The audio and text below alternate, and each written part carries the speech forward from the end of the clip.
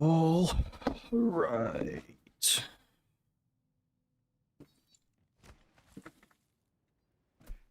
Spotify.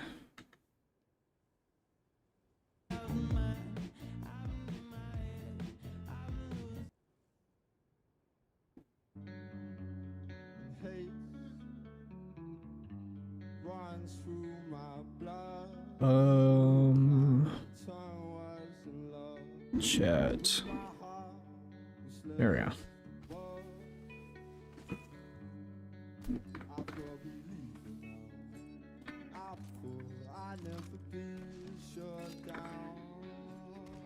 What up, Dep?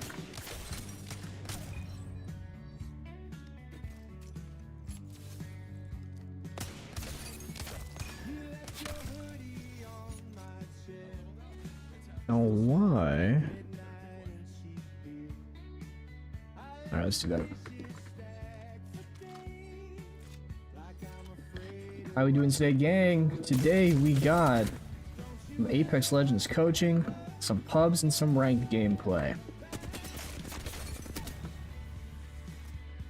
And some more dummies in here. What the heck?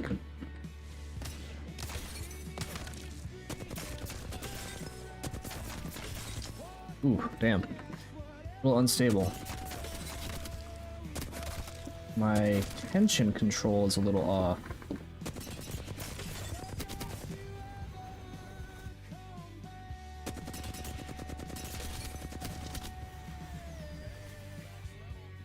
are we doing today, gang? Yo, what up, Sloth? Welcome back, my man. What up, Dylan? I'm chilling today, brother. I'm chilling today. Just finished some breakfast. We got a session here in about an hour and 10 minutes. Why is none of the dummies spawning? There we go.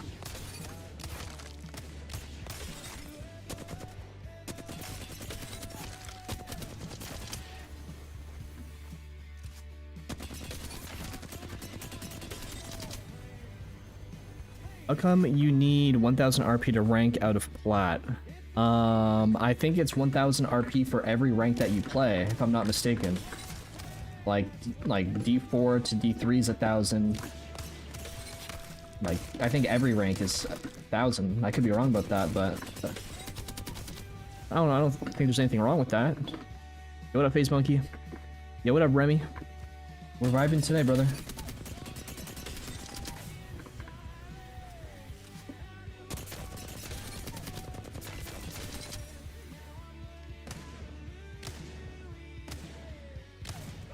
Shit. Alright. It's my R9.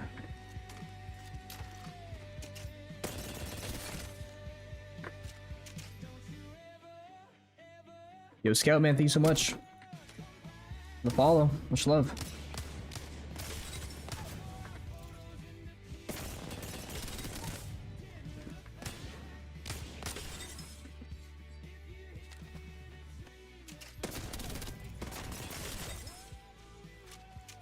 Shit.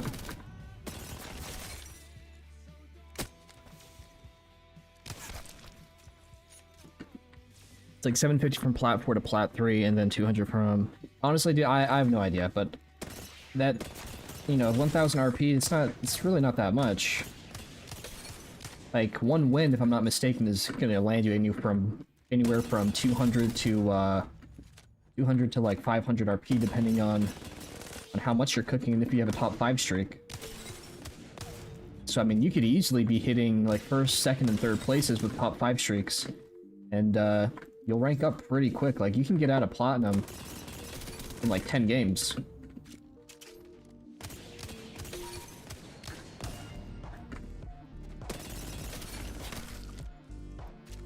Let's get these guys moving here.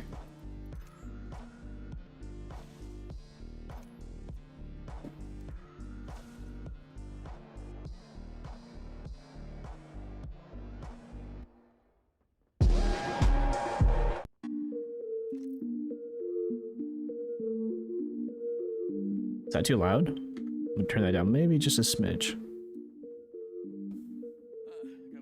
There we go.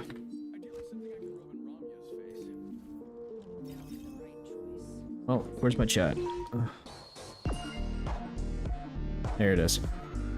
Hey, is Nintendo Switch viable for hitting Pred 2? Oh man. Definitely, I mean, I'm sure you can hit Pred, like, on the Switch platform, but, like, you're definitely not going to be competing against, like, any of, like, the Xbox, PlayStation, most definitely not the PC players.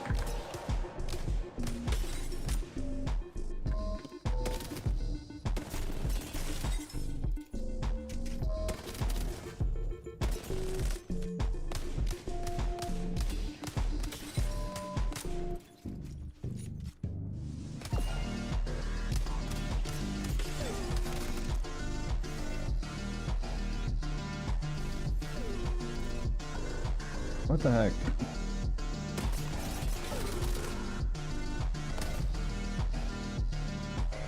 Yo, good morning. Good morning, Mr. Squad. Oh.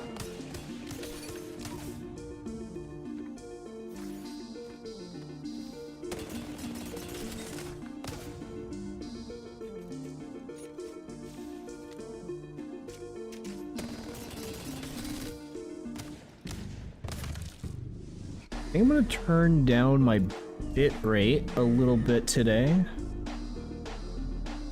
Can we do that? Can we drop that by 1,000? Hopefully that will help with our input lag a smidge. I know this is OOT, but did you make any more videos besides that short about AX? I did not, know. Honestly, I don't really care too much about AX and the stuff that he does. You know, I don't necessarily like that he like bot lobbies all his content, but I'm not gonna waste my time on somebody when you know, it doesn't really affect me.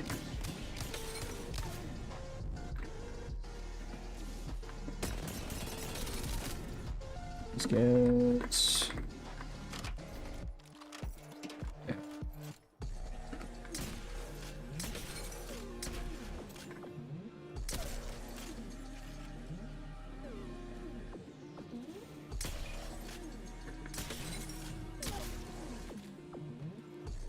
Oh, dude, my vision is blurry today.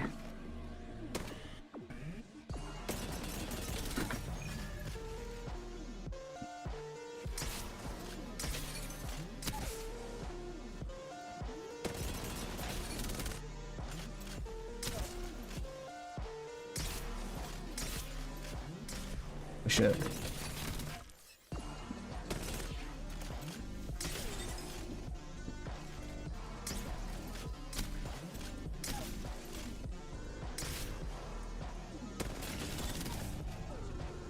Dishrik, why do you stop doing YouTube videos? What?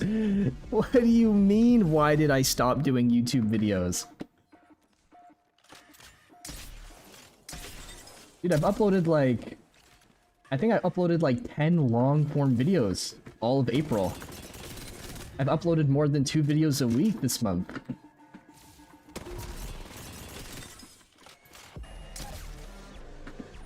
I did like 2 million views this month. Over 2 million.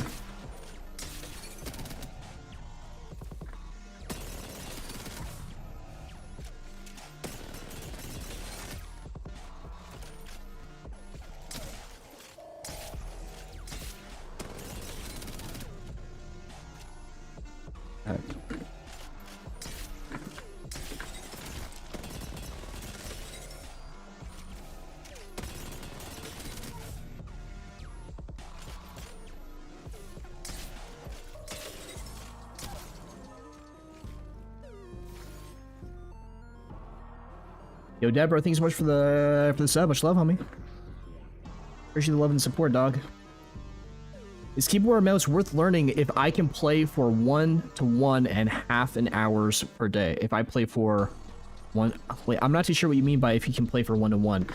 What I'll say is this: if you have the time to learn and you have the passion to dedicate towards all of like the little niche, I won't even call it niche, all the things that you need to know about playing mouse and keyboard. Then yeah, I mean, it's definitely worth it. I think it's a lot more rewarding. Like, whenever you hit a 1 mag on MK, it's way more rewarding than hitting that 1 mag on roller. just because you put so much effort into like having good consistent tracking, good recoil control, like good everything, right? Roller's a lot easier to kind of just get consistent and get good at. And then as well, like the movement is more fun. The game is more freeing when you play on M&K. Like you can do what you want. Versus on roller, the game like really limits you, right? Like you can't super glide and then into a tap strafe on controller. So having like literally just that freedom, having the freedom to tap strafe also is super fun. Having the freedom to redirect around a box with just like a strafe is really freeing as well. So in my opinion, if you have the time to learn, then I would suggest that you learn. If you don't have the time, then you're just gonna waste it. Hey bro, can you make a new sensibility video for controller, please? I actually just posted a whole video on 5 different settings that you can use in ALCs, and it talks about like why the setting is set up the way that it is. It talks about like what the goal of it was. Like one of the settings is for having smoother tracking. One of them is for having better movement. One is to feel like you're playing mouse and keyboard with like really snappy aim. So yeah, I mean, I actually just made that video.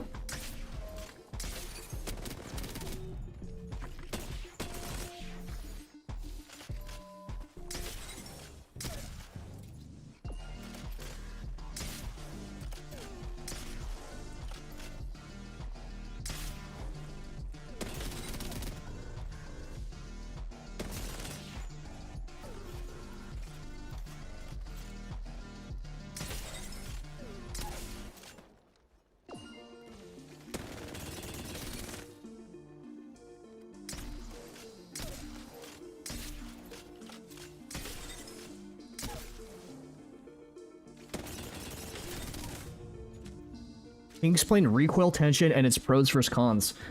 So recoil tension or wrist tension? I've never heard of the term recoil tension before. Wrist tension, though, is how hard are you gripping your mouse, and 2, like how stiff your wrist is. So a really loose wrist is going to provide you a lot more stability. You can push your mouse around more consistently. You're going to have smoother, more accurate transitions from where you're trying to go. But it's going to be a lot slower. So that's kind of the con.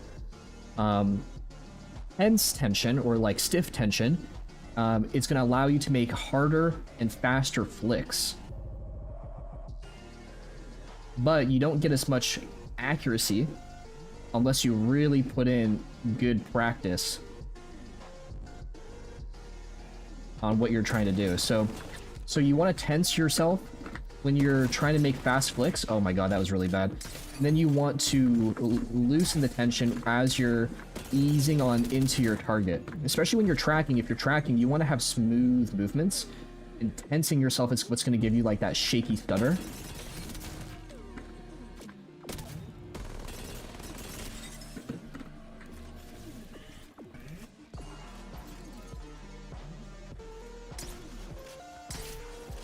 Yeah, that was really bad movement. Is it possible to get that R9 skin? This is a recolor skin. I'm sure it will come back around in the store sometime. When will it come back? I have no idea though. So I mean, I'm sure you could still get it. It's just a matter of when is it ever going to come back.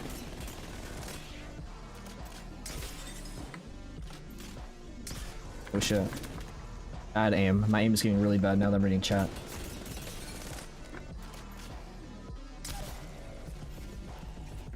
Stick tension even— oh, stick tension, I'm so sorry, MG Colch was about it when he pulls down a specific amount.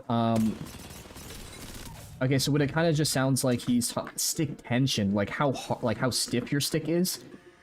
Like the mechanical setting on your controller, if your controller has that mechanical setting. I wouldn't know too much about that, honestly. Like, I haven't played controller in 2 years, and they've— you know, I haven't really, been advancing my knowledge on controller mechanics and aiming. I was never really a good aimer also on roller. Like, I was decent, but honestly, the aim assist kind of carried me.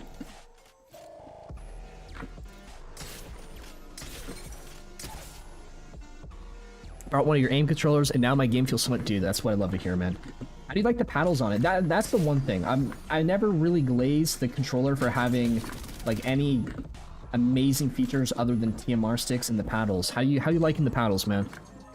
That's like the one thing that is keeping me, like, whenever I get a sponsored controller from like a different brand or something, the one thing that always makes me go back to aim controllers is just how good the paddles are. Like, they just fit so good in my hand. And I don't know if that's just a me thing, or if that's oh, I'm missing everything now. Oh my god, I'm missing everything. Zach Mazer moment. But yeah, paddles feel amazing on that controller. Alright, let's go hop in some pubs here. We'll go warm up in some pubs for an hour before we hop in our coaching session today. You, what up, Callus? How you doing, homie? Been vibing today, homie. Hands have been doing really good. Been playing a lot less, which has given my hands a lot of time to recover. And I've been focusing on, you know what? I actually forgot to do it today. I've been focusing on stretches and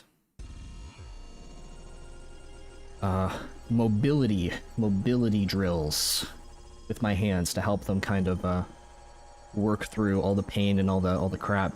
Paddles feel smooth since my hand is always around the roller. It just works perfectly. Perfect. That's what I love to hear. Yeah, I love their controller so much. This is the Wellermo. I totally butchered that. I'm sorry, my man. I need to switch to MNK. There's more movement with MNK. I play with roller on console. Oh, dude, yeah. Unfortunately, you're only going to get the movement if you switch to PC. So not only are you going to have to completely relearn how to play, but you're also going to have to, unfortunately, you know, drop close to $1,000 on a computer. Oh, coach, you know what? You know what? You're totally right. Ernie, I totally forgot about that. Ernie over, I think it was on YouTube. Zeus. Hold on, let me pull. Zeus. Frosty. Zeus posted a new video on professors. Frosty. Oh my gosh. Do we react to this? Oh, I might have to turn on the camera for this one. Shit, where's my chat? There's my chat. OBS. Hold on, where's my camera?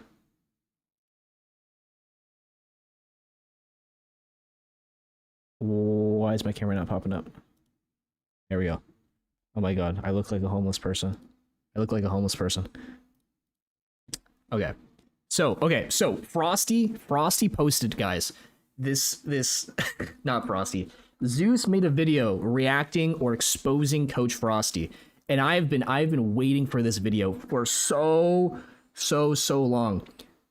I've been criticized so much in the past for talking ill on like just stupid people in the community. So I try to avoid it as much as possible. I try not to like harp on people. I try not to drag stuff out, like the Brainsy situation. I dragged that out for like a month and people hated me for it. The end dodge situation, the Yimmy situation, all these different cheaters. So I try to stay away from all that shit. But Coach Frosty, I laid in on him for about a week, and people gave me a lot of shit, so I decided not to make a video on him. But Zeus did it for us. So I'm actually really excited to see what Zeus has to say about Frosty. This is going to be a good one. This is going to be a really good one. Of game theory and shit, and like there's coaches. Oh, I gotta full screen this. Hold on.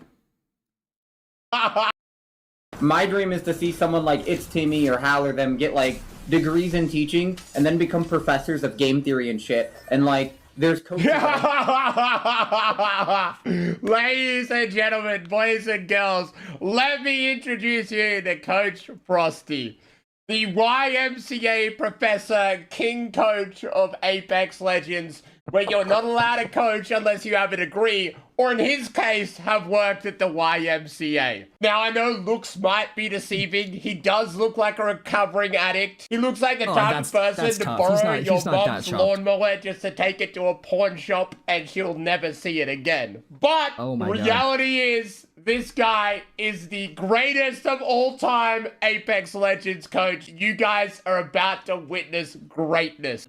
Zeus, I'm not gonna lie. I know you're laying in on him, but we all know District is the #1 Apex Legends coach. You gotta get your facts straight if you're gonna make this video. You gotta make sure that you label him as the #2 coach. If you want to be the best Apex Legends player of all time, this is who you should be paying.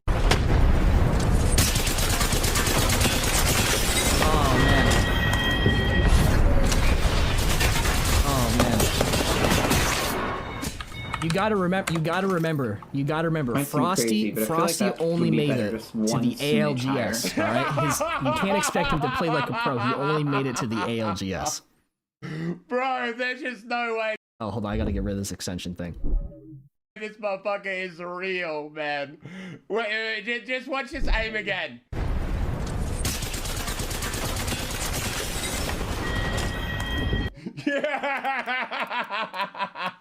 One smidge on the sensitivity will fix absolutely everything.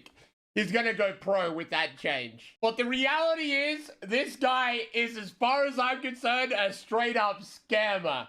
Because his coaching and YMCA degree is about to blow your mind. DPI divided by 2400, whatever that fucking number is, that's his mouse sensitivity. This one's the worst clip. Make his ADS 0.33 every fucking time.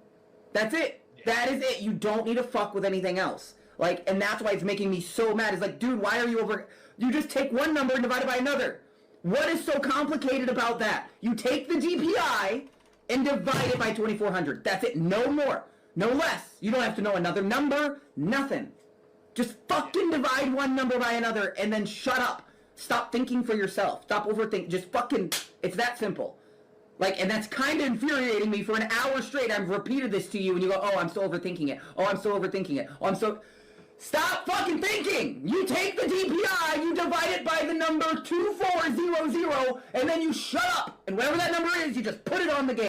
Bro is having withdrawals, man. Dude, keep in mind, he is screaming at somebody who paid him for coaching.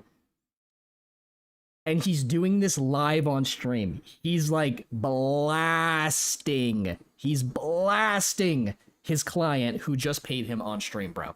Hold on.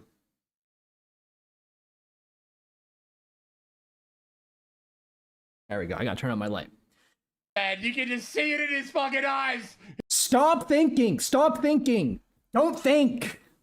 Oh my gosh, bro. Dude, I think the one thing with Frosty, like the thing that really separates him from being like what could be a decent coach to being like just one of the worst coaches in the world is the fact that he doesn't really explain things. He just tells you shit and then he expects you to understand it. And then if you don't understand it, he gets mad at you for not understanding it because to him it's like the most obvious thing. Like, he doesn't understand that people think differently, and he has to come up with different ways and different, like, approaches to helping you comprehend and understand everything. He needs that rock, man! He needs that rock! But this whole entire coaching career is nothing more than an absolute scam. Paying for this guy's coaching services is like the equivalent of wanting to learn how to be an absolute god in the bedroom and then paying a virgin. Because this motherfucker might be able to describe how to do it, but he's got absolutely zero idea about the fundamentals. It is the blind leading the blind out here, because apparently this guy has thousands of clients. As far as I know, they are victims. Now, saying that this guy has thousands of clients is such an overstatement. Hold on, really quick. Coach Frosty, coach. Okay, you know what? 1 hour. What the heck is this? It says right here, $30 for an hour of coaching, but the time that you're paying for is actually only 45 minutes. Is that a mistake? How does that happen? Should we book him for a coaching session, chat? Oh shit, wait, where did my chat go? Oh man, I just lost my chat. What the heck? Where did my restream chat go? Here it is. Should we book him for a coaching session? Should book him and rage bait him? That would be hilarious. Low key, that would be a banger video. Should we do that? Should we do that right after this? Should we buy an hour coaching session, spend the $30 and just troll him? All right, if I followed through his thousands of clients that he has right now. Let's see, if I try to book him tomorrow, I could book him pretty much the entire day. Oh, hey, no Friday evening availability. Maybe he's booked out. Saturday, he's got lots of availability. Sunday, he's got a lot of availability for the weekend. Doesn't coach Mondays. I think Mondays is when he does all his free coaching on stream.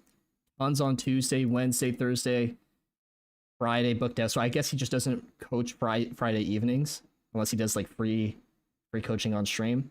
So he's got like just loads of availability. So, you know, to say that he's got thousands of clients, I think that's an overstatement. That might be a lie, Zeus. I think that might be a lie, brother. Some people have gone in depth into this guy's past and dug up some very, very questionable things, which we'll get into later, as people have gone deep in this. But for right now, let's just stick with the whole coaching shenanigan, because he is active over on TikTok, where people pay him in order to get better at Apex Legends. And one of the main things he does is go into the firing range and adjust their sensitivity and settings in order to coach and improve players, which is fundamentally is horrible. But we're going to get into that. Let's see a few clips of his coaching. Head on over here. What you're going to do is stand behind the pillar here, and you're just going to dump your mag into that moving sight. Yep. I mean, we all know that this is a proven way to get better aiming. Can you go 131 for your ADSCO? Yeah. Or not, I'm sorry, not 131, 137. Drop it by literally 1 pixel. This is a coaching session from Coach Frosty. And what he's doing is looking at a guy's aim and then adjusting his sensitivity. Now, you guys would all know, aim is literally muscle memory and hand-eye coordination. Changing your sensitivity to random numbers will never improve anyone in those aspects, right? Now, over on controller, there's a bit more nuance to, like, sensitivity, right? Lower sensitivity gives you greater range of motion. So if you're on high sensitivity, for example, like 8 sensitivity, and you move your stick 2 millimeters, it's going to move twice as far as if you're on 4 sensitivity. I mean, I think that's the same as mouse and kind of keyboard, like the meta, right? Seeing as you have more control over your accuracy. Lower sensitivity, genuinely better. Changing your sensitivity a few numbers here and there in his custom ALCs will not improve someone's overall ability. It is a straight up scam that is selling people watching their aim and then making minute adjustments. What he's selling here is placebo. This isn't increasing someone's fundamental skills in Apex. Like, you are quite literally getting straight scammed if you have ever paid for Coach Frosty's custom setting. Yeah, 100%, dude. Like 100%. If you think that changing your settings is going to make you a better player, it could very well help you not be as shit. Like, you could be playing on a setting or a sensitivity that's actually like hindering you, right? Like, you play an insanely high sense, and because you can't like actually control your aim, you just can't hit any shots. You play super low sense, and because of that, you can't accurately make adjustments or go from where that's adjustments or like track people, right? Stuff like that. You can't turn around in time. You can't do movement. You can't hit a wall jump and turn because of that issue. 100%. But at the same time, where was I going at with this? As much as your sense can and can't really affect your aiming capabilities, the one thing that is going to 100% actually help you get better at aiming is just aim training. Is understanding like the mechanics that go into aiming, how to start and stop your mouse, how to decelerate your analog stick, how to maintain your stick at one spot to keep tracking the thing that is moving at the same speed at the same distance, right? Or like how to like taper off your thumbstick as something starts moving away, because the further that something is, the slower that it is, the closer that is, the faster that it is. The one thing with Frosty, the only thing that I've ever seen him coach is settings. And settings is literally probably the smallest possible thing that you could do to change how you're going to play the game. He has never once coached mechanics in any fashion. No movement mechanics, no aiming mechanics, no legend mechanics, like nothing like that. Because at the end of the day, your aim does not come down to your sensitivity. It's a skill. Guy at the bottom looks like Tyler. He doesn't, bro. Zeus looks nothing like Tyler 1.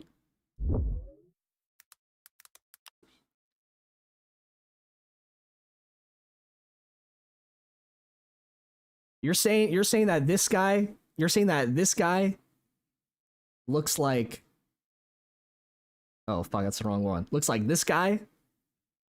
Not quite. Skill built up over time. You know what? Actually, I kind of see truly it. wanting to get They're better both at bald and Apex would they're be both to wearing learn muscle shirts. Yeah, fundamentals and I can see decision that, I making guess. in game, and over time building up your hand-eye coordination and muscle memory, but not by being scanned by somebody that looks like your local meth addict. What I was showing you guys, left to right, R9, harder to control, right? When you want to push better with the R9, forward and back. Yeah, what a katana. No, instead of going side to side. So going side to side creates two different verticals that you're gonna have to try to control. Control recoil by moving forwards. People are don't aim paying for smooth. this. He is teaching people to strafe in a straight line so you're an easy target. He lacks fundamental understanding of video games. Like, literally, this is the dumbest shit I have ever heard. And why I think his entire business model is a straight up scam. Like, so for one, when you're strafe, you become a harder target. He's teaching people to literally stand still. Imagine how easy it would be to kill Coach my God. Frosty clients if they actually took his advice, right? And secondly, Give it up, when Jesse. you play on controller, what he lacks to understand is you aim with both sticks. The strafe part of your aim, which he doesn't understand because he's a bad player and doesn't understand the fundamentals, is you literally aim with both sticks. Using your strafe to help you with aim is something 99% of players understand, but I guess the 1% that pay him have little to zero understanding. Like simple things like counter-strafing, like your opponent goes left, you also go left, or your opponent goes right and you mirror strafe him left. Make it incredibly easy to aim because you're using both sticks. Going backwards and forwards would make not only aiming harder, but you becoming an easy target. Like, this is the most incredible scam I have ever placed my eyes on. I also I don't know if Zeus is gonna cover this, dude. Another thing too with like what Frosty is saying. Frosty, hold on, let me hop in the range here. Zeus is talking about how stupid Frosty is because he's telling you to walk in a straight line, right? If you walk in a straight line, you're obviously going to get killed. Like, you should be moving sideways to avoid damage. You should be doing stuff like that. You also aim with both sticks. You don't just aim with one stick. Frosty also thinks that moving forwards and backwards actually controls recoil, right? Like, which is one of the dumbest things ever. I think everyone here knows what aim smoothing is at this point, right? Like, we've talked about it on this channel for years since we were in the old firing range in what, like season 3 or something? Maybe not quite season 3. But Frosty, oh yeah, okay, aim smoothing, pulling your crosshair sideways. Literally pulling your crosshair sideways keeps your aim from going up. Like, you don't even need to pull down to control recoil. If you pull sideways, it controls it all for you. Literally tracking somebody left and right. Literally tracking somebody in this game controls recoil for you. And Frosty thinks that if you move forwards and backwards, that it's going to control your recoil. Now, I think something that Zeus isn't going to show is Frosty actually goes a little bit more in depth, but he goes in depth in a different video about that concept because I called him out and a whole bunch of other people called him out on this clip that Zeus is showing. And Frosty ends up saying, no, I'm not saying that by moving forwards and backwards, it's going to control the vertical recoil. No, that's not what I'm saying. I'm saying when you shoot your gun and you see how it goes left and then it goes right and then it goes left and it goes right and it oscillates back and forth. What I'm saying is when you move forwards and backwards, it actually keeps it from going left and right. And it's like, dude, no, it's still going to move sideways. The way that you get it to keep from going left and right is by literally strafing. It's actually by going sideways and by pulling your mouse and then activating aim smoothing. It's insane, bro. Like he is so he's so brainwashed from himself that he actually thinks that the random stuff he's saying is factual and his somehow. entire shtick is discrediting other coaches because they don't have a degree and never worked at the YMCA like this guy.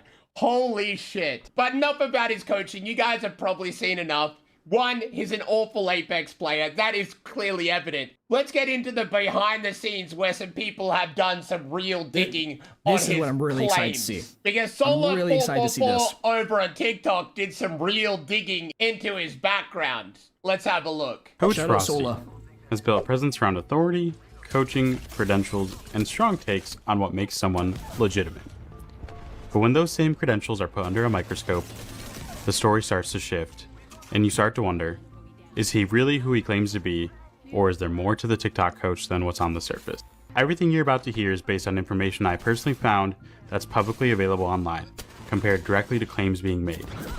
If any of this is inaccurate, or if there's verifiable proof that supports those claims, like documentation of a college degree or military service, I'm open to reviewing it and correcting or removing this video. Because when you hear the timeline laid out, it sounds like this. Real quick, shout out Sola, is that how you say it, bro? Shout out Sola over here in the Twitch chat, man. Dude, the undercover work that you did, I don't know how you found out so much stuff about this guy, but dude, the fact that you went above and beyond and you didn't stop when everyone was telling you, hey man, you're dragging this out, who cares about this guy? The fact that you just kept going and you found out all of this stuff about him, one, is impressive, very impressive, but two, man, dude, you're the GOAT for this. Thank you so much, man. Everyone graduates high school in 2012, on Twitch. Joins the Navy, becomes a nuclear engineer, retires in 2013, then attends college for applied astrophysics, all within about a year. Yeah. This is someone who's been gaining traction in the Apex community, especially on TikTok, sharing strong opinions about coaching and what qualifies someone to teach others. Let's look at what's actually being claimed according to his own bio.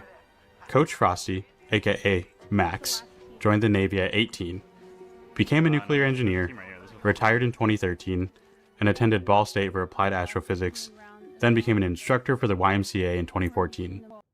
How do you go from becoming an engineer and then retiring in the same year? How does that work?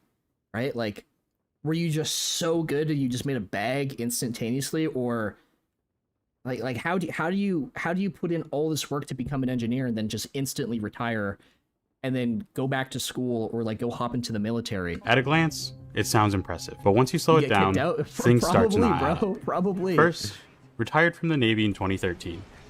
That alone raises questions. Military retirement typically requires long-term service, around 20 years. So using that term after roughly a year doesn't really line up. Now, it gets more specific. What was your rate in the Navy? Machinist mate nuclear, MMN. That role typically comes with a minimum service commitment of around 6 years because of the level of training involved. Also, guys, when you sign a contract with the military, like, you have to do that. You can't just go, you know what? I decided it wasn't for me. Like, I think I'm just gonna dip. Like, you literally cannot do that. You can't just leave. Like, you have to have a really good reason to leave, or you have to get kicked out. My brother-in-law is in the army. A whole bunch of people in my family are in the military. You have to do that shit. So, which include so if he joined the military and then a year later is doing something else, 4 years of something full bad committed service, plus an additional 2 years of the training that it takes to actually become an MMN. So when you put that next to a timeline that suggests leaving within about a year, those two things don't really match. Then there's the education timeline. Now this part is important because Frosty has publicly stated on Twitter that you shouldn't be a coach in Apex unless you have a degree in education. That's a pretty strong stance. Go retire, bro. Not just experience, not just results, but specifically a degree in education. But based on what's being presented here, the degree being referenced isn't in education. It's in a completely different field. Is it bad that I only graduated high school, I didn't go to college, and now I coach Apex? Ball State University and has a background in applied physics and engineering. Based on the claims, this would place him at Ball State around 2013 to 2014. But when checking publicly accessible graduation listings for both the winter and spring classes of 2014 on Ball State's website, Frosty's real name doesn't appear in those records. Now, this is where things shift from inconsistencies to something more serious. I'm not going to share full personal details here, but the same individual, who I'll refer to as Max, aka Coach Frosty, appears in publicly available court records tied to a 2017 incident involving impersonation of an officer. Oh To shit. be clear, I'm only referencing what's documented in public records. Impersonation of an I'm not officer. adding speculation, and I'm not saying this defines the person. Does it say, so what, he got charged with impersonation of an officer? Like what's the lore behind this? Did I miss it? But it is part of the overall picture when evaluating credibility. And based on those same records, isn't that this a did serious not thing? result in prison time. Instead, the case appears to have been resolved through probation, along with requirements like apologizing to the officers involved, completing community service, and paying court-related fees. Okay. You got away So with again, this isn't about exaggerating anything. It's about looking at what's publicly documented, what's being claimed, and how those things line up. Jade, pop that LD And when you stack that alongside the timeline issues, the military claims, and the education questions, it continues that same pattern. Details that don't fully align. At the end of the day, this isn't about tearing someone down. It's about consistency. Hell yeah, it is. Fuck this guy. Dude, Zeus coming back in out of nowhere, fucking. Oh, Dude, that he kinda did a scared me. great job on the background there. Holy crap. Impersonating an officer, bro. He could have the most immaculate uniform, but you look at that face and you know that motherfucker is not an officer, bro. The dude has literal, like, cold sores on his face that looks like he's been picking at it from one bender too many. Like, I don't know. I'm not claiming he's an addict. I'm just saying it's very, very, very, very, likely. If he isn't one, he's most definitely impersonating we're one. watching That's this all I'm video saying. too, bro. But holy shit, Coach Frosty, the rabbit hole, it just digs deeper. It's not just the coaching that's bad. His entire backline is cooked, bro. These gaming motherfuckers are so weird. I thought this is the part where we'll just disprove his claims about the teaching degree. The most important factor in being a coach is being incredible in that field. We've all had different teachers that have been qualified that have been fucking awful because we've all been to school, I would hope. What really makes a good Oh, yeah, my teacher geometry is someone teacher. that truly understands their field and someone you can respect. Everyone is capable of transferring knowledge to the other person, but my favorite teachers were always funny as hell, engaging, and very knowledgeable. Like, coaching in sports is very similar. Like, have a look at this guy. He might not look the part, but you can clearly see this guy is a master of his field. Single fist here, you hear that beat, changes. Sink double fist through. Single fist rolling. So methodical, This bro. guy is the GOAT. I hope would I can be a coach like that one happily day. pay for boxing coaching from somebody that understands the field immaculately and clearly was a master in it himself. That goes for every sport. Like soccer right here, for example. You really think they are going on to the field. employ somebody with a YMCA degree to coach? Hell no. They're going to choose masters in the field that know how to do it well. Like every single coach across every sport, every discipline is a veteran master and able to transfer the knowledge onto the next generation. Like, I think I would actually be a great Apex coach, seeing as I fit the part in being an unk. The only I will say this. To coach or to be an educator of some sort, obviously, like, anybody can do it, but to be a good coach, not to self-glaze, you have to really have a super deep understanding of the game. Like, it's one thing to just be good. And this is one of the things where I love pro players who try to help, like, people who are asking questions in their chat. At the same time, I really hate some of the information that they give. A lot of people are so good at the game that they forget that some of the shit that they're doing is just second nature to them. So an example being, one of the tips I saw Enoch give years ago to somebody in his chat, and then he ended up clipping it and putting it on TikTok, and that's how I saw it. hey, Enoch, what should I do if I want to get better? Honestly, dude, if you want to get better, all you have to do is play. Just hot drop every game and just go fight, and you'll figure it out. Is one of the worst tips that I see people give every single time that somebody asks them on stream, what should they do to get better? It's one of the worst, and the reason why is because, yeah, like, as a pro player, the way that you would get better is hot drop and go fight, because you know how to manage your health. You know how to swing players. You know how to control recoil. You know how to get damage. You know how to do all these little things that let you drop in a crazy situation to go and fuck shit up. But a noob, someone who's brand new, someone who's like platinum and below, they don't understand how hot dropping, like how they need to play in order to hot drop and like to go do stuff. Yeah, Enoch, dude, Enoch is one of the nicest guys ever. He's such a nice dude. Every time I've talked and I've played with him, the most genuine person in the world. God bless him. Sometimes he can give some pretty bad tips, and sometimes he can give some pretty good tips, right? So if you want to, like, the same concept goes to like weightlifting. Right? Like, dude, Zeus is jacked. And I'm pretty sure Zeus is a personal trainer. Imagine if Zeus, this super strong buff guy with fucking ripped deltoids that you can literally see the definition. His deltoids are just popping off of his body. Imagine he told someone to go do lateral raises or to go do like chest press. And he told them, if you want to get big, you have to lift heavy. And then throws 200 pounds on the bar. And you just watch this guy false grip, slip, land on his chest, and break his ribcage. That would be one of the worst tips ever, because that guy hasn't built up the strength or the skills in order to do that thing. So when people are saying, yeah, dude, I could be a coach because I'm a super high level player, you could probably, be very educational, but you don't exactly understand that there are so many little things that you need to help people understand first before you can get them to go do these bigger things.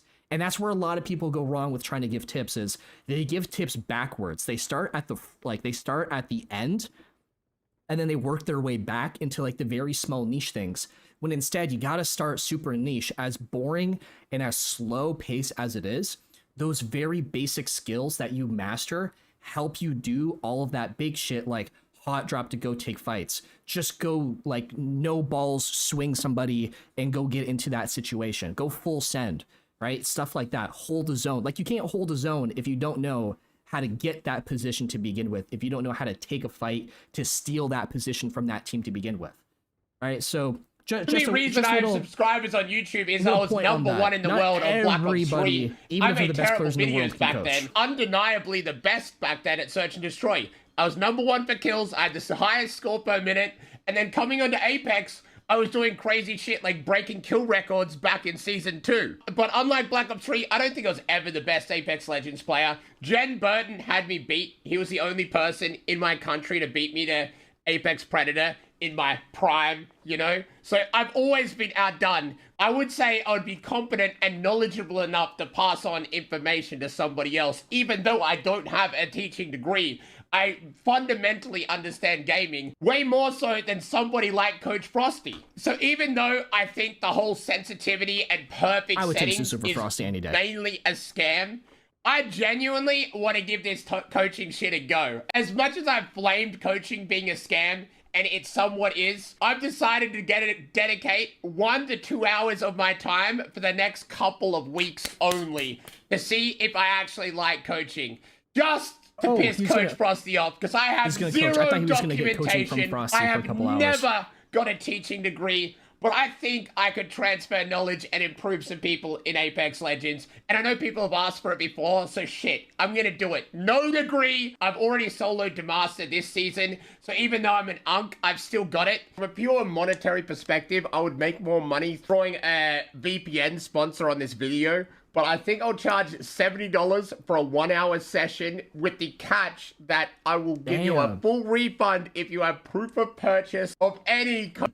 Dude, Zeus starting off putting up my prices for coaching is kind of insane. $70 for an hour from someone who's never coached before is, not gonna lie, insane. But hey, Coach Frosty If you can do it, services. you can do it. Now, obviously, it'll be limited spots. I'll probably only do 10 sessions just to gauge if I actually like it. I already Quick do little 700 coaching bucks. for muscle building and Nothing fat crazy. loss, and I do really enjoy that. So Holy. nothing's changing on that end. We're gonna give this Apex coaching a little test run for now. I think coaching for most people is pointless and won't help them. But I definitely can understand while pro team coaches is important, working together to get an entire team in sync is a different equation.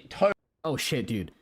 Dude, if we're gonna get coaching from Frosty next week, should we hire Zeus? Should we go undercover and hire Zeus and see if he can coach us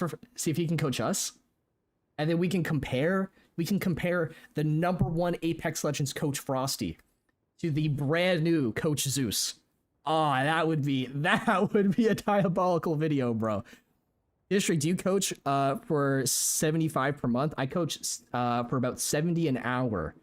But I have a lot of different coaching prices at different rates and stuff. So different coaching types at different rates. Totally. So I can understand lot why more the affordable professional than level 70, but coaches, that's the like average. Draugr, for example, for Falcons, have an important role. But actually coaching individual players to improve, a little bit pointless. And your money is probably better off spent buying another lawnmower after Coach Frosty borrows it.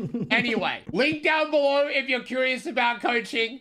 I'm thinking, fuck it, we're gonna give it a go. I'll see you guys in the next one. Have a wonderful day. Stop fucking thinking! You take the DPI, you divide it by the number 2400, and then you shut up!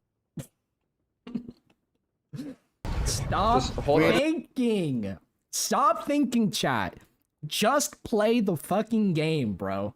Just log the fuck in. Stop using your brain. God, why is that so fucking hard to understand, man? Are you retarded or something? How hard is it to just play? God damn. I feel like that's the advice that Frosty would low-key kind of give. Oh my lord. So, oh, you know what, dude? Oh man, I left all of the clips on my PC in Canada. Fuck me. So I was watching Frosty stream the other day as all this drama was blowing out. Here, we'll cue into a game while I talk about this.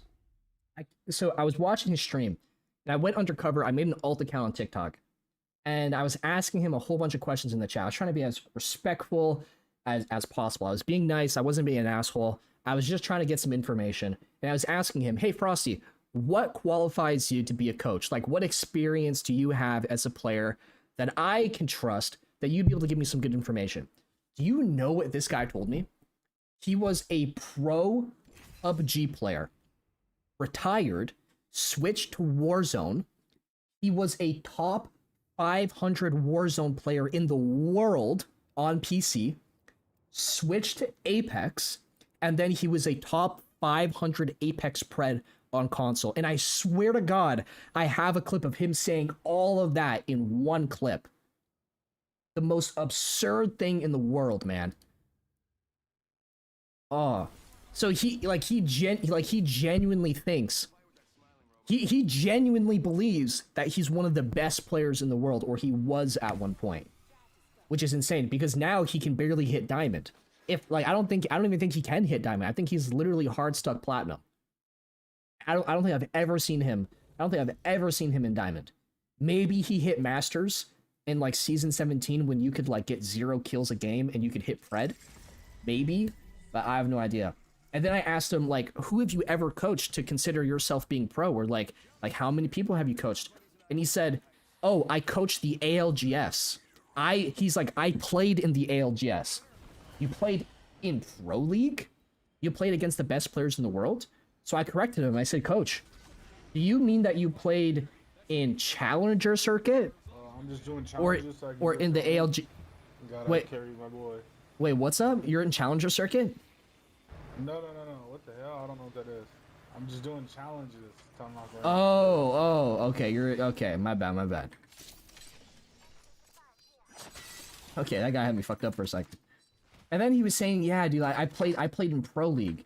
So I asked him, I corrected him, I said, you mean Challenger Circuit, right? Yeah, I played Challengers. And like, Frosty, Challengers is an open tournament qualifier. Anybody can play Challengers. And then he just stopped talking, and then he blocked me. I'm like, okay. I hop on a new account. I start asking him more questions. Hey man, who have you, like, hey man, I'm really interested in getting coaching. who have you coached? I'm considering getting you. I see all your clips on TikTok and stuff. And he's like, oh yeah, I'm coaching a pro team right now. I said, oh, that's awesome. What pro team are you coaching? And then he starts telling me their name. It's like some team I've never heard of before.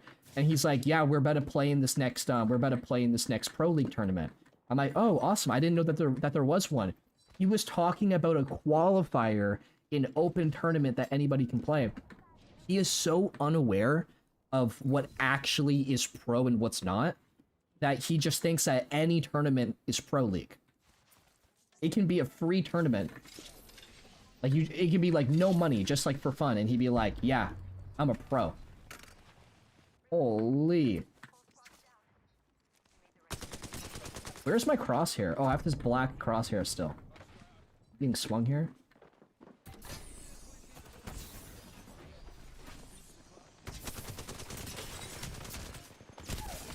I might die. I'm coming. Thank you, man. He's reviving my knock. Oh, lifeline, you're way out. Yeah. My bad. You're good. You can rest me right here. Put a drone on me too.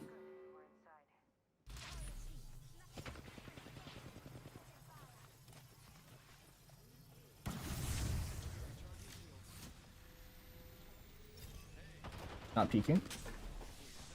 Get this reload off.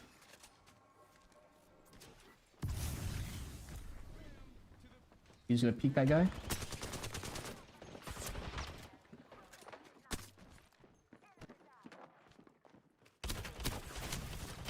Oh my god, how do I whiff that? I'm blind!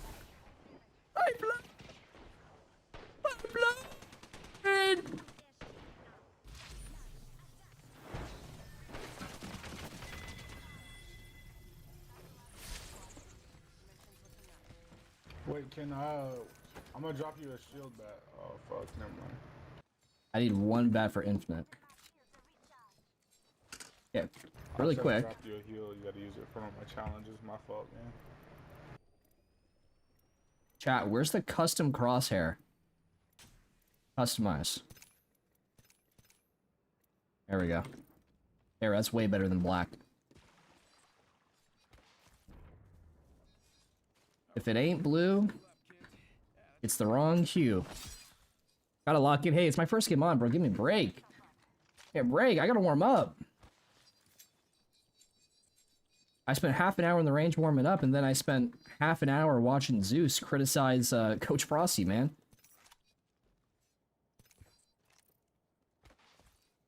Even though you can customize, you didn't know you could customize your reticle color?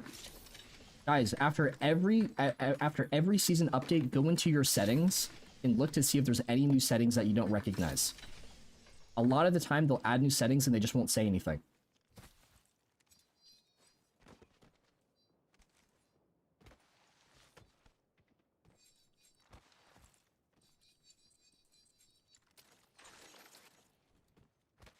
Why is my gameplay so quiet?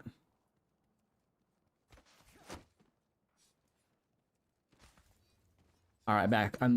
Chat. I'm back to answering questions. If you got any questions that aren't about Coach Frosty, I'm here to help.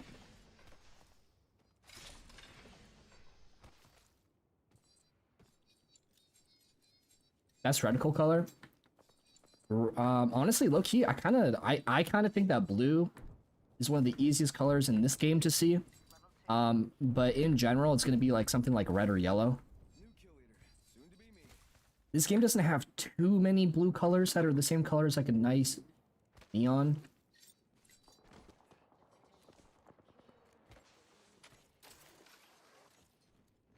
Oh, infinite bat. I already had it.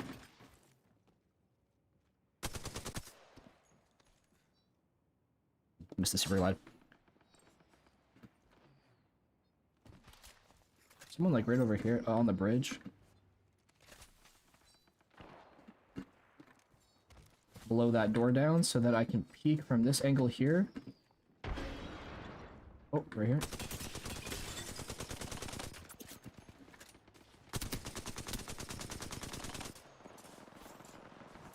Goodbye. Oh, he phased back. Lucky bastard. Okay, we're gonna pretend that I didn't just miss every shot on a guy that was knocked.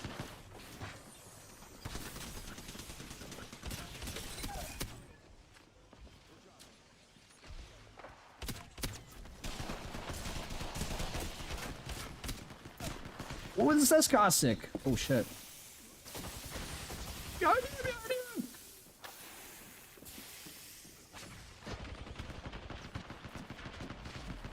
Risky biscuits. If I can pop a heal, if I can pop a heal, I can go invisible and get out of here.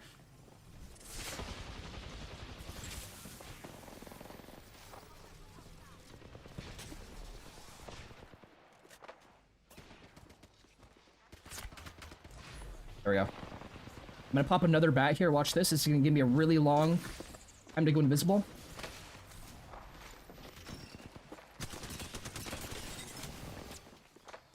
I'm not invisible. Why?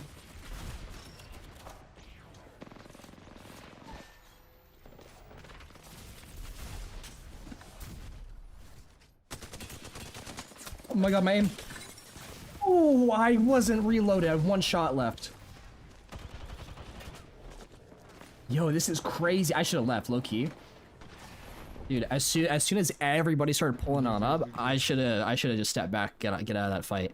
There was so much happening right there, man. Holy. What is your opinion on console or PC is more difficult or skill related? Low key, console is way harder. And the only reason why I say that, I think, I may not be right about this, I think there's a lot more cheaters on console than there is on PC. I could totally be wrong about that. It wasn't the deal when I was on console. At this day and age, I think it's a lot harder. PC is harder skill-wise, though. People are smarter, they've got way better aim, they got better movement. So PC skill-wise, way harder. Console, cheating-wise, way harder. Anyone know if Crypto Cloak is full invisible while in drone, and how close can enemies hear him while he's in drone? I'm pretty sure he's full invisible. I'm pretty sure about that. But I think after a couple seconds, you start like making like a beeping sound, and then people can find you easy.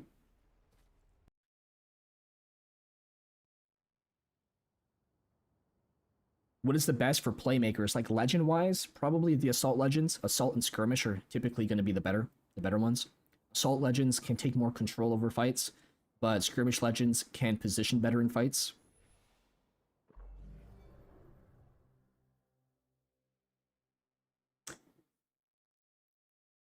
Someone asked earlier about DPI. My DPI is 1600, but all you asked was DPI question mark.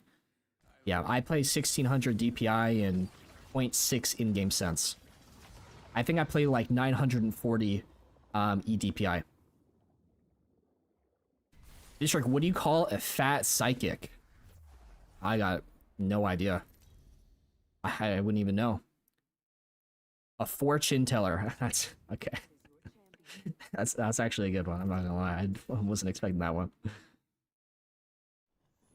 You what up, Phil? Hey for coaching. Much love, my man. I'll see you soon. Stop thinking. Cashless, bro. Dude, come on. Come on now. You know I'm not good at not thinking.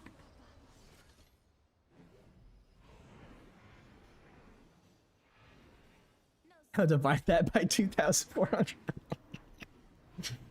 Oh my gosh. Dude, Frosty's a character, man. He's a genuine person. He's a genuine character. What are your keybinds for weapon switch? Side mouse, and then holster. So side is swap, back is holster.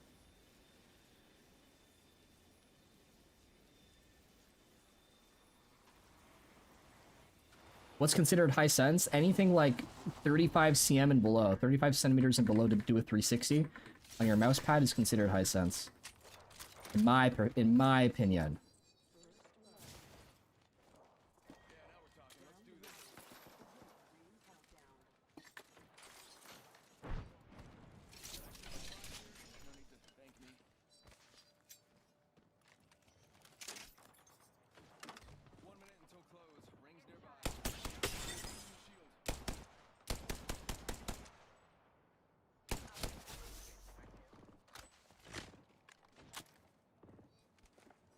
Oh, shit.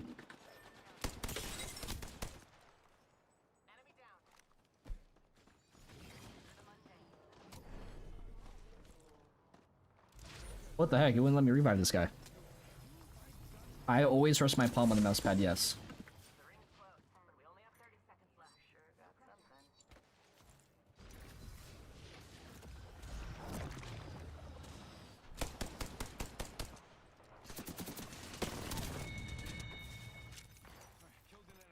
Huge.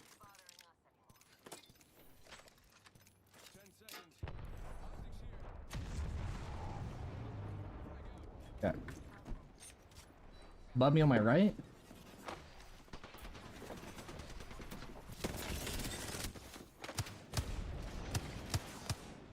Ooh.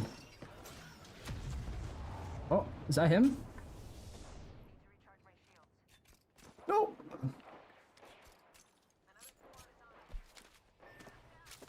Whoa, whoa, whoa, whoa! Whoa, that was a close one. Popped up out of nowhere. Dude was full invis on me. What do I have right now? Power booster. Yeah, low key, that might be way better. Yeah, I'm gonna just craft teammates, man. I'm gonna be a good player and good teammate back in the game. Let's get back on up there. Yeah, Wingman SMG is always super fun. I've been running that a lot in ranked. Wingman R9. Are they up here?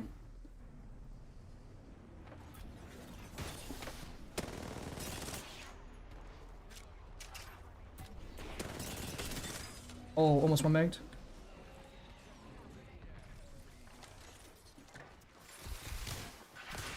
Oh, he might kill me for that one. Alright, he's gonna be hard to push because he's all fenced up. I'm gonna just go and look for this over here. You didn't see that? You did see that one. Get teammate back in. My other teammate's gonna get a thirst off, or he's gonna take that fight and shit on him.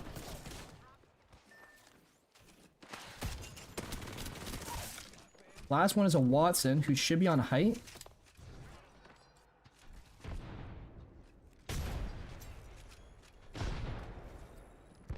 He's gonna drop maybe, and he's dropping. He's gonna hit the ground, break his ankle. Fucking idiot. Where are you, bro? There you are.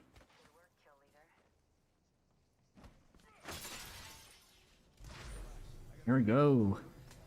Played his ass like a fiddle. Pro tip that Frosty will never give. There's a lot of different mechanics in this game, and you really got to familiarize. I think that's it.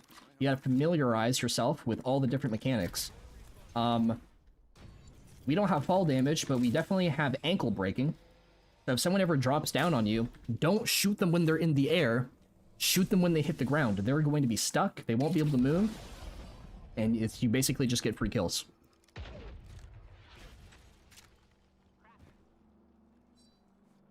There we go. Yo, what up, Meeg? What's my scope multiplier? Everything goes up by 0.1. So 1x starts, or, yeah, 1x starts on 1, and then everything goes up by 0.1.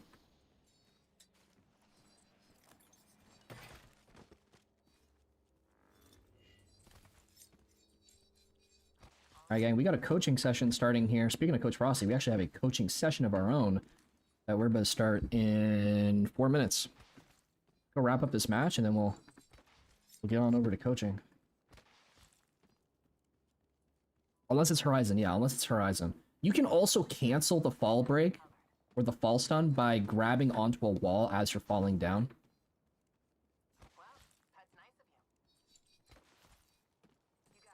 But that's a pretty niche tech, I'm not gonna lie.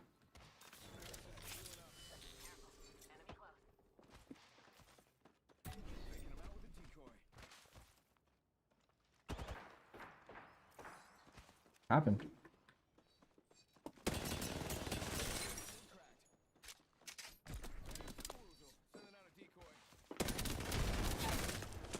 Why is he not, like, healing? Oh, it's because his teammate's right over here.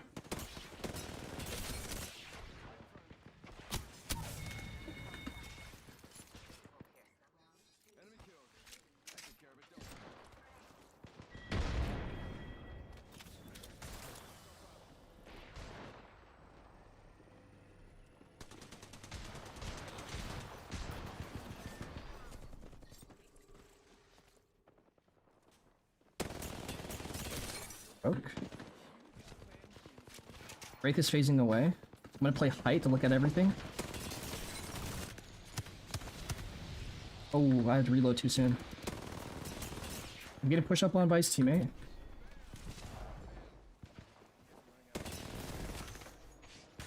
Oh, I'm getting cooked here for sure. Are they gonna push this? Maybe. Oh, I think we're getting thirded low key. Alright, cool. We can work our way back on over here.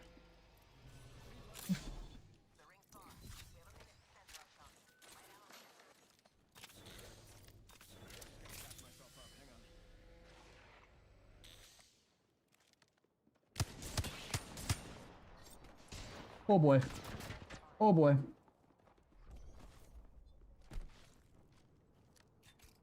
I'm kind of cooked on the ammo.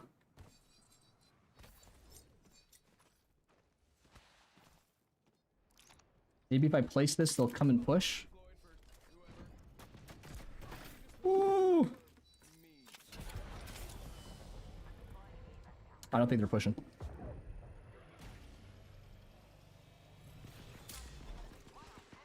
Oh, am I gonna get cooked for doing this? Oh man! Oh, thank God that's thank God that's there. Alright, I'm gonna burn all my cells for this. They're chasing. Dead slide. Yeah, they're pushing up and on back. The more we run, the more they're just gonna chase us. I mean, we just turn around and cook them right now.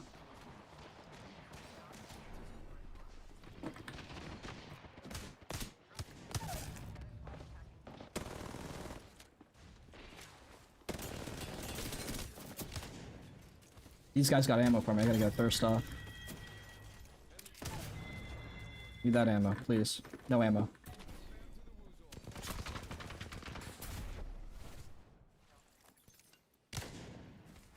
Does no one have any ammo? No one has any light ammo? How does everybody have sniper? Nobody plays with sniper.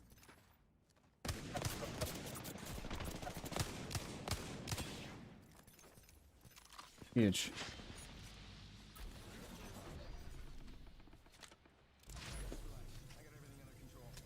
He's gonna push. I'm gonna reload. He's not pushing. Oh, they're over there. Oh, who's this? Watch this. There's two teams here. There's one over here, two over here. Kind of in the middle. Use my bat. Oh, I'm stuck in the open. Oh shit, I'm cooked.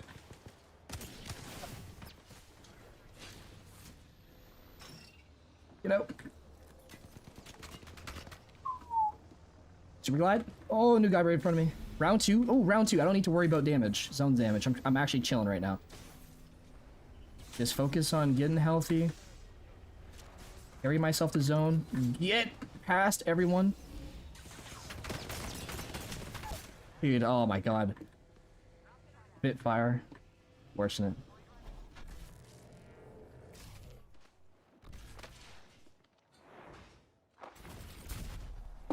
No, he kidnapped me through the wall?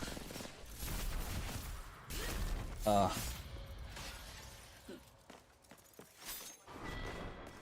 good.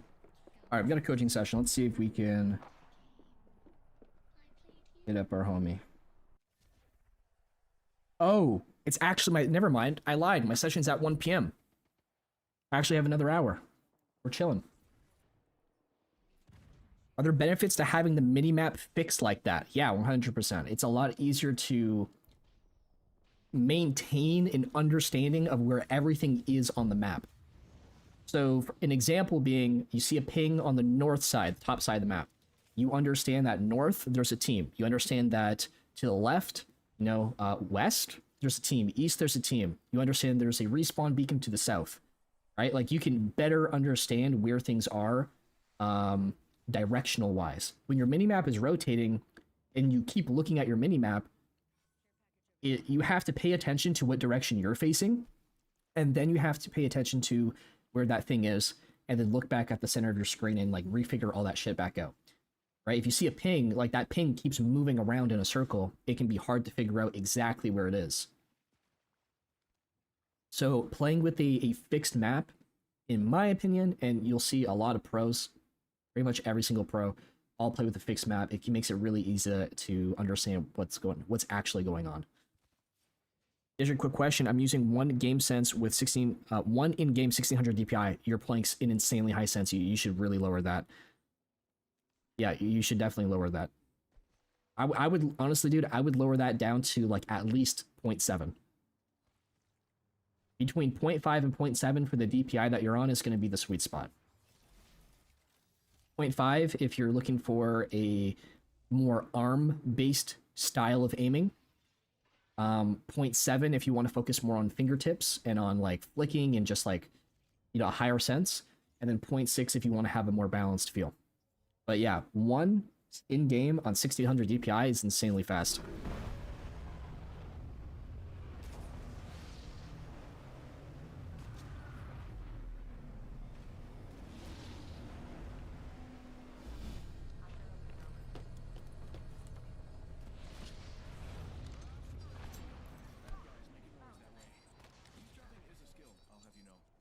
Would love to get that mythic bin.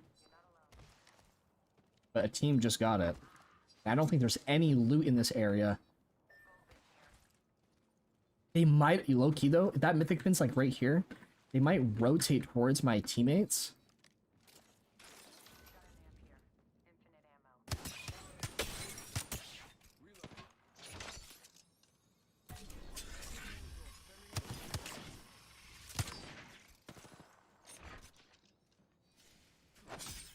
Alright.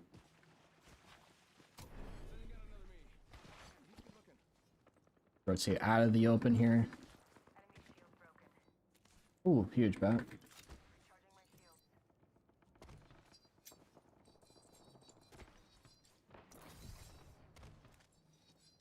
I could play right here. I have a bat, so I can slow heal. Give them audio footsteps in that direction. Hello? Big fight right here. Huge. That was the lifeline too. That's like the best player on their team. I want to see if I can thirst that player for some loot. There it is. Huge. Yeah. Now I'm going to stick to the outside of this fight so I'm not getting shot at by every team. I'm going to get back to full HP so that I can actually take a fight properly. Or close to full HP at the least. Audio happening over here. Can I look right here for kills? I can. Drop down, look for here. Push up. He's gonna peek that side. He's not. He's gonna leave. That thirst, huge. Huge.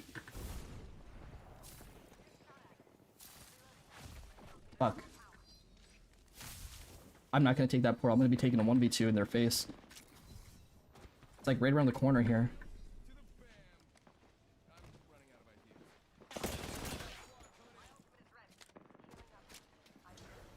What heals do I have? No bats.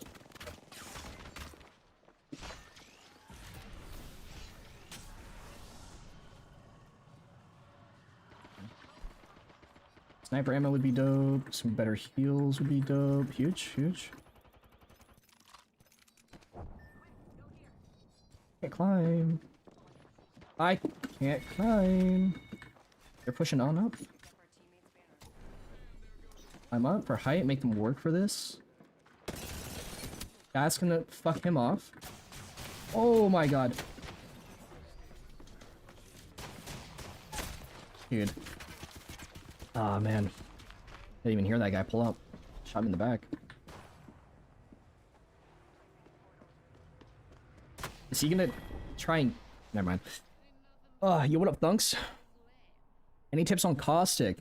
Honestly, dude, Caustic is a really hard one to give tips on because he low-key requires a lot of game sense to play. he seems really basic, like throw down a trap and camp, but he's to play him at a high level, to play him like really well, you have to play a very safe version of being aggressive. And that playstyle, that mindset, is not necessarily the easiest. It kind of, as weird as it sounds, it low-key requires a lot of game sense. Best tip I could give, though, if you're playing Caustic, is use the traps as a way to push up, right? If you throw a trap forward, they have to focus on the trap, not on you. You use that to fight. As you throw traps, don't throw your traps in the open. Try to put them on corners so that they're not the easiest to hit. You can throw your trap and then sit behind your trap and use it as, like, makeshift cover. Yeah, my teammate has 900 damage. Teammate has 1,000 damage.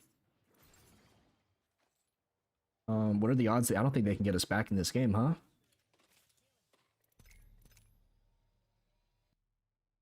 He's a hard one.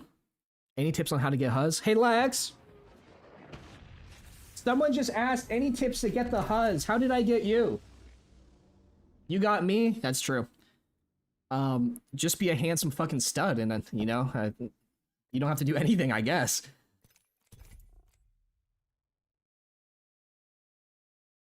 Mouse sense, 0.6, in-game sense, 1600 DPI. Also, guys, if you ask a question and I don't read it, I probably just missed it. Feel free to ask again. I'm not one of those guys who's gonna criticize you for asking something multiple times. Is Caustic the best to develop game sense? You know what? Let's play a couple Caustic games. I wouldn't say he's the best, no. Honestly, guys, the best at developing game sense are going to be Assault and Skirmish. Right? Skirmish helps you position your body, get in and get out of fights. Assault helps you set up for fights. Everyone else, they can obviously set up to get in. They can maybe even move themselves to some degree if they have some type of movement.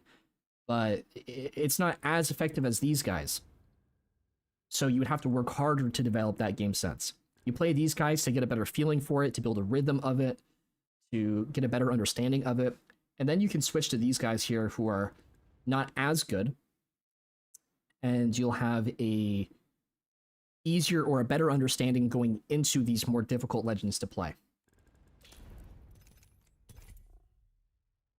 Thoughts on Ashe this season? She's pretty shit, not gonna lie. 0.6, 1500 in-game. That's not bad. Yeah, it's a pretty solid sense, it sounds like. That's probably around a 40 cm. The average middle ground sensitivity.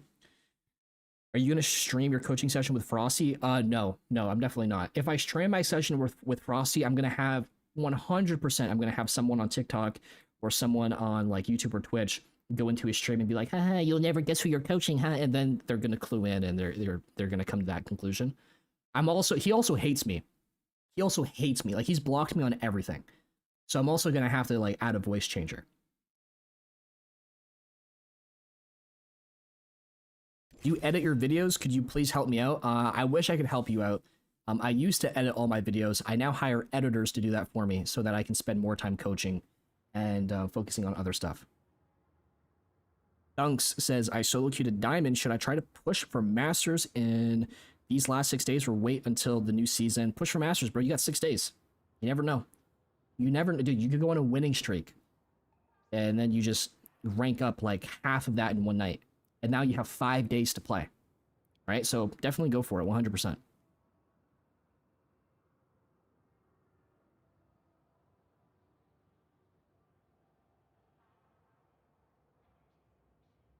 Thoughts on new character? I haven't actually looked into that. Let's do that right after this game. Is there a YouTube video or is it on like Twitter or something?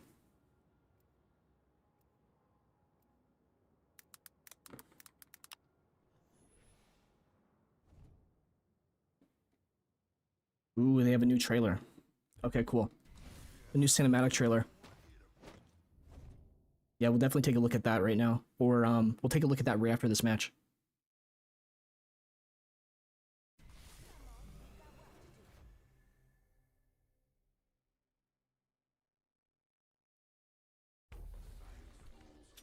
Have a friend talk for me? Should I get my wife to talk for me? Dude, imagine if Frosty starts, like, hitting on her. Oh, dude, that'd be cringe. That'd be cringe. Don't even put those thoughts in my head. District, any tips on how I could be playing Altar on Olympus? I always have a hard time with how open it is. Altar's not a bad legend for Olympus, but because of how open it is, she's not one of the better legends. Try to always place your... Because it's really easy to get thirded on that map, try to always place your Nexus, your ult, within range of where you plan on taking a gunfight. A lot of people throw the Nexus where they are, and then they just run away. Understand what direction you're going to be going into, and throw your Nexus in an area that will still cover the area that you plan on pushing to go fight, rotate to. That way, if you have to pull out, you'll still be able to.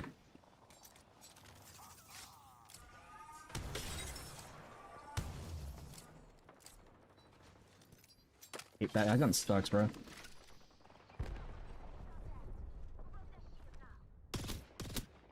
One shot.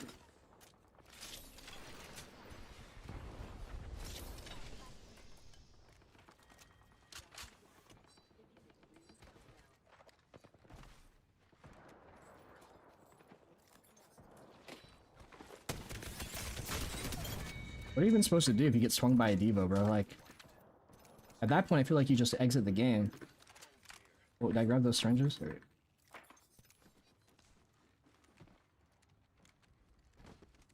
Dude, fine. They're probably gonna try and push for that kill. Trap on him. Trap here if I get walked up on. Kinda forgot I'm playing Caustic. I'm gonna push for that.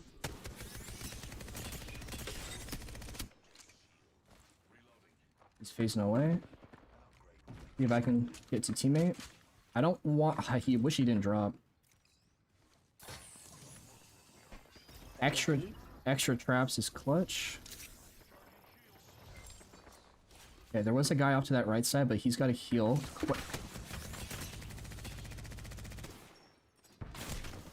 He re-challenged that? What?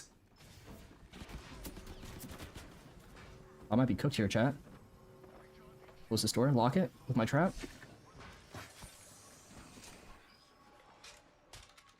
I'm gonna play to hold with the only spot that someone is able to push right here. I hear him trying to get in, so I'm gonna play to look at where he's trying to get into. Maybe not.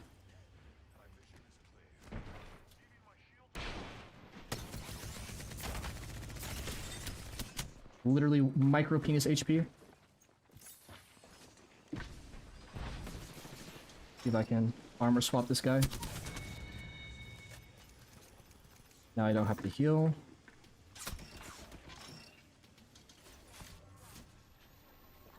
I'm gonna arc star him to push him back. Those arcs are gonna push him back so I can challenge him for free. And he's still pushed back. He's have to walk up on him. Trap here to play as cover while I armor swap him. Now, it sounds like they're actually playing that direction, so I'm going to come back. Get out of that direction where I know someone was trying to play. Oh, they killed my boy. Swing, walking. Oh, missed out. They're pushing up.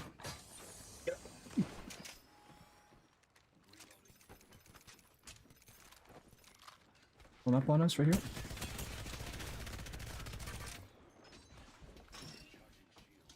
Three seconds on trap.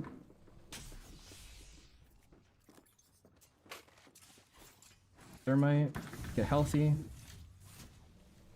Trap right here, so when they push in, I can play cover and pivot around. Nothing.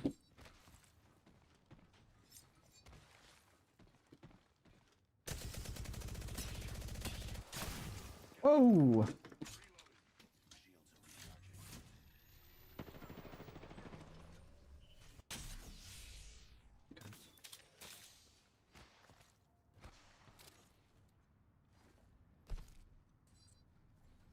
Get the homeboy.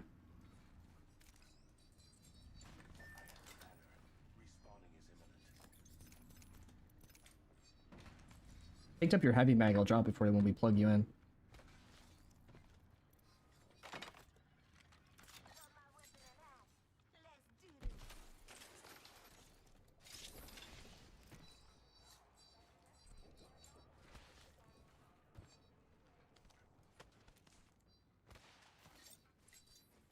Show feet, brother.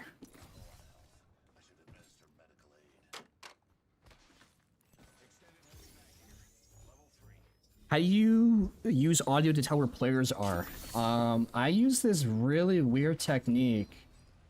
I talk about it every now and then in coaching sessions, but I tilt my head in the direction where I hear people playing. So if I hear audio right here, right, and it's like...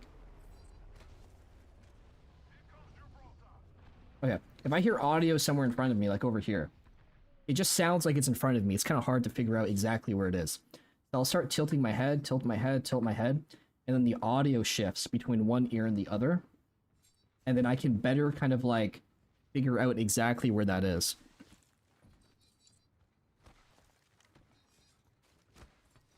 Now, I don't know if other people do that, or if that's just me, but it works. It's a weird one, but it definitely works. You do that sometimes? Yeah, there we go, perfect.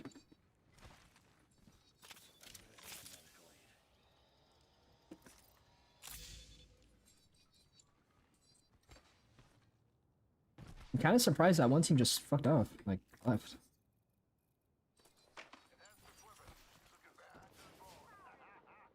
Oh, they just pulled up on us?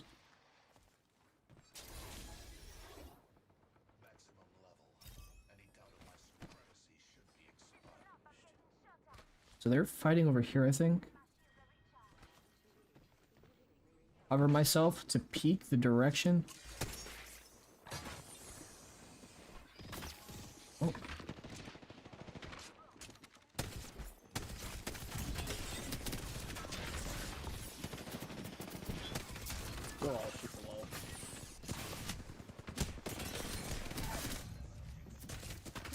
Oh, got me around the corner. Bub res, bub res, bub res. He's gonna passive heal me here. For a trap right here. He healed up from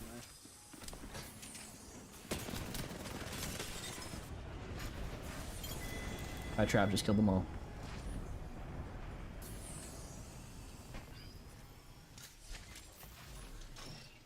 Armor swap.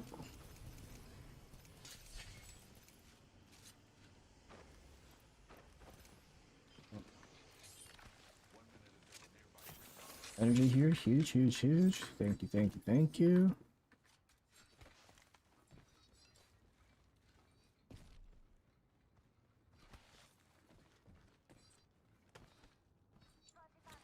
He was using alt in building, but look, it only covers this part here. It doesn't cover the opposite side. So his alt actually worked because it re-knocked me.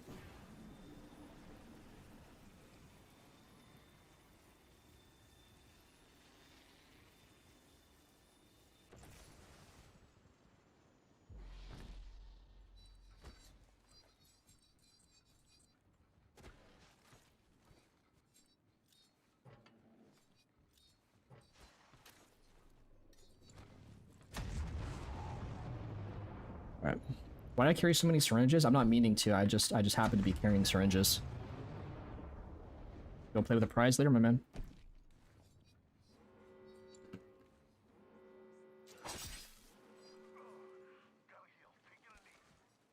Just curious as to what new players think of the game. Just saw it peak a few weeks ago. I wonder if there is any new players in chat. I feel like Apex just keeps getting better and better. Ideal backpack setup. It depends what legend, what guns, what amps I'm playing. But three to four stacks of my primary, 2 to 3 stacks of my secondary. If it's a shotgun, maybe just 1 stack. 2 to 3 stacks of bats. And then 2 stacks of cells. 1 med kit, 1 syringe. And if I have overflow, then maybe 1 stack of bats, and then the rest. Are they gonna land on me?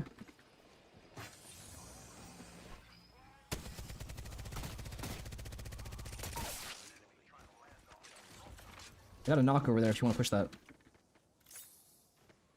They're reviving right now.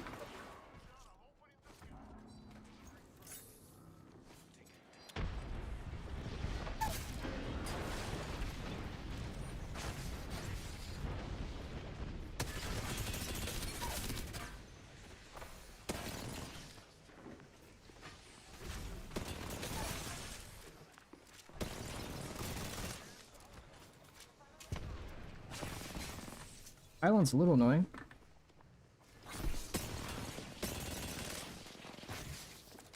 They're pulling up hard on us. Block that door. Play this angle that they're gonna climb up into. Full team pulled up on us.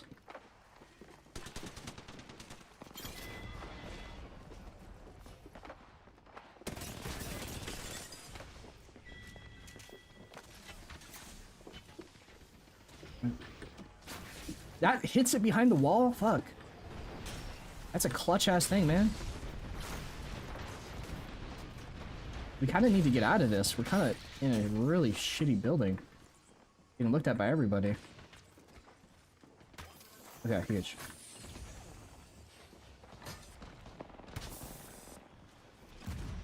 Okay. So where am I gonna jump out and play? Because they're under us. So if we jump down, we're getting shot. That team is holding us. All these doors and windows are held. We can low-key get right there.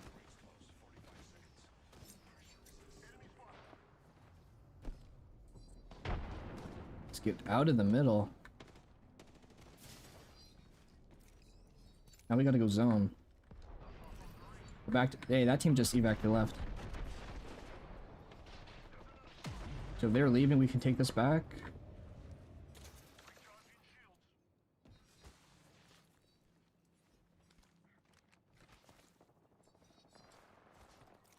We can go zone here. Oh, I can upgrade windows. That's right. But I don't play anyone other than Assault and Skirmish. Thank you for reminding me. But resolution, I play 1080p but stretch, so it's a little bit lower than 1080p.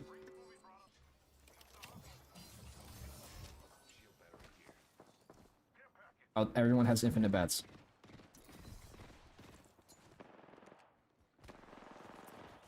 Arc behind so they can't step back.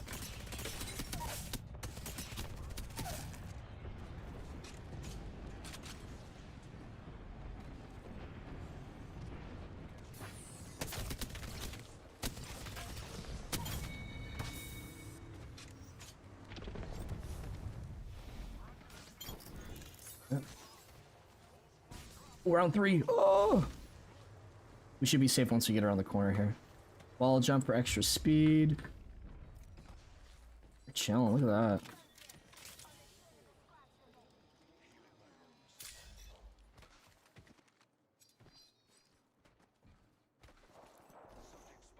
Oh, right up here.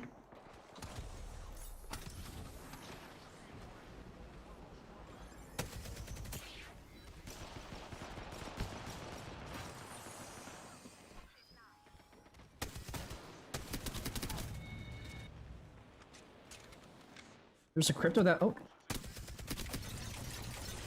That wasn't the crypto, though. That's the crypto. Trap on him so he can't peek that corner. Yeah, GG.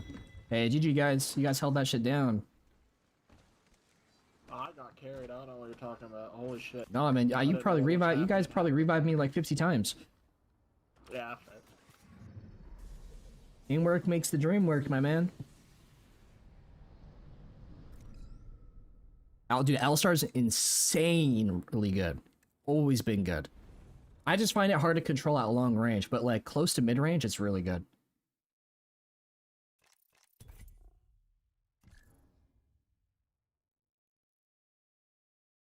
I can coach everybody, my man. Mr. Barefoot Productions. Wow, that's a funky ass name, brother. Holy shit.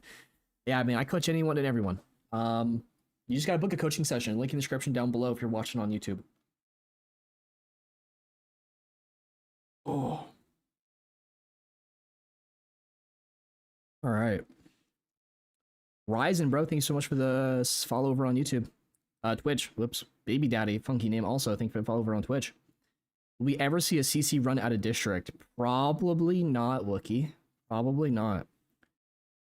I'm not that good at the game. Like to compete in Pro League, I don't think I could keep up.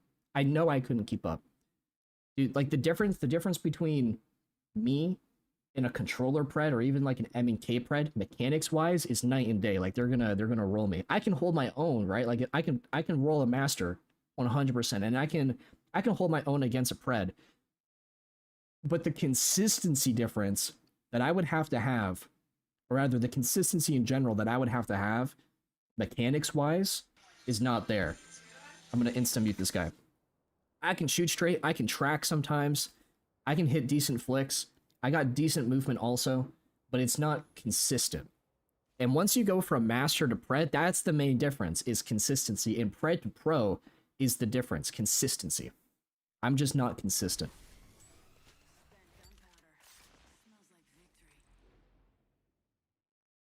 Any chance of coaching a CC team? I coach a lot of CC teams. I coach a lot. I think I'm coaching right now 3 different teams and 2 college teams. Yo, Snake, my man, what's up, brother? Love you, buddy. Dude, we haven't played in forever, dog. You gotta hit me up, dude. We gotta run some games.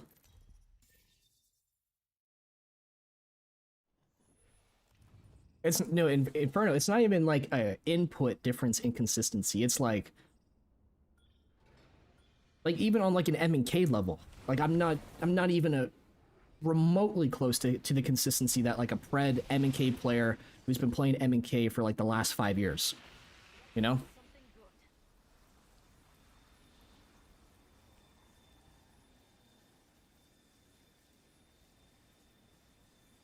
There we go.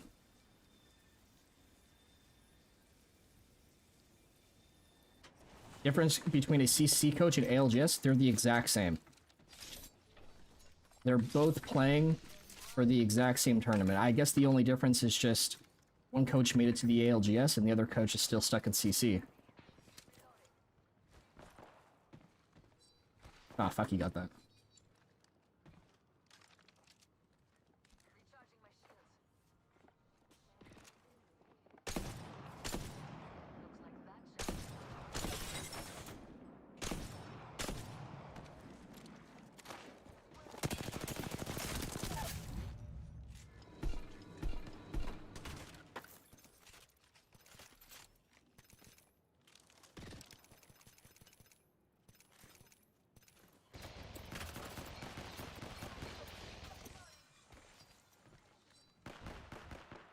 Alright, so we know where this guy's playing. Arcstar here. Oh. Damn, he got knocked for that? Really? Ark's gonna push him back. Whoa, whoa, whoa. I'm dead. If he drops, he's gonna get hit by that. Push up in my trap. Oh my god.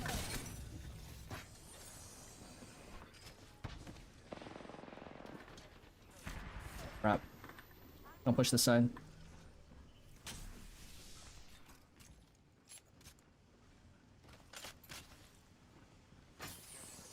Heal up. He's playing stairs. I can attack the stair. Is he?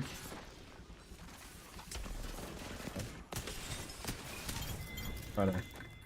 Your movement is not gonna do as much as you think it is. Like, learn to shoot your gun more. Holy. Both my teammates quit. I love that. I love that.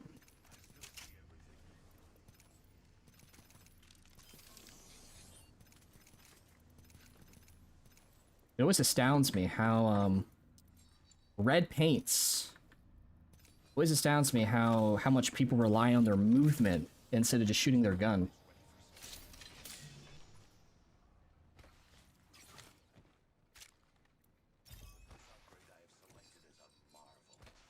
How much damage should you be averaging? As much as you can, bro. I mean, I don't think there's any set number on, like, what is the limit, you know, or what is the standard.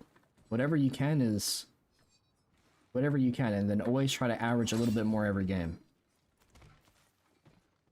Personally, I would be upset if I finish a game with less than 2,000 damage. 2,500, you know what? That's a decent game. 3K? Hey man, I was cooking that game. 4K? Oh, fuck yeah, I popped off. 5K? Dude, put me in Pro League. Thoughts on R5? R5 is good. Don't get me wrong, it's good, but the servers have insane input delay, which can kind of mess you up a lot. Like, I know Imperial Hal doesn't train on R5 as much as he used to, just because of how bad the input delay is.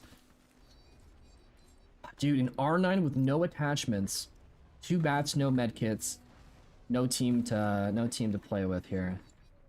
I don't. Oh shit! I'm gonna walk up that ramp right there. I'm gonna let him go past me and go take that fight. He just knows, bro. Like he's just the knower.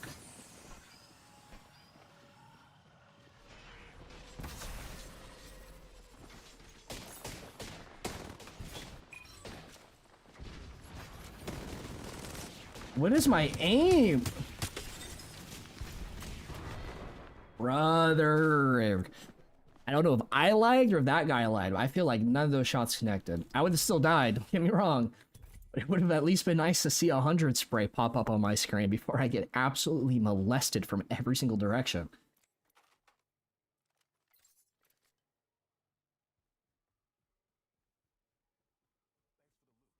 How much damage should you average? Dude, like I said, 2,000 damage a game. That's what you're aiming for. Yeah, dude, for real. That guy touched me everywhere. Alright, half an hour before our next session.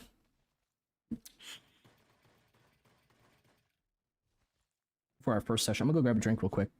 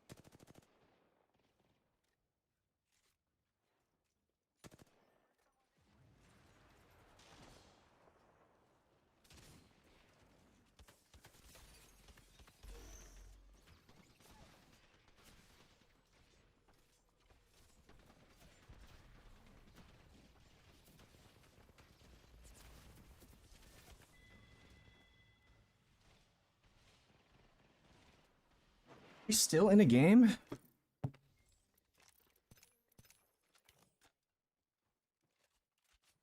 Oh, really quick. Hey, you guys totally forgot to remind me.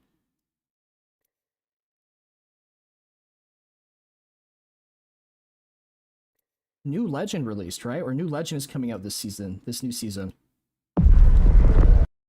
Let's see what this is all about. Thank you, Apex, for not posting in 1080p. Whatever. In this game, victory is a choice. You lose. You rebuild. You evolve. What is going on? Holy, hold on. Bear with me here, gang. Bear with me here, gang. Restart, restart, restart. Having technical difficulties. Alright, here we go. New season. New season. In this game, new Legend. Victory is a choice. You lose. You rebuild. You evolve. Or you're left in the dust.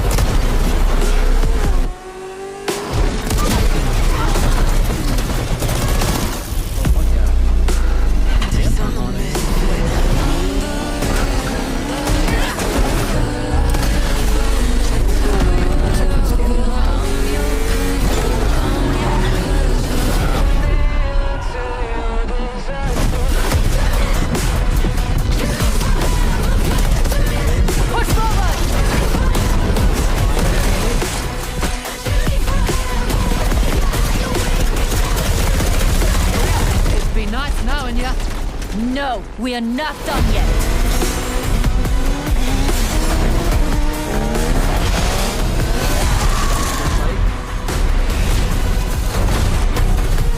This is where we earn our scars. I bloody love this egg.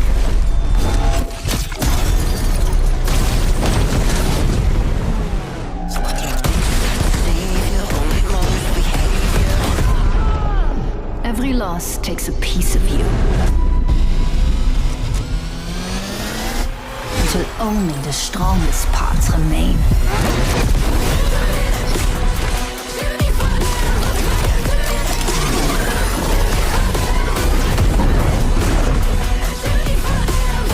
Keep moving.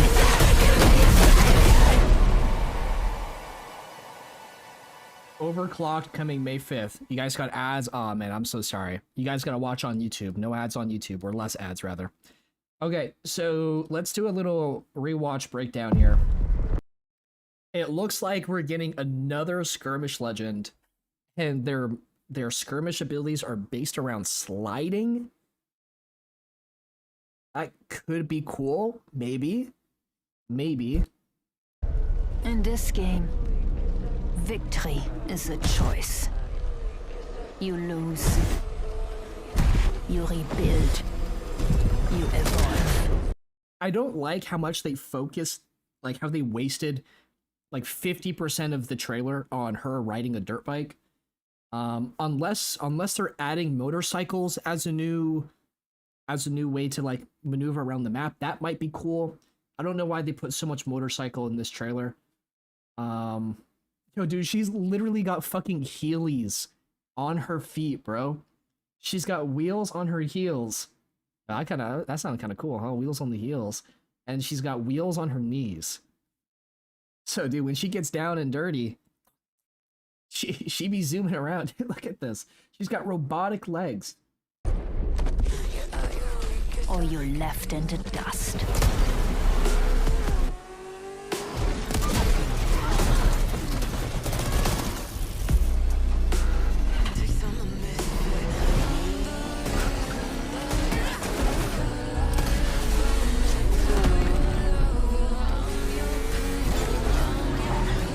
Dude, so much of this trailer was wasted on the motorcycle. Motorbike is part of her lore. I mean, okay, cool. I get that.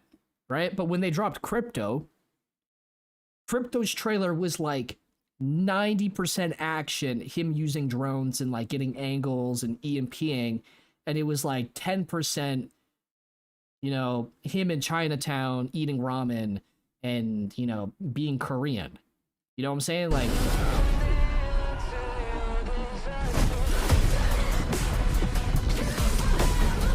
okay, so I don't know if this is actually, you know, it's not gameplay, so they do a lot of shit that's not even possible in their theatrical trailers. It looks like you're gonna be able to have a crazy slide that you can redirect, right? You almost like driving a trident, and you'll be able to shoot at the same time.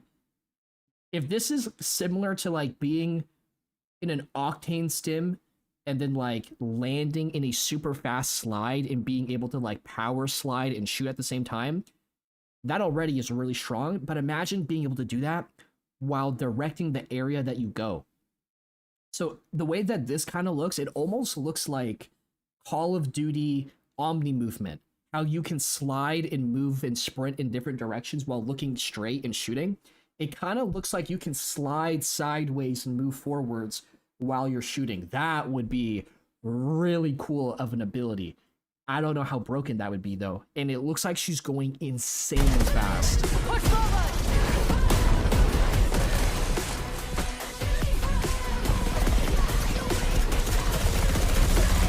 It'd be nice knowing ya. No, we are not done yet.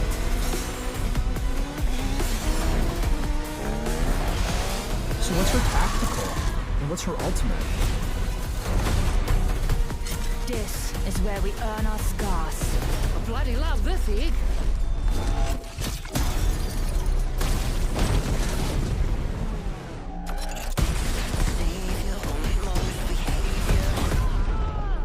Every loss takes a piece of you.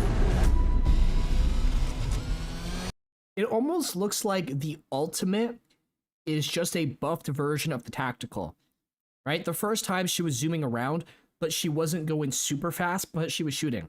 The second time she was like Usain Bolt injected steroids, did fentanyl, and then decided to take a bump of crack, and then just went crazy. And she wasn't shooting. Maybe. Until only the strongest parts remain.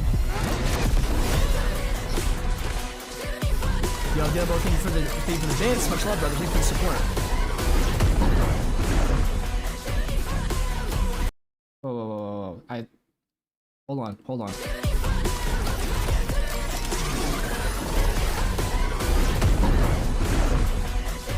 Oh. Is that her ultimate?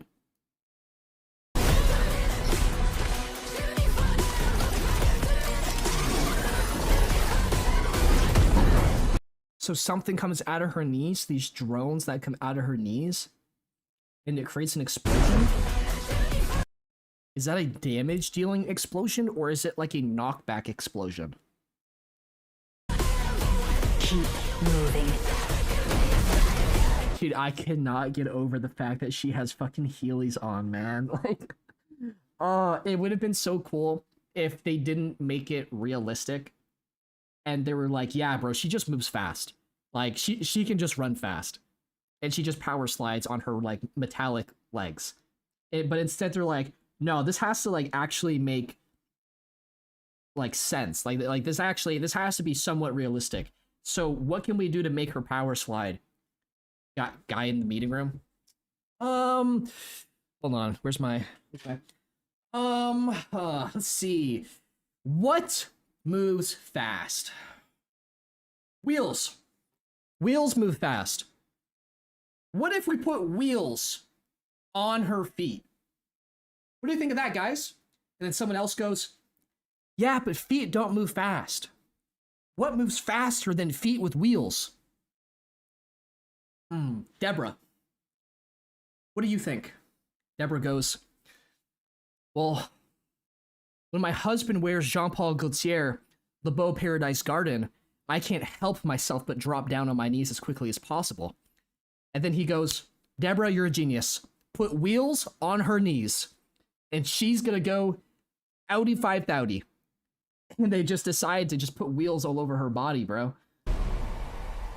Oh, man. She looks cool. She looks cool. She looks like she could be somewhat useful. Yo, dude, Erased. This is gonna be your next legend, bro. You're gonna be cooking with her soon. Oh man, she doesn't. I can't lie. She looks cool. Is there any other thing? Hold on. Who's the one who's always leaking hyper mist? He always has updated lore. Alistar reportedly moved into care pack season 29. Cool. Damage increase. Alistar was already broken. This is gonna be insane. Oh, here we go. Axle abilities. Passive. Better slide. Tactical. Throw a disc. Anyone who steps on it gains a slide boost and can change slide direction. Okay. Ultimate. Deploys drones that fly towards enemies and knock them back. 30 damage per 30 damage per prior leak. 30 damage is a lot. That's a lot. Doesn't seem like a lot, but getting hit and losing a quarter of your shield while getting shot at is a really good way to just instantly lose like all of your HP, right? Because think of it like this, a flatline bullet is what, like 15, 16 damage? Maybe I'm wrong about that. It's like 1 or 2 bullets. So imagine not having to hit an extra 1 or 2 shots. I know that doesn't seem like a huge thing, but it is. Any damage dealing ability is a big thing. That, especially if it knocks them back, that is also really strong. So imagine if someone's like pushing up on your building or you're trying to be offensive, right? There has to be a position that someone needs to stand in order to be able to deal damage and in order to be able to fight from that position. So imagine if you can control that spot while dealing damage without actually having to look at them. Somebody tries to walk up and take that fight, you throw your ultimate, it hits them, deals damage, and pushes them back out of that position. You can walk up, take that position from them. Now you're the one dealing damage from cover. They're stuck out in the open. There's someone playing cover. You are pushing up on them. You throw your ult, right? It pushes them away. Or maybe someone's playing in cover. You throw your ult and it pushes them out into the open. This could be a pretty broken legend depending on how exactly you can use it. I'm excited. I'm excited. Yo, what up, Daddy? Daddy with the raid, my man. Dude, much love. Hope you had a great stream, brother. How you doing? Thank you. Appreciate you, Doc. I don't know. This is going to be an interesting one. Every legend is broken on release. Not every legend. Valkyrie was pretty fucking bad. I don't know if you remember Valkyrie getting released. She was pretty bad, bro. Who else was awful? Vantage was not that good either. She was cool. She wasn't that good. I think, dude, honestly, the only legend that was broken on like legitimately broken was Seer. Was Seer, right? Seer's the only one that was like legitimately broken. Everyone else was like, whatever.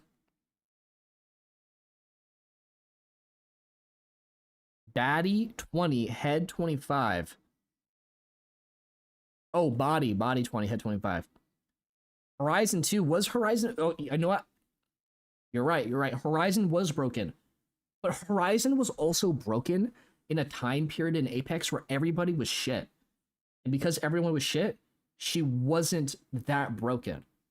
Right? It's kind of like giving a toddler an assault rifle.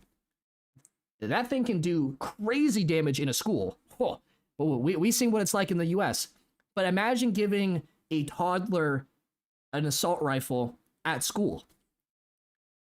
They can't pick that thing up. They can't do anything. So Horizon wasn't really that broken because everyone was shit. But as people got better and they never nerfed her, then she got kind of strong, low-key. What else is there? The latest trailer sparked demand for a salvo map.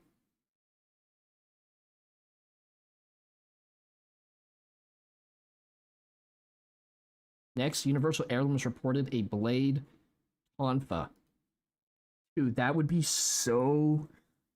You know what? I don't know. It might be cool, but it also kind of looks stupid.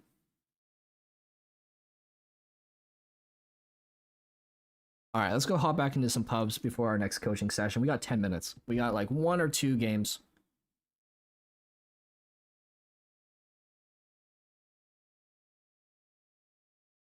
Oh, dude, there's a scummy that they would body me. Are you talking about who? Hold on, that Mirage on Twitter?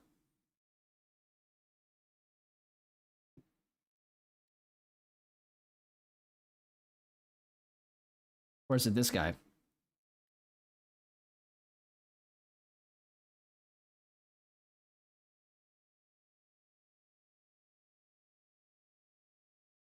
Oh shit, I got way too many notifications.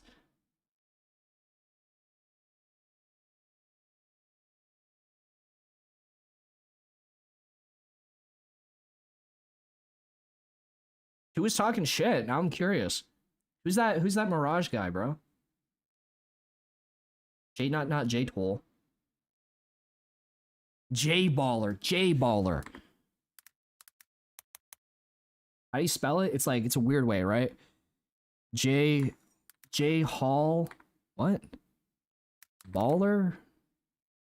I literally just spelled Jabal. Did this guy?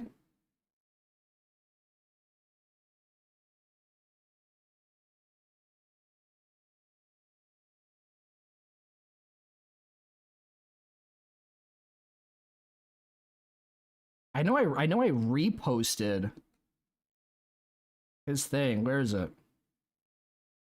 Not this one, not this one. Not that post, not that post. Is it this post?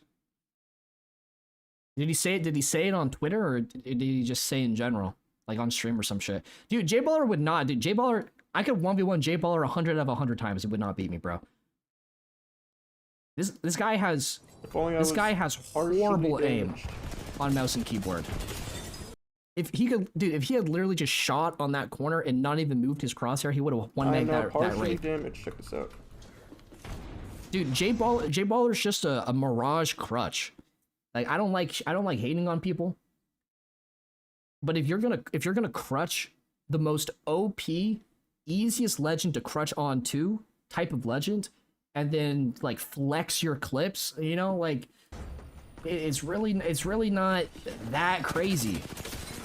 Like you're also fighting people who just have zero game sense, and then you're uploading clips on it, you know, like if a door opens in front of you, there's probably somebody in front of you. If you just spray, you're gonna hit that person, you know? No, you're so lucky. Like, bro, my aim is not that good, but It's alright, we can have a res off. but this dude is not as insane as he thinks he is for being a Mirage main.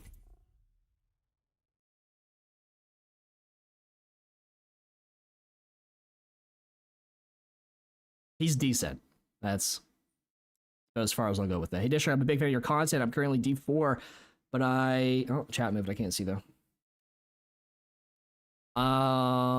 Very inconsistent. I feel like either win the game with 3k damage or just get shit on for 10 games straight. Got any advice? Okay, I give the sip all the time. Inconsistency is less of a, it could very well be mechanical. It's usually not a game skill issue. It's usually an IRL life issue. A lot of people don't realize this, but your brain runs off of food, off of glucose. I got a banana right here that I'm about to chow down on heading into this next coaching session. The more that you play, the more that you're thinking, the more that you're trying to play the game, the more energy that your brain is going to use, and the less glucose energy is going to be running through your body. So if you run through all of your energy because you've been playing for hours, or if you haven't ate good that day and you don't have energy to begin with, you're going to play bad, right? You're going to start off really good if you eat, and then you're going to slowly taper off and become worse and worse and worse. So if you're finding that you're inconsistent, it's going to typically come down to one of three different things. One, your sleep is bad. If you're not getting good sleep, your cognitive function is not going to be there. Two, your diet is bad. You're either eating not enough food, or you're not eating the right foods, or you're not timing your meals properly, and then your blood sugar spikes and it drops, or you just don't have any blood sugar to begin with. And you perform bad because your brain can't cognitively work properly. And then third, you just have a mechanical issue, right? Where you're not, or actually it could be four things. You have a mechanical issue, you're not consistent with your aim, maybe because you don't practice enough, or you're just not that good yet. Or it could be a mental issue where you're not constantly thinking about the skills that you're trying to implement. Imagine you're focusing on like an aim technique, like aim smoothing, and the way that you're going to practice this is by focusing really hard on pushing as smooth and as constant as possible without these skips, right? And now go into a game and then don't think about doing that. You're probably not going to have smooth aim. Dude, what is my movement?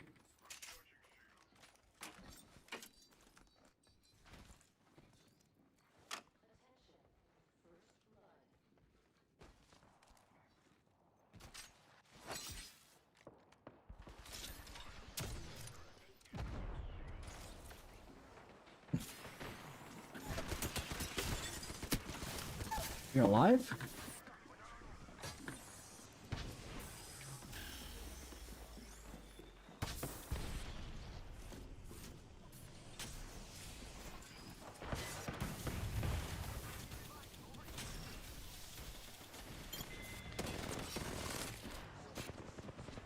Put this here in case someone tries to mantle boost into that spot.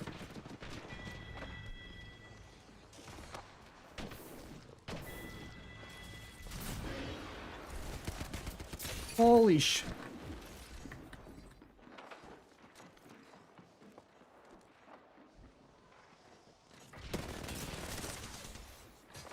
Put that there so they can't walk up. I'm fat fingering every keyboard.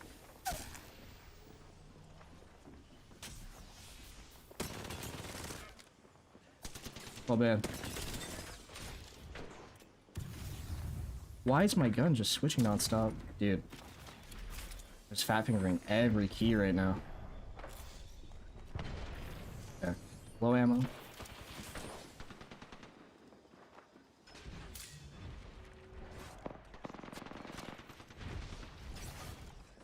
Hate how I can't see there.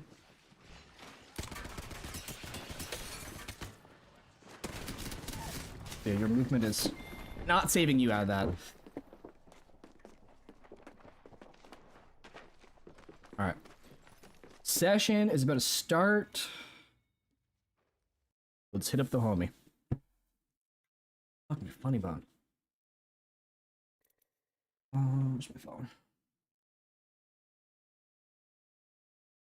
Kaden. Ooh, a rank session. I don't know what rank accounts I have.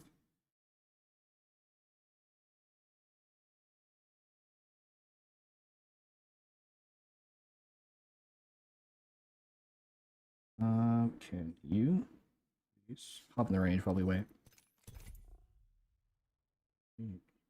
In game name and platform. Let's see, we have a ranked session. What rank are you currently? You want a karma? Aim or movement? Aim is way more important. How are you can't kill somebody with movement. Movement is a tool. It's not a crutch. Damn. This time will be different.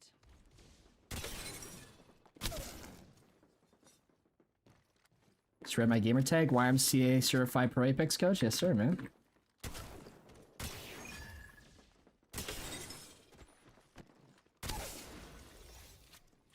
Another level, another upgrade. Do you find that VOD reviewing someone's rank sessions is better than playing with them as far as coaching goes? No. No, definitely not. Because, so here's the thing. VOD review is useful for identifying issues. In-game coaching is beneficial for demonstrating how things should be played out. Right? Like, if I VOD review, I can take a gunfight and be like, okay, so look, you're taking this fight, this team is walking up on you, this is where you go wrong. The guy goes back and he plays this game, and now he's in a completely different situation, trying to apply the tip that we talked about. Versus if I'm actually playing with that person, I can be like, okay, look, so we're about to take this gunfight. If we want to win this, this is how we're going to do this. This is what we would need to do. If they want to win this, this is what they would need to do. So let's practice. Let's practice doing these things that will be productive in winning gunfights. And then we can execute that play, right? We can actually, in the moment, practice things. And then if the thing works, or if it doesn't work, then we can talk back, we can review that, we can review that afterwards. VOD review is like, everything is 20/20 hindsight. In the moment coaching is you actually build skills right now. And then you get to execute, and then you also get 20/20 hindsight.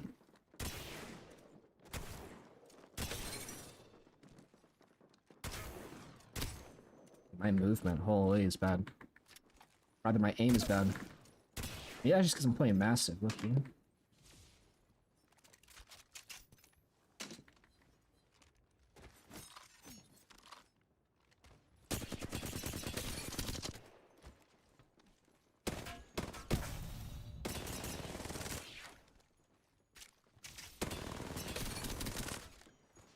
God. I need to eat, bro. That's why I'm getting really shaky. What mouse and keyboard do I use? I'm currently using a new keyboard from Gravstar, the 60HE Pro. Beautiful keyboard. I'm gonna do a full review video really soon, and then I'm also playing with the Razer Viper V3 Pro.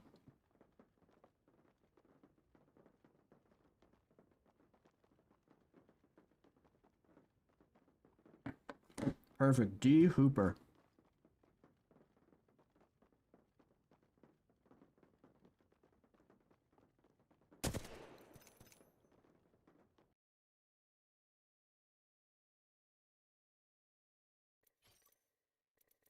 How do I add people?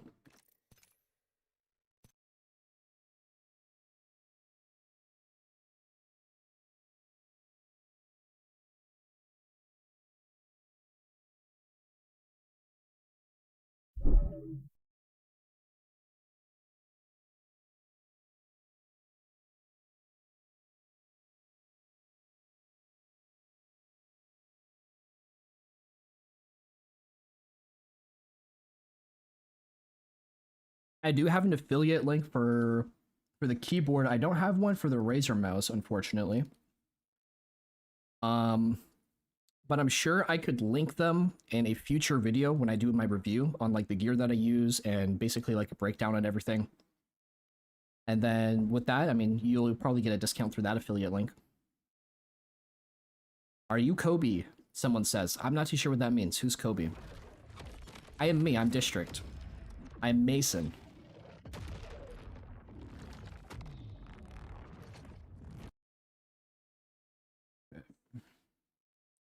D1 Hooper.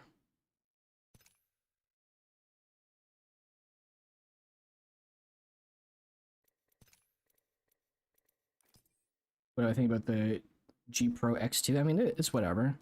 It's a good all-around mouse. It's nothing like life-changing. If you like the shape, then that's all that matters. If it's a good weight for you, then that's all that matters. I like my mouse. It's a slightly more comfortable shape for my grip compared to the Superlight. And it's also slightly lighter, so I like that aspect of it. But I mean, there's lots of other mice that would be good or bad, you know?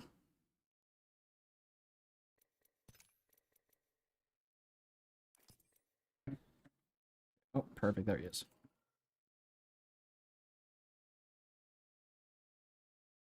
Yo. Yo, yo, yo. Hoop. Or you want me to call you Hoop or Kaden? Just call me Kaden. Kaden? Okay. Over on Discord, I want to do a VC with you. Are you in my Discord server by chance? Yeah, the district one, yeah. Yeah, okay, perfect. You want to hop into a VC at the bottom and I'll drag you into a separate VC? Yeah. Okay.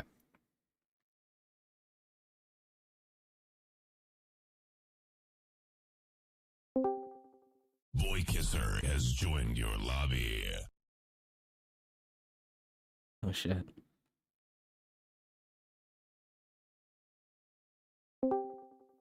Yo, yo, yo. Yo. Well, how we doing, my man? How we doing today? We're doing pretty good. Love to hear it, man. I'm sorry for not answering your emails. I saw them come through at like 3 o'clock in the morning or like really late. Oh shoot, really? Maybe I'm tripping. Maybe I just saw them, but it was like right before I went to bed and I didn't. Maybe it's answer because it. you're 3 hours ahead. I might have done it at like 12. Oh, what server do you? Where are you? Where are you from? I'm in Washington in the U.S. Okay, yeah. So you're complete opposite. Here, let me change servers. Let me really quick actually just boot up my gear up so that I can play lower ping.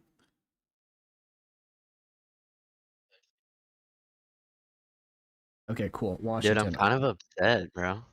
Why are you upset? I was gonna have my friend join us and play the ranked portion with us so he could learn a little bit. And there was this guy that he was playing with named Nick yesterday, and Nick wasn't talking, and they were about to be in a fight, and he was like, "N-I, come here," like he like shortened his name. And Apex, like the AI system in Apex, thought that like he was being racist and like typed the N-word. No. But he just typed N-I. So yeah, literally yesterday he got banned for a week. He got a ban? So yeah. Oh man. Okay. So here, I'll give you an option. Do you want to wait until he's unbanned and we can pull him in, or do you want to do the session without him? I'll just do the session without him. I've waited a while. Is there a way that I could like screen record the session? Yeah, of course. You can do watch it. What did you want to do today? So we have a rank session today. Usually the way that I do it is we're gonna spend about a quarter to half in the firing range. We're gonna look at how you're playing, what's going on, what like mechanical issues you have going on, how you're pushing, peaking, all that good stuff. And then we'll go hop into ranked and we'll take a look at how you're playing in ranked and we'll kind of, go from there. Did you want to do VOD review? And we can easily look at like how you're playing with a VOD review. So what does that mean? I'm being slow this morning. There you go. So you were mentioning like screen recording or like sharing your screen. I'm assuming you want to like share your screen so that I can watch it and like review how you're playing. No.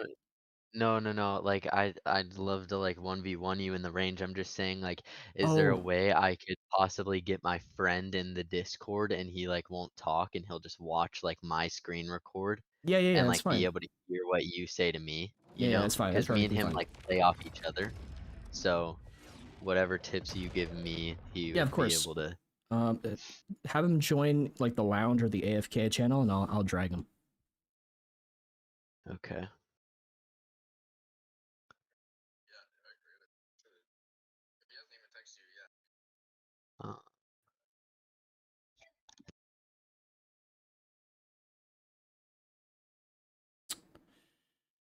How do I mute? Gear up or exit lag? I use exit lag. I use gear up, my bad. I've tried to exit lag in the past, but it doesn't... Their servers didn't work as well for me. Coach, I would love to coach you, bro. But like I said earlier, man, you were asking earlier, I said if you want coaching, you gotta book a session, my man. Link in the description down below. Yeah, what up, Caleb? Can't play right now, my man.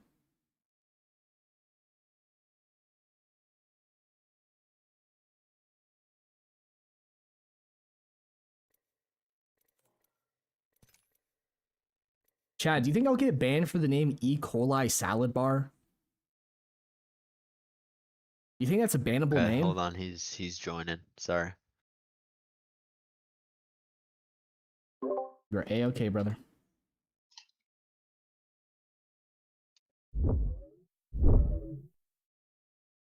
Can you get banned for the name E.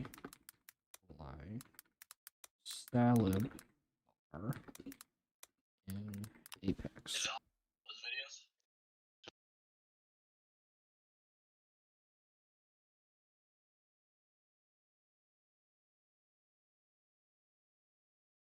Still get banned if it's deemed inappropriate, subjective, or offensive.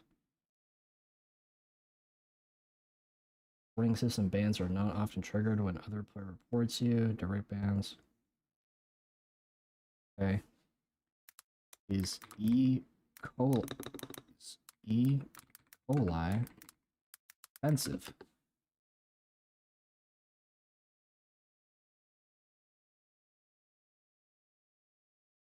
Classified as inappropriate or distasteful by gaming platforms such as EA. Dude, EA is a bunch of fucking pussies, man. That's what I'm saying, bro. God damn. I didn't get banned for colorblind, but still racist. But I got banned for sold my wife for Apex packs. I don't get it.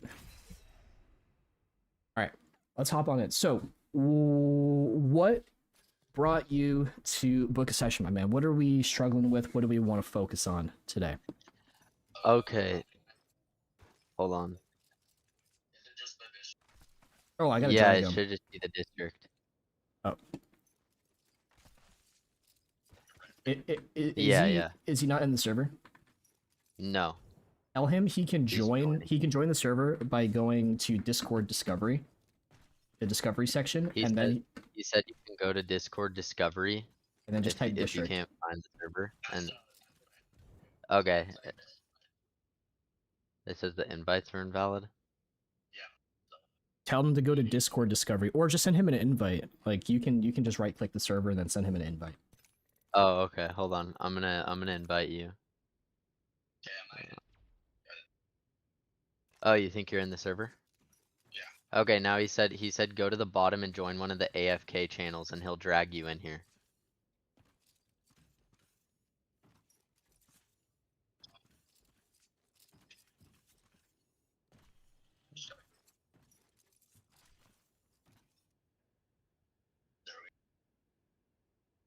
Is he really a hooper? Should we ask him?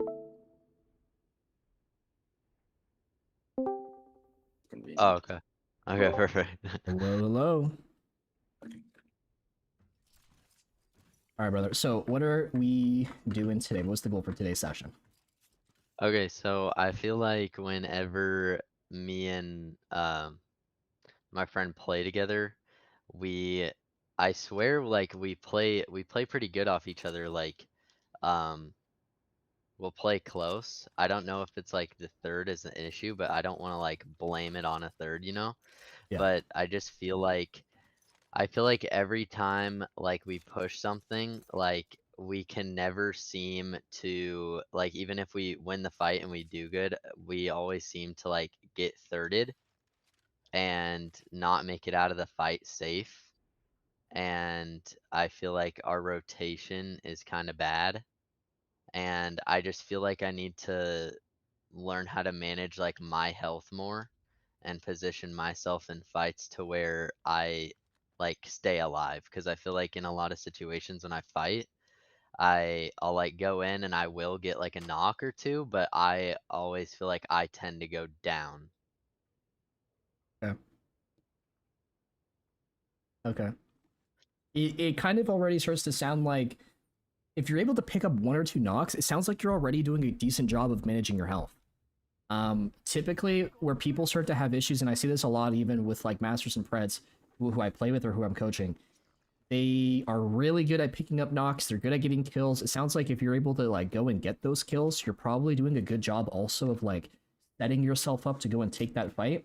A lot of people tend to forget that the reason why you're swinging is because you're trying to force that situation. If you're forcing it on them, well, you're also forcing it on yourself.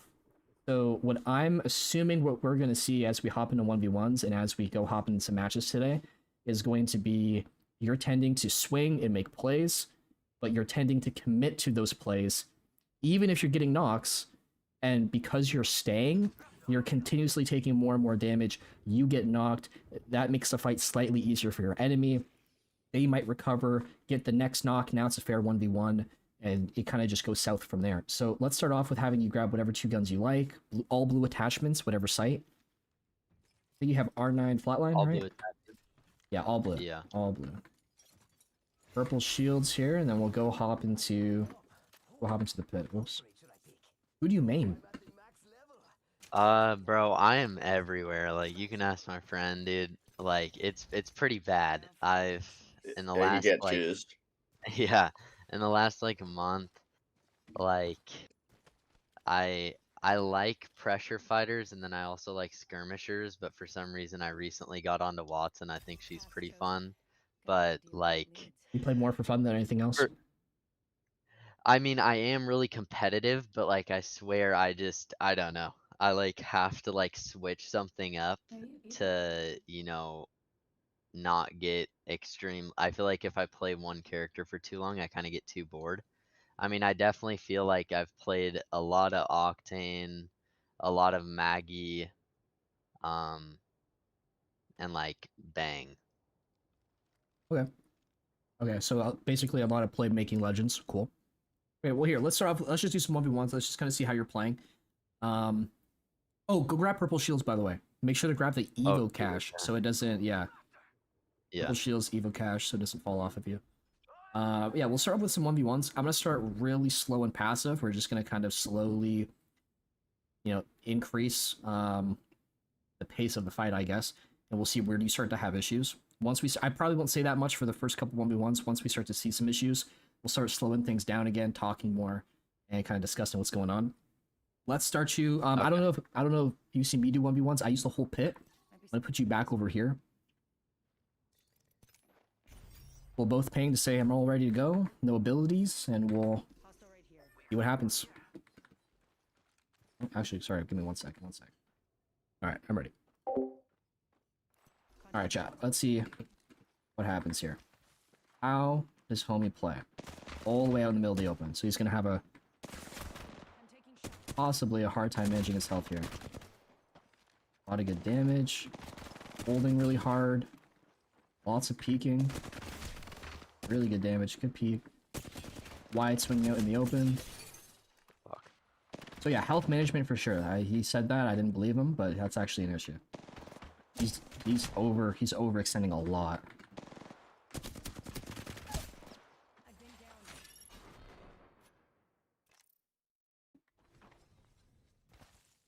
Let's go this way. All right, we'll run that back. So yeah, over swinging a lot, right? Like he slides all the way out in the open, then he's stuck here. Takes a lot of damage for that. He's also not playing that much off of like what he's doing. Like he's shooting a lot, but is he playing off of it, right? Like he's not even coming to look for me. I'm literally just gonna walk right up on him because he's not coming to look for me. Stemmed. I did not mean to stem. Fuck. And then off a health advantage, you can just push up. You can finish that fight. I downed an enemy. So he understands roughly where people are playing, but is he forcing himself to actually see that spot? Let's see if we can... Let's see if that's a consistent issue. Yeah, my super lads are not hitting right now. At all. Here's where I'm playing. Does he come and look for me? He's looking for me. Oh my god. Okay, yeah, so we definitely got a handful of issues here that we're gonna work on. Let's do a couple more, and I'll talk about like 2 or 3 things that we're seeing off the rip. The things that are really holding you back. We fix those, we can start working our way forward. Okay. Yeah, my dude. Big disengagement. Why is that happening? Is he reloading too much? Reload.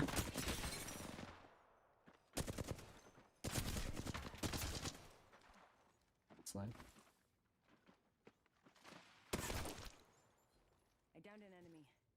Alright, one more.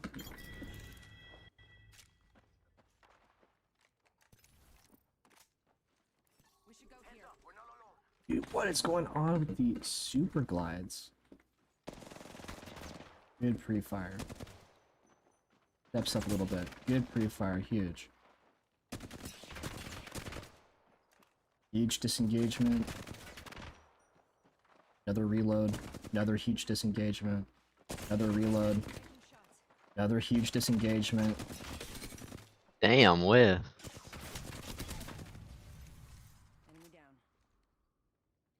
Okay, so yeah, you definitely got some things here that's gonna kind of hold you back going into ranked games in general, or just literally just taking fights. So I saw off the rip 2-3 things that we can start off with. One, you are being very, very passive. Would that surprise you if someone were to tell you that you're being passive? Kinda, yeah. Kind of. Now, don't get me wrong, it's not that you aren't trying to shoot your gun. You're doing a very good job of going out of your way to shoot. You take an angle, you find me. If I move, you find me. You're always shooting, you're repositioning, you're shooting, you're repositioning, you're shooting. I'm going to give you 2 examples. I want you to tell me, who do you feel like is fighting you harder? Who would you think is harder to fight against? All right, I'm going to put you right on over here. All right, so here's option number 1. If you want to try and fight against me, you're more than welcome to. All right, here's option number 1.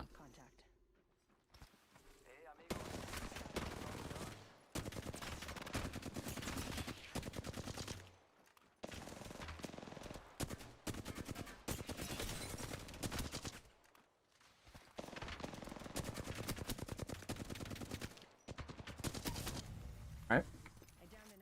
Option number 1. Here's option number 2.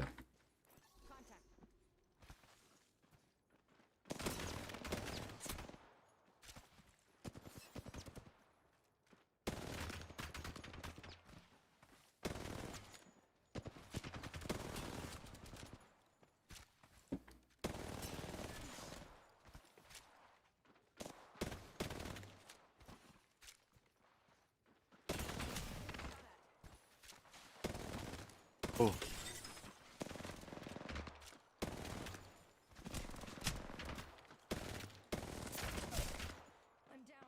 Who do you feel is easier to fight and why? I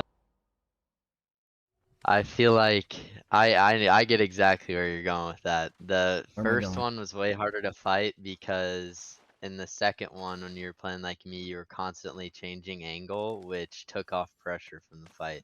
There we go. So it's not necessarily that moving is bad. It's that moving when you don't need to is bad. You're already in a spot where you can shoot your gun. Hold me. Put damage in. Control what I am and am not able to do. Now that you're there, play there. And take advantage of the things that you're doing. You are moving around so much when you're doing a good job of shooting your gun that it takes you out of that gunfight. You let me just start running around, holding you. And I'm pretty sure, too, when you notice I hold you from one spot and I rotate, you know where I'm moving into. I rotate again, you can hear me. Yeah. Right? So you're already looking hopefully, at where you understand, hear, see people going into which directions. So, first thing that we're going to start doing with you, when you're taking this gunfight, if you can see me from where you are, you're already in a decent spot. There may be better spots, there may be worse spots, but you can shoot from where you are, shoot from where you are. There's only 3 reasons why you should move. 1, really quick, break my shield. You cooked me. Is it ideal for me to take this fight with you in this current situation? No. What should I realistically do? Drop back and heal. Drop back, heal. If I'm doing this, am I engaging with you? No. Are you engaging with me? Yeah. Are you? I don't see you engaging with me. You're behind a wall. Or yeah. Right? So by you doing something, holding someone, throwing a grenade at somebody, pre-firing them, hitting them with your ult, putting pressure, literally anything that is towards somebody, you're going to have to play around that, play passive more than likely. And if you force someone to be passive, nothing's going to happen. You now need to make a movement. So when you find that angle, you don't need to move until something actually happens. I did something, you have to look away. Well, I'm not going to see you if you look away, I have to walk up. Second reason why you should move is the opposite. If I hit you, well, you're not fighting me. I can't fight you because you're not fighting me. I have to push. And if I have to push, I'm pushing into where you are. That's an issue. So the second reason is, when you take damage, you should be moving away from that spot so that they're pushing into what is now nothing. Right? Into dead space. That gives you a chance to reset, chance to recover. The third reason why you move is, right now, nothing's really happening. Right? I'm playing over here. I don't really have an angle on you. Maybe the angle's not really good. I can't really see you. You can't really see me. So instead of moving up, or instead of moving back, we're going to move sideways. And we're going to look for a new angle that looks into that direction. And we're going to maintain space. That way, if you shit on me somehow while I'm moving, or you catch me off guard, then there's still space to protect me. I still have space where if you try to swing me through the open, I can catch you while you make that move. All right, so 3 reasons why you move. The second thing that you do, and this is arguably just as bad, because you move around so much, you keep putting yourself into the open with how you move. So what you are doing is you're positioning yourself to take an angle on that person. But a lot of the time, you start your position in a swing, in a peek, in an engagement. And the issue with this is, pay attention, where do you hear me moving right now? The issue with this is, you know where I'm moving into, you saw me, you heard me, someone called it out for you, you're looking at that spot. You will see me long before I come out and then figure out, oh, he's not here, he's actually over here. Oh, he's not here, he's actually right there. So you see me long before I see you. You're starting off already getting seen, already getting held, already getting shot. Putting you in defense. Now your offensive player's pushing up on you, and your offensive play instantly turned into you getting pushed. So the way that you fix this, really easy. When you're repositioning, especially with range, especially in mid close range fights, you are going to be positioning to the corner, and you're going to peek out.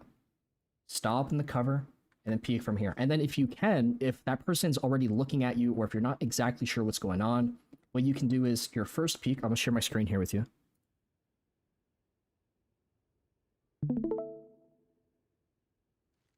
Your first peek should always be an info peek, right? Right now, take 2 steps in any direction, left, right, forwards, backwards. I don't really, doesn't matter to me. Do whatever you want to do.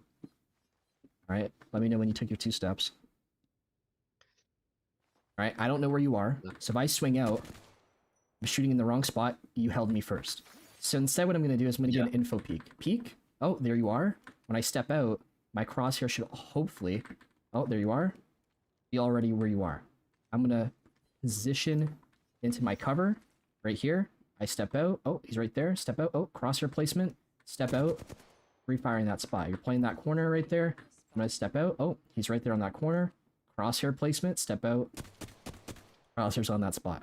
And now you can pre-fire, perfect, hopefully perfect, every single time. Instead of coming out, where is he? Oh, there he is, last second, already getting shot. Make sense? Yeah. Yeah, let's try those 2 things.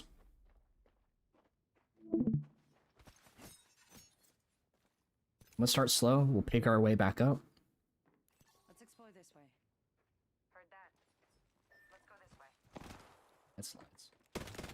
You hear where I'm playing? What corner looks at me before I start looking at you?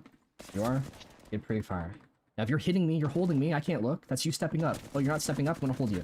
Now you're looking away, and I'm gonna start holding you back. Oh, you have to reload. You're looking away. I'm gonna start stepping up on you more and more. Right? So, you hit shots, you pre-fire someone. In higher rank lobbies, people are going to recognize that's a threat. He got the drop on me. He has the advantage. I need to stop this. When you hold me first, I should look away first. You should be walking up off that. Yeah.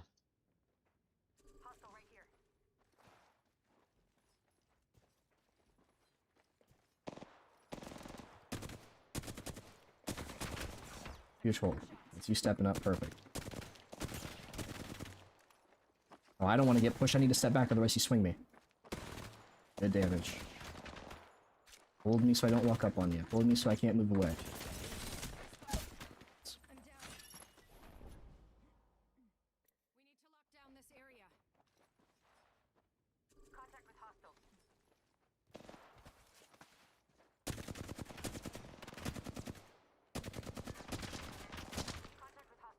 And you also don't need damage to push up, right? If you're holding me off of that corner,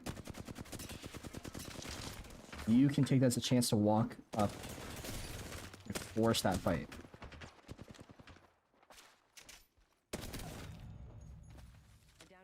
So you recognize District's playing that corner, my enemy's playing that doorway. Really quick. There's only 2 spots someone can play when you're fighting against them. They can play here, cover, nothing can happen. They can play here, in the open, something can happen to them, something can happen to you. So don't let me play here. Don't give me the option at doing something towards you. Take away my options. As you get better as a player, people think it's, oh, you come up with crazier plays, your movement gets exponentially better, your aim is like godlike. Of course, you get better in those areas. The main thing is, you understand what people can do, and you take that away from them. And then you understand what you can't do, and then you give those things to yourself. So right now, I can peek you. You can get shot. Take away my ability to hold you right now. Take away my ability. Don't let me peek you right now. You're holding me back, right? The more you hold me, the less I can fight you. The less I can fight you, the more that you can fight me. So keep that pressure. Keep holding me. Don't, right? Don't let me stick out. I just out-aimed you right there. My bad. No, you're good. Right? But the point here is, what can I do to take the option of my enemy trying to fight me away from them? And now that they can't fight me, I can take one step up. You're not going to make one play and call it a day. You're going to take multiple plays consistently to close space and finish fights. So let's try that a couple more times.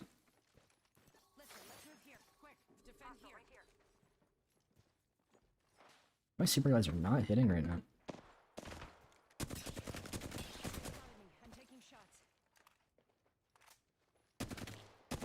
Hold that.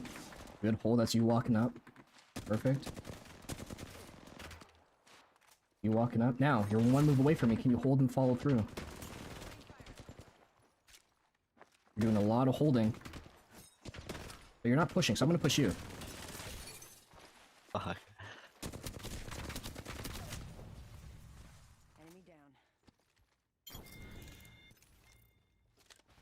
Alright, you get to that last leg, that last move, and then you don't push. Now, why do you think you're not pushing in that last one? Is it like something that's mentally keeping you from pushing? Is it something physical, like your guns aren't loaded? Like, No, what's going on? I don't know. I just didn't do it. Just didn't do it? Alright, all good. Usually I would. All good. So this is where we kind of got to push through that. And the easiest way to do it is by just telling yourself. Right? When I'm fighting, I'm telling myself how I should be playing. See, if I just hope and like pray that I'm able to rely on instinct, it's probably not going to happen. Right? You have to like train that into yourself. So as I'm fighting against you, I'm thinking, if I hold him back, he can't fight, I get to push. If I hold him back, he can't fight, I get to push. And I keep telling that over and over again. So I keep doing it over and over. So I want you to try and think about that. Hold me off. Tell yourself how to play.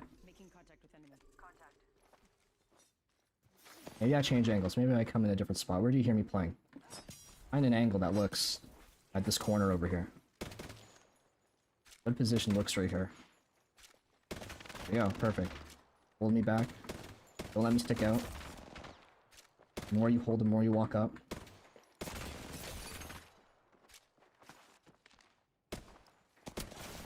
Hold me back. Follow through. Nice.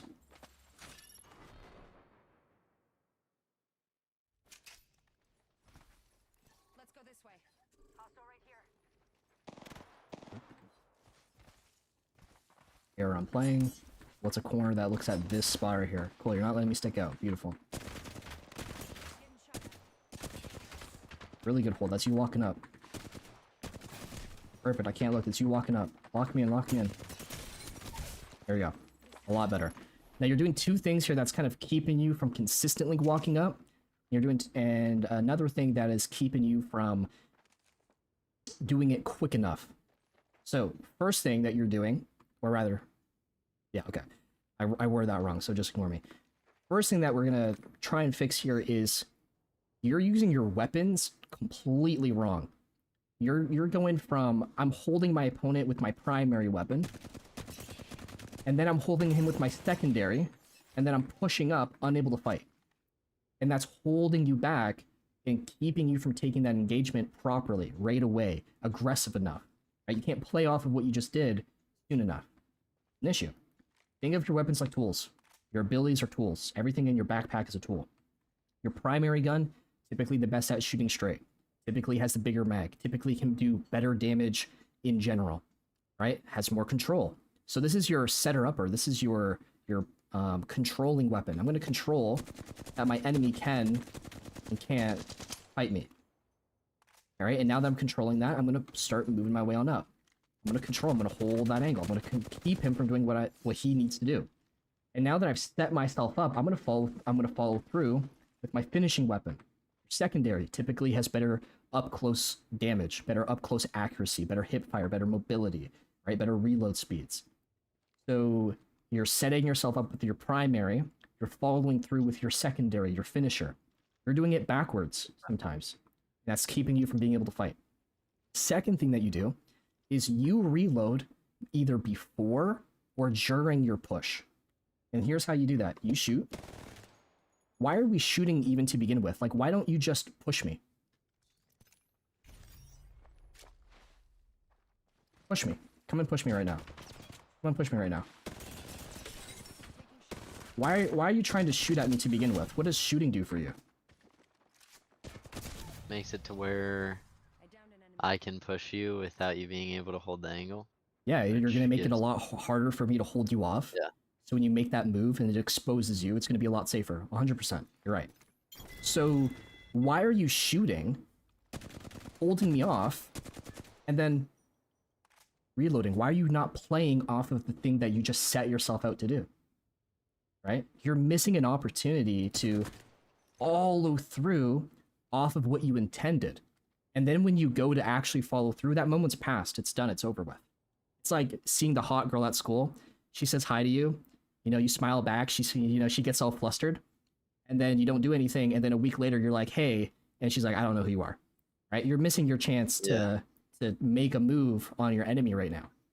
So when you create that moment, play off that moment. Now, when would you reload in this case? You would reload, not while you push and you're running on up. You would set yourself up to move and then reload. So a movement mechanic that will get you moving, and then while you carry all of that momentum via a slide or pretend I can't hit super glides right now. You hit a super glide, you hit a wall jump, anything that's going to move you. That's when you reload. That's when you heal. Okay?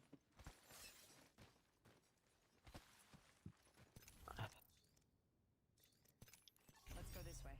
Hostile close. Getting shot at.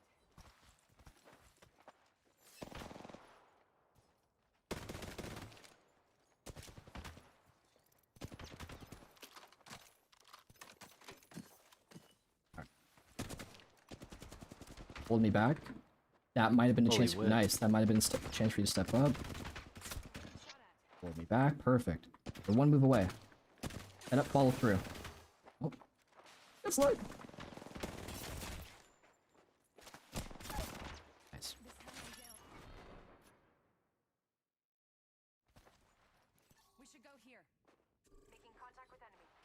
What is going on with these people? Right, nothing's happening. Right now you're moving sideways. You're looking for that angle. Huge hold. I can't look. That's you following up with your secondary. And don't stop halfway. Lock me in that fight. If you stop halfway through your push, and you let me play the thing that is keeping me safe the entire time, like, imagine I do this, and I stop right here. Nothing's gonna happen. He's gonna go, but you're gonna go back into cover. I can't fight you. So instead, you're gonna carry yourself through and lock that person into that fight with you. So you have to not be afraid to take damage, right? You've been managing your health this whole time so that you can take this very dangerous, in quotations, fight, right? And again, because you're the one making the play, I don't know, are you going to come out in a super glide? Are you going to come out on the right side? Are you going to come off on the left side with a wall jump? Are you going to tap strafe back in? I don't know, but you do. So make the play and let me react to whatever random thing that you're doing. I think I hear enemy activity this way. Good hold. I can't look. That's you stepping up. Oh, you move sideways, though. So because you move sideways and not up, nothing got forced. And I just get to run around. Now I'm going to move forward on you. And I'm going to try and swing you into that fight. Nice, good aim. So when you're one move away, the last thing you want to do is move sideways. I'm right here. I'm one move from you. I'm not going to go here. You're going to keep playing cover. I'm going to go to you and force that fight. Regroup here.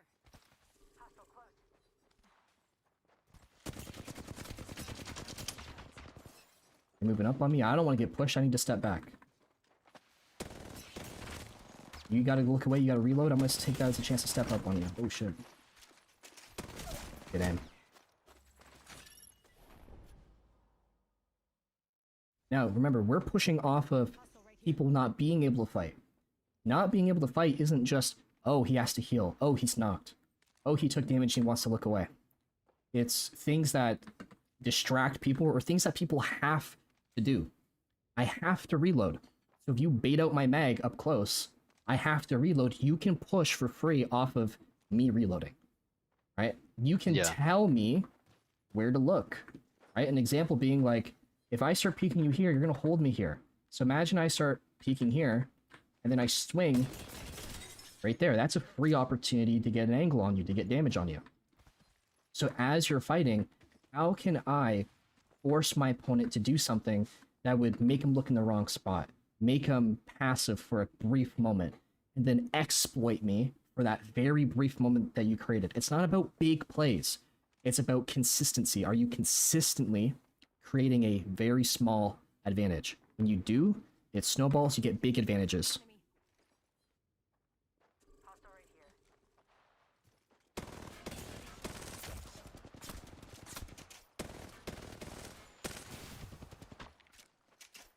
I'm gonna move back so you don't push me. You're one move away. Avoid that fight. Oh shit, I'm sucking you over. Damn.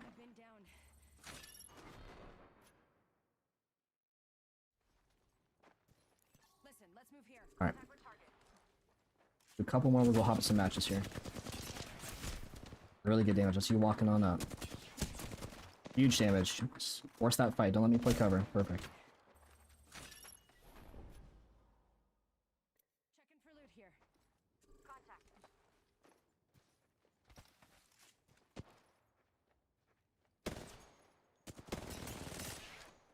Yeah, look, it'll take us a chance to step up.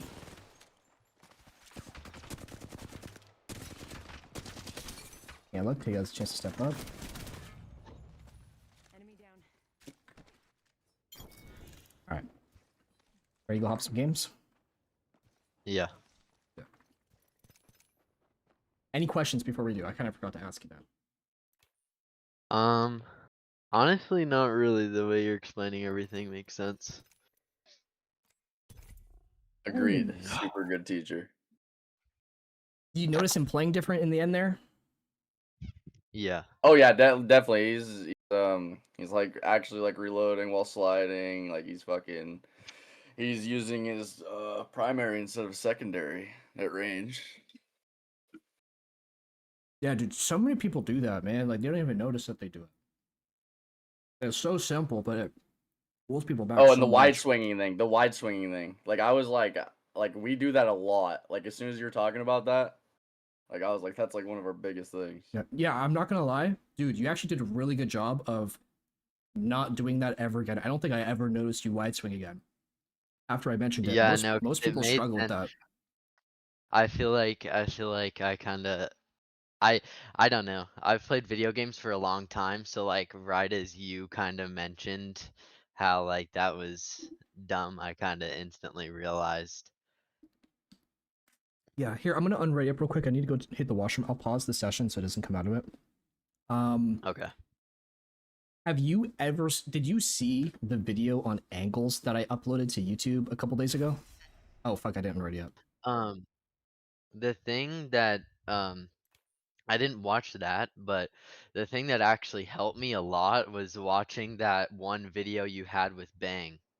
That Bang, the panda like skin Bang where you Oh yeah. 1v Wonder and she was on controller.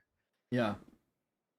Yeah, no, I learned like I used to be way worse, and then I watched that video and I kind of got a concept, and then yeah, and then that's what kind of made me want to do this session with you, because if I could learn that much from you, posting a YouTube video about a section of what you train them on, I was like, this is probably valid. Happy I was able to provide. So a big issue that you're having right now is like what angles you take, how close you play on your cover, how wide do you play, how pressed against versus how step back do you peek the left or the right side. Am I peeking left? So are you peeking right side? Right? Like the types of angles that you take are struggling a little bit. It gets really in depth, which is why I'm not going to cover it because we're going to spend the whole range, the whole time in the range if we do that. So I'm just going to send you that link right now on Discord to that video, and it's gonna cover a lot of stuff that you are not doing right now. Okay.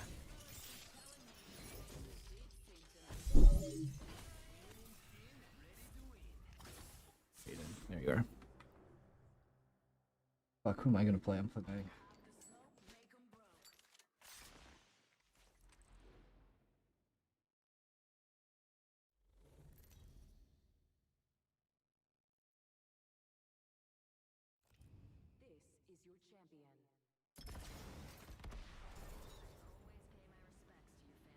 Oh, they're gonna be so mad.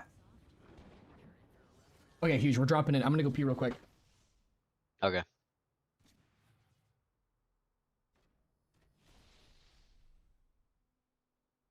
I'm learning so much, dude. I wish I could frickin' be in here though. That'd be sick. Yeah, I know, be in the matches. I am learning though, dude, everything he's like saying, right? It's like it's all back to the fundamentals, like is what he's saying. Dude, Yeah, we just it have to really be is. stricter on the fundamentals. Like, dude, everything he said, you basically told me when I first started playing again. Like, there's Yeah. a couple things, like, It's that just are. like we obviously didn't hold ourselves accountable to those fundamentals. Like we kind of No, just got sloppy exactly. after, like. Yeah, we just got sloppy with it. But, dude, if we play those fundamentals like that every game, I guarantee you we're going to play so good. Because now everything he says makes sense, 100%. Well, yeah, and then me and you'll actually be able to 2v3 people. Yeah, because the thirds are terrible, man. Was there a team that went clinic? I believe so. I'm not 100 though. Alright, so coming back to... You're playing off of what you're making people do, you're playing off of what people have to do. Team clinic. They have to rotate. Right? Are they going to rotate towards us, or are they going to rotate towards grow towers? We need to be looking for what this team has to do before they do it. That way, when they do it, we'll be ready for it, and we're actually going to punish them for doing what they have to do. So right now, we're going to be looting. We're going to be looting towards the area that we plan on taking a fight in. I'm actually really stacked other than heals. Yeah, me too. All right. Yeah, no, they did land there. Okay. So let's start looking for this position. Cover to cover. Oh, they're calling in the care pack. They're all on the backside. So let's hard walk up to that backside. Oh, we're in the open. Yeah, I'm gonna break his door so he can't play cover, and that's gonna let us walk up. Now they step back. When we get to their height, I'm gonna try and oh fuck. Here we might need to play the inside because we kind of stuffed that. Here, so what angles can we get? It's coming. It's two squads here. You said two squads? Here, let's see if we can come up. Oh, three squads. Go back, Five. go back. Oh, Oh no. Okay, new squad. Here, let's see if we can break. Let's get out of the middle. So just like in the range, we back away from bad. I'm stuck on the door! Where did that team come from? A little bit on this right side.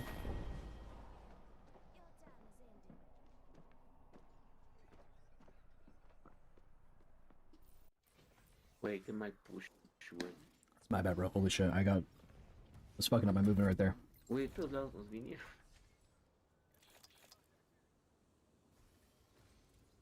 Oh man. Alright, we'll run that one back.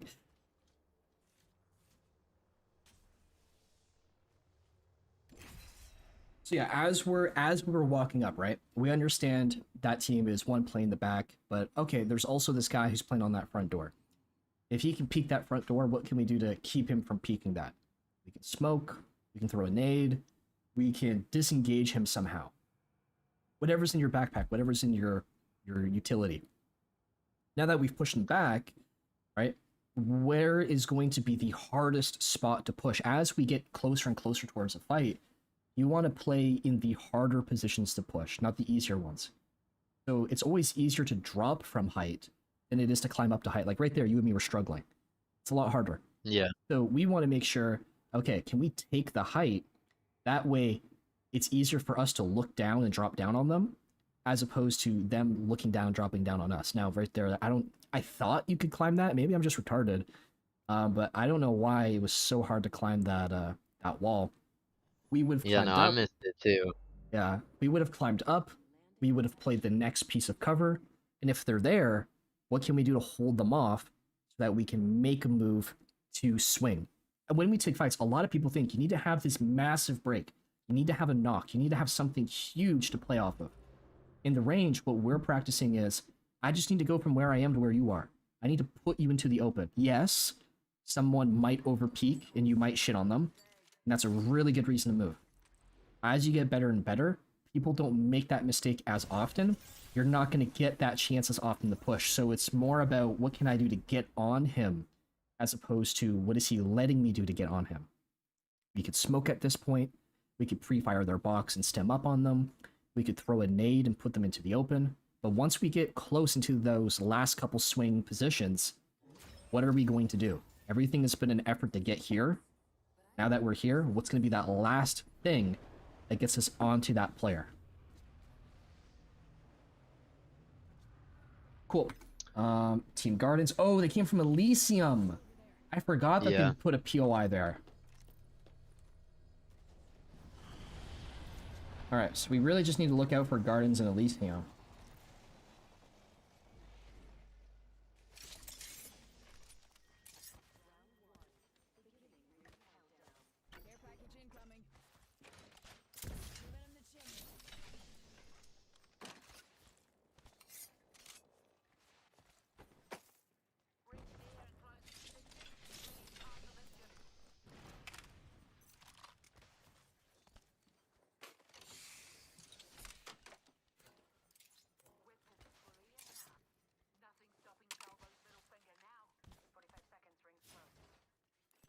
Bag over here.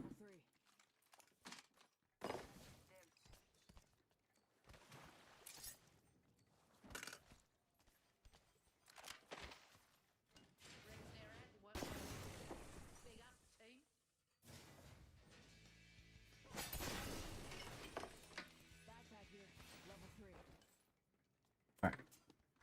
We always want to loot moving into the direction that we're planning on leaving. As opposed to looting in circles, that way we can get out of here quick. We want to be the team So from walking. here, what would be the best POI to push? It comes down to where's the map pulling and what do other teams need to do. Like right now, we're really the only team, aside from Elysium and Towers, that needs to move. And Towers doesn't really even need to move. So, Grow Towers doesn't need to, Elysium does. Right? Grow Towers is going to be holding, Elysium's going to be pushing. Let's see if we can push the team that's going to be holding or trying to hold people out. Like, we don't want them to hold us. We want to beat them to that. So we should be walking up, looking for this. And we know there's a team to our left. Let's just be mindful of that. Making this play. Making this move. Now, what's the hardest part in this POI to push? It's pinged right now. Up here? Up here. So let's make sure that we're taking the hardest spot to push. Because they're giving it to us for free. Are they here? Are they not here? What are they doing? Let's figure out. Is there a team playing here? It actually looks unlooted. It looks half-assed looted. They rotated and left.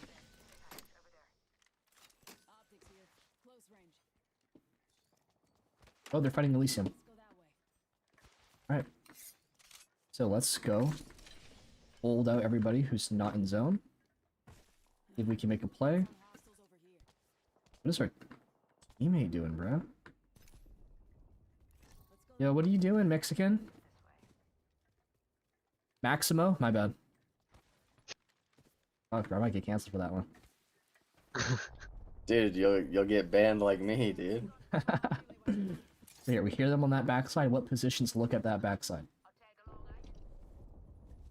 Is anyone looking for us? No, so we can be looking for them. We don't need to defend, we need to offend. You go over here. Let's look for this.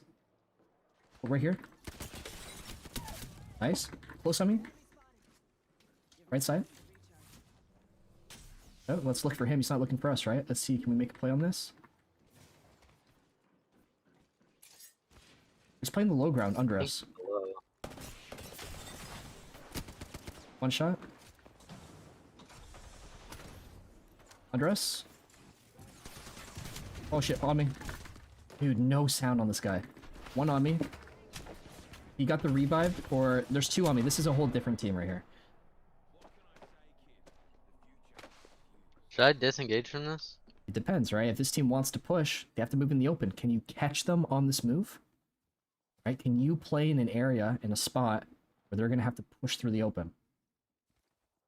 Well, I should have went where my teammate went. That would have been ideal.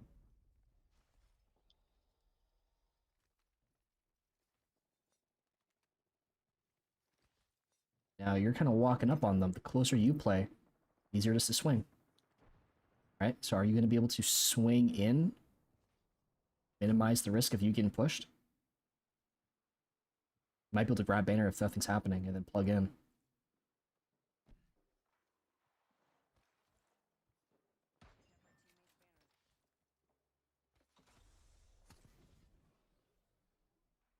Yeah, plug right here, plug right here.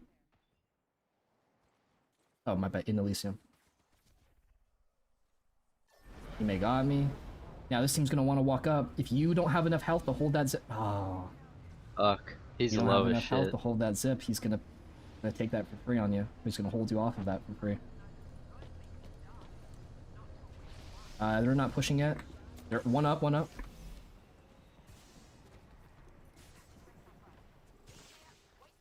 Get to the height, hold what they're about to try to push through.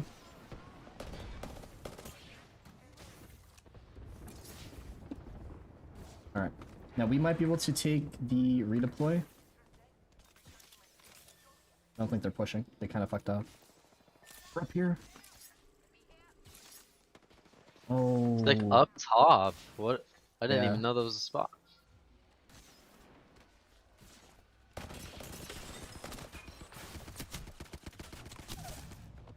That is, all good. So, in the range, right? I guess we didn't really cover it in the range. You obviously need to defend, right? They're trying to push up on you. So you're attempting to make sure they don't take that zip.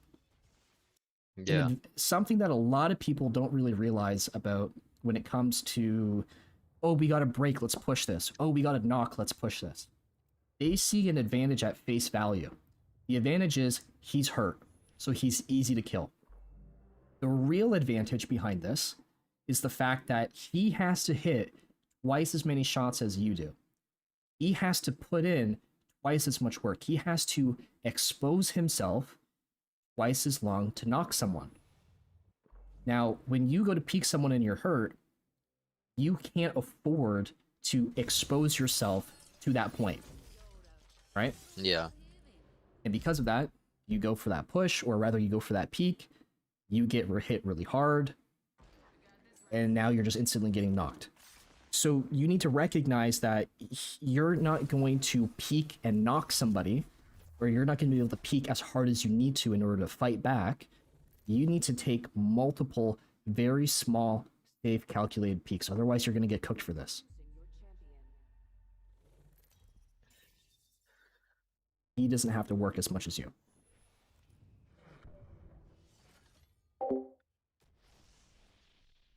MP Stone, my man, dude, thanks so much for the monthly Apex pack. Much love. My audio's delayed. Chat, is anyone else experiencing my audio being super delayed? It might just be a Facebook thing, or it might just be an internet thing.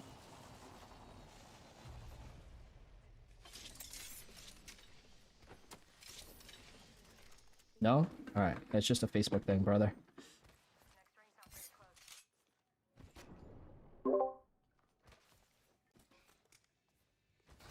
Huge overflow.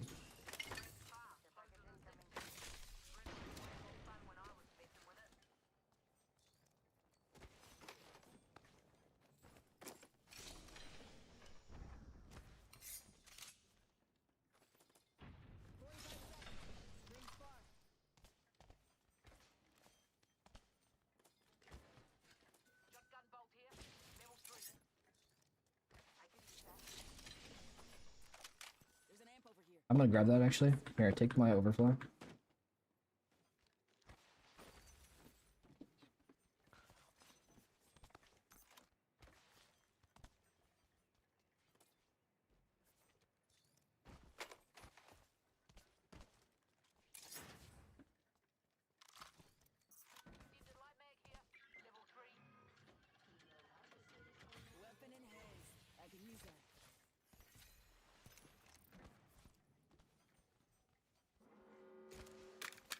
Alright. Team Elysium, Team Gardens, we all need to rotate right now. We can try to get in front of one of these teams and catch them on their move up.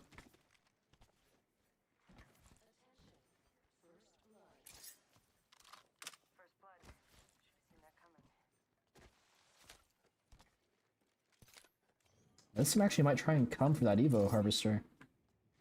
Can we get to their height? Oh, he's actually already up there. Look in the open here. Close left. You can phase and step back. It sounded like there was one close left though. Yeah, on this corner. Yeah, there is. Alright, they're kind of cooking her here. So, they're holding us, you gotta step out of that fight. We're getting thirded from our back now. We kind of got to reset into clinic.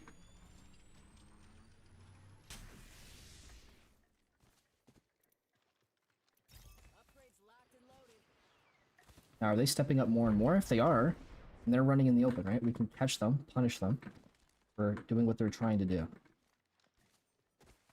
Doesn't look like they are. So we can start stepping up more. Shot in the back. Yeah, here, let's rotate over here. Holy shit.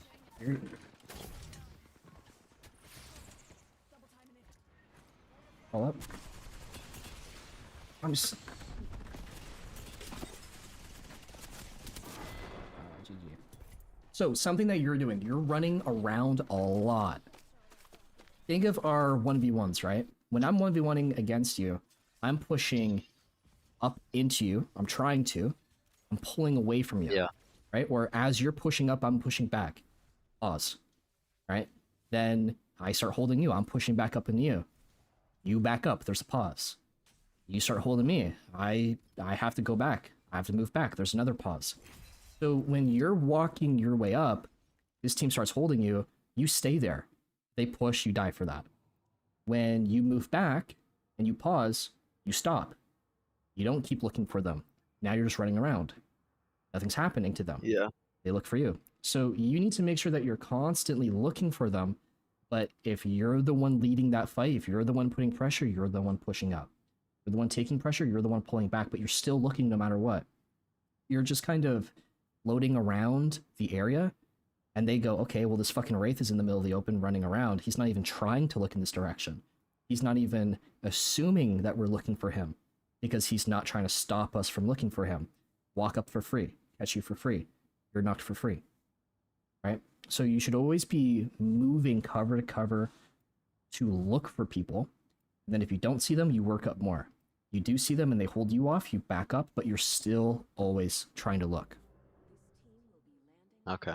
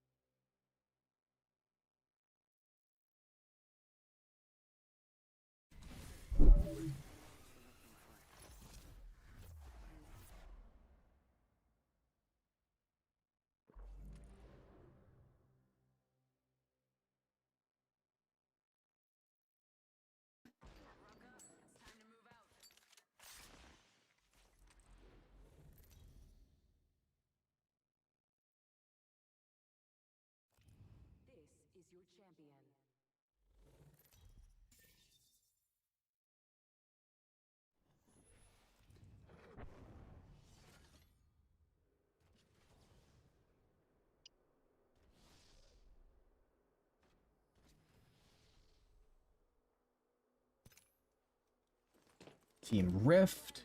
Closest team to us is Rift. So let's loot looking for this team. I'm land on the opposite side to not steal your stuff. You don't steal my stuff.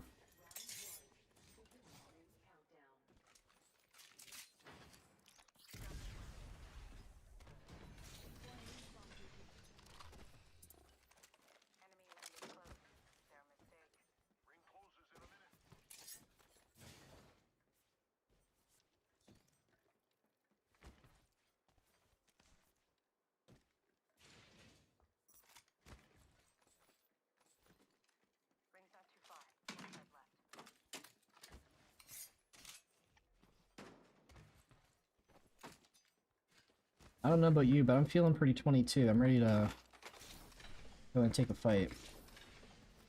Should we go to Rift? We should be, yeah, let's start looking to work our way on over there. Bag over here on me. Ah, holy shit. 2 purple bags over here on me. And purple barrel.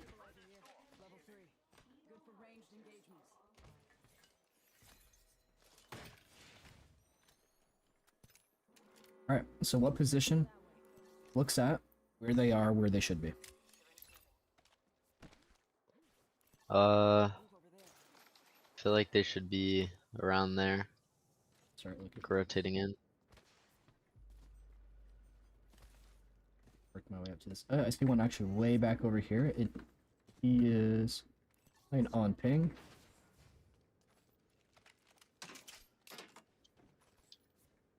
Loot. What gun did I drop?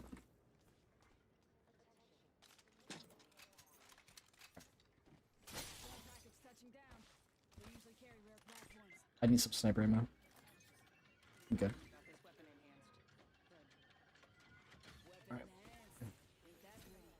Oh, right up here. Teammates gonna get push for this, yep. Now is it just that guy? I only see him. His teammates seem like they're pushed further back, right? If I'm not mistaken. Stephanie right here. My ult is gonna keep them from pushing on up, so get healthy. My ult's about to make a play. This is gonna hold them back. Let's use this to start pushing on up. It's about to explode. Broke one in the back. In the open. 1 HP on him. I still have health. I can look to shoot my gun. Cracked another. Right here on ping. I'm gonna heal up because he got away. He may got another break. That guy's gonna have to. Well, I better get an angle here.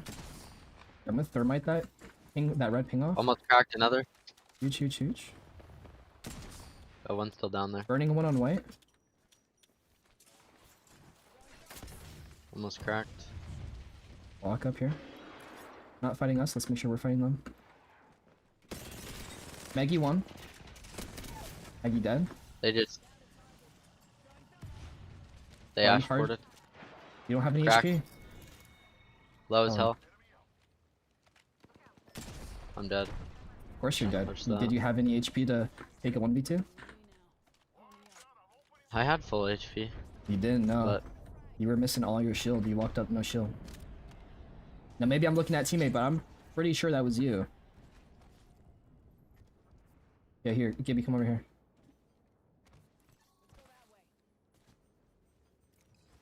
Now you also are taking a 1v2 face to face, right? In the Yeah. range, you're making sure that you can take that swing. In the range, you're making sure that it as looked you... like My bad, go ahead. it looked like the ash just ported by herself. So I assume she was low and trying to just avoid the fight. Stay alive.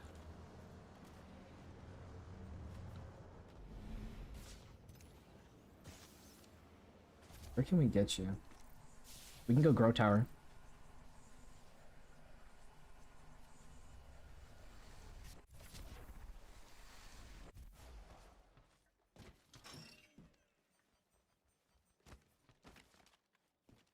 Alrighty, sadly I gotta go to work, but Later, my man. thank you. I really appreciate it. Well, Sadly I homie. couldn't hop in, but maybe we'll queue up some other time. Yeah, that'd be You dope. never We should know. definitely- Maybe we'll reschedule. Okay, bro. Well, safe, I my will man. talk to you guys later. Yep, have a good day. See ya.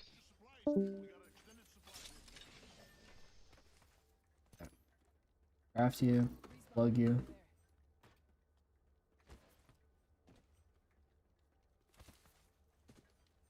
Now, when you, correct me if I'm wrong here, but you also have your phase. So when you portaled up, and then you recognize, oh shit, I'm fighting 2 people, you might have been able to pull yourself out of that, Yeah. right? So you got to make sure that you're always playing for thing that's actually happening. You're taking a 1v2? Oh fuck, that's probably not the best idea.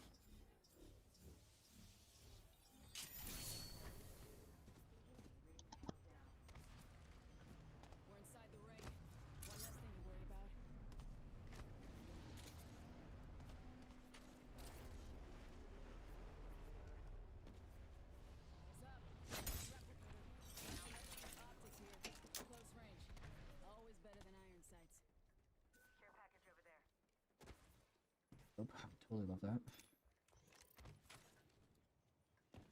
Right next to us. I'm hitting this care package.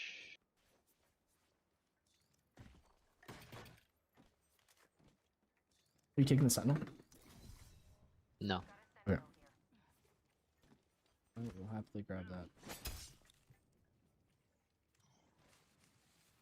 I'm gonna drop another sentinel. Actually, you know you can just grab that sentinel, bro. That's all you.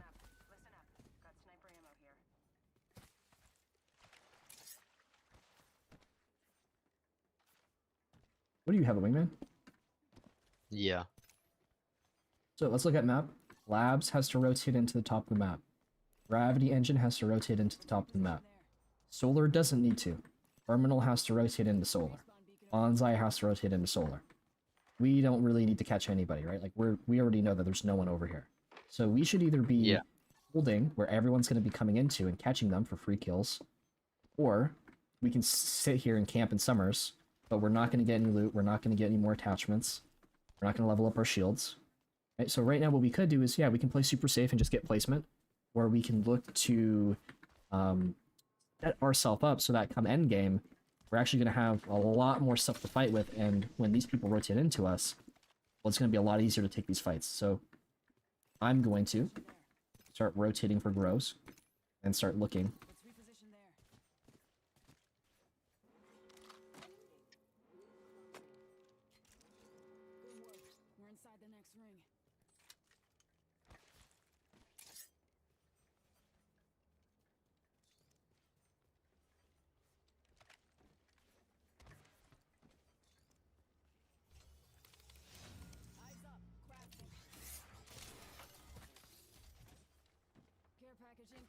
Oh, they just scanned us, so there's a team over here. Let's position to look at that team.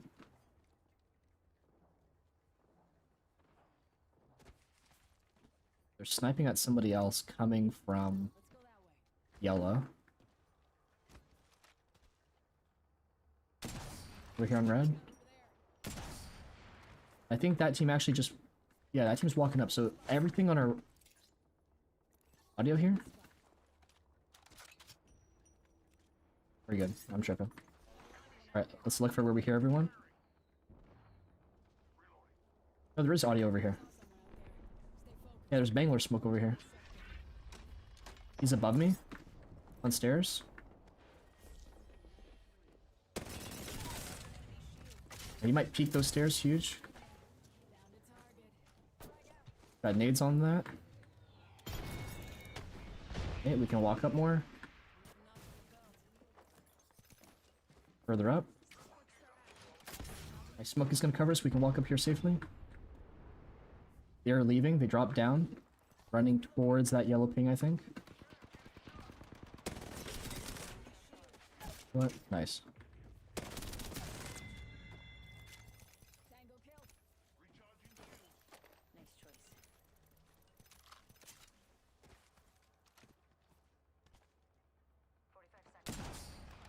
There's a solo lurking around somewhere.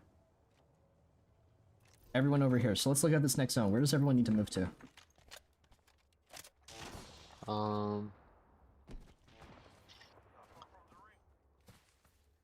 We need to get into... Where does everyone rotate else into need to go to? Everyone in front of us has to rotate into all of these edge pings. So Yeah. if we can get into a spot that's safe and away from those edge peaks, well, then we're going to be safe and we can start looking at everyone trying to come on in. So we come in right here, we're safe. This position is safe. It looks at all those different spots.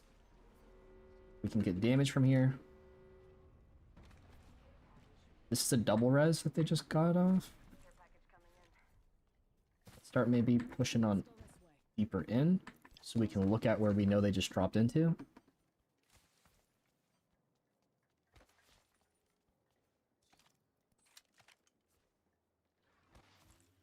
Price lifting. 70 on purple. I'm gonna smoke that so I can get this off. I'm gonna smoke them so that they don't see us, but we can move around safely. If I smoke us, then we're gonna move out of our own smoke. We know that they're playing that building. They were. Are they still playing this building?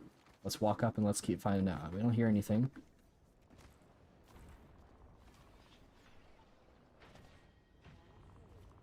Right here on ping. Positioning to get an angle on this. Conduit shit on. I hit one arc star. Nice. My ult's gonna cook him, I think. I'll do it low. Oh shit. Oh, where did this fucking guy come from? There's a guy around here. He's getting shot at. Oh my god. You gotta put it on the ground, bro.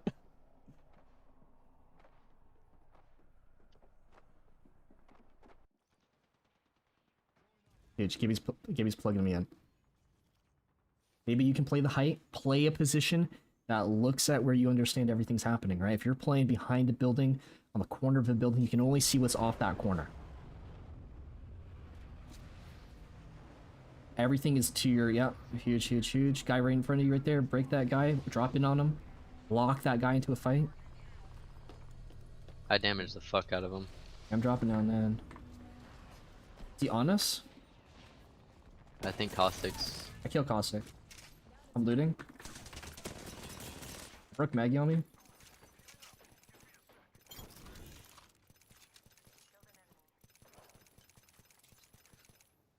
Oh, one of them ran.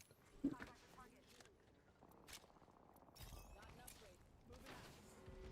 we get that thirst? Here, resing behind us. Resing behind us. Let's go stop this res. Hey, let's go stop this res.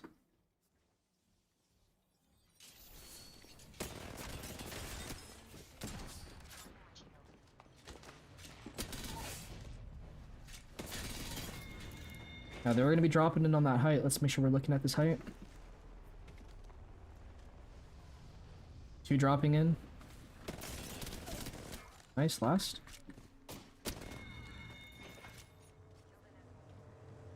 Oh fuck. Oh my god, a storm. I hear people below. Yeah, I mean, he's got to come from below, right? So just look at where he would have to come from. Let's get to the height. This team's really trying to work their way. 75 heady, crack. Oh, we're kind of in a weird situation. Where's your crack at? Yeah, Gibby's ult is gonna. Oh, fuck. Should I play safe here? Back up away from that shitty situation. In the open.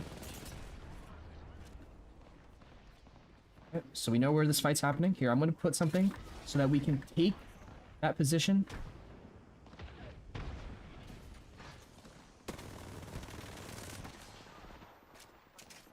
Where's everything happening? below. Inside here? 57. Oh, I did not mean to drop. You're good, you're good, you can drop. Holy hell.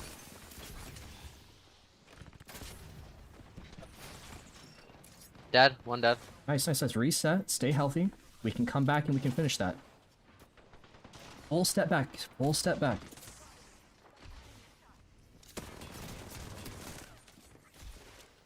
Gonna sell. They got that res off. So how can we get angles on them? I'm gonna climb up. I'm gonna start looking down on them. Watson 1 HP. Bang dead.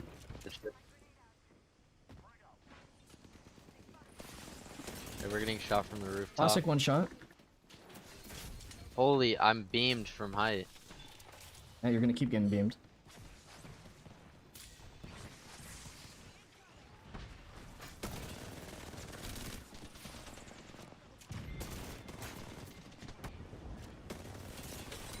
Oh, on the left side.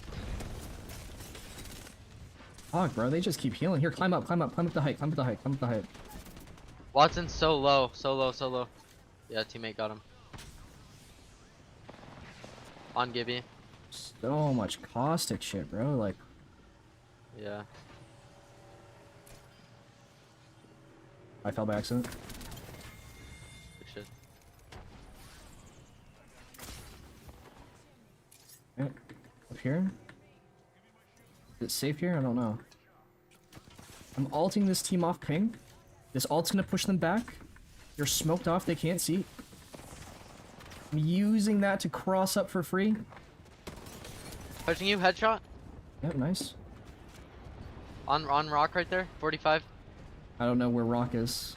There's 100 rocks in this I PLI. pinged it. Come back to me.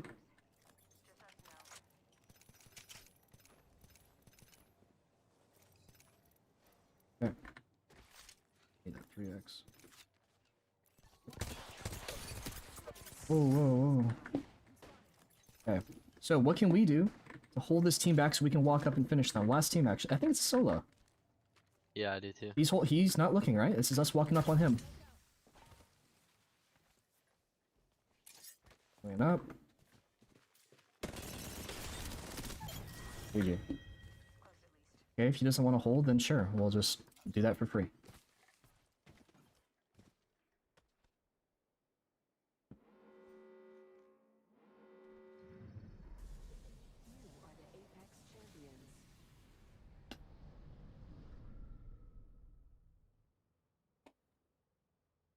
Oh, ads got you, bro? That's the worst, man.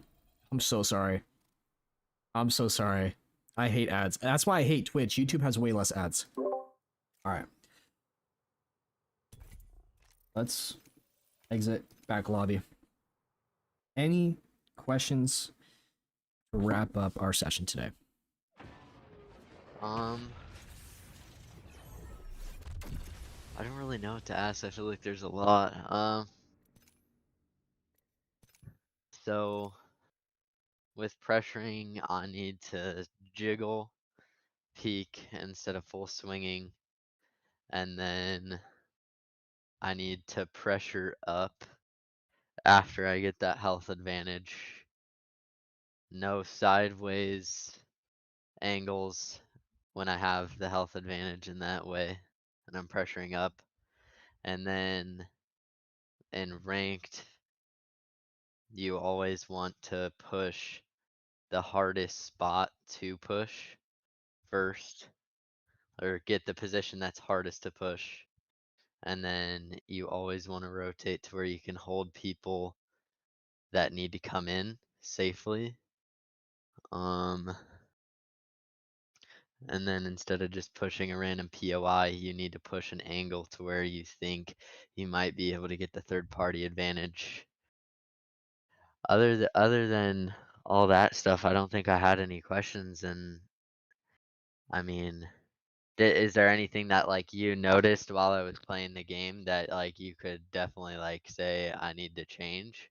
Yeah, it's how you swing. So when you are swinging, and I was trying to touch on it a little bit mid game when everything was like in that end game when we were just fighting nonstop, like that caustic team in the building.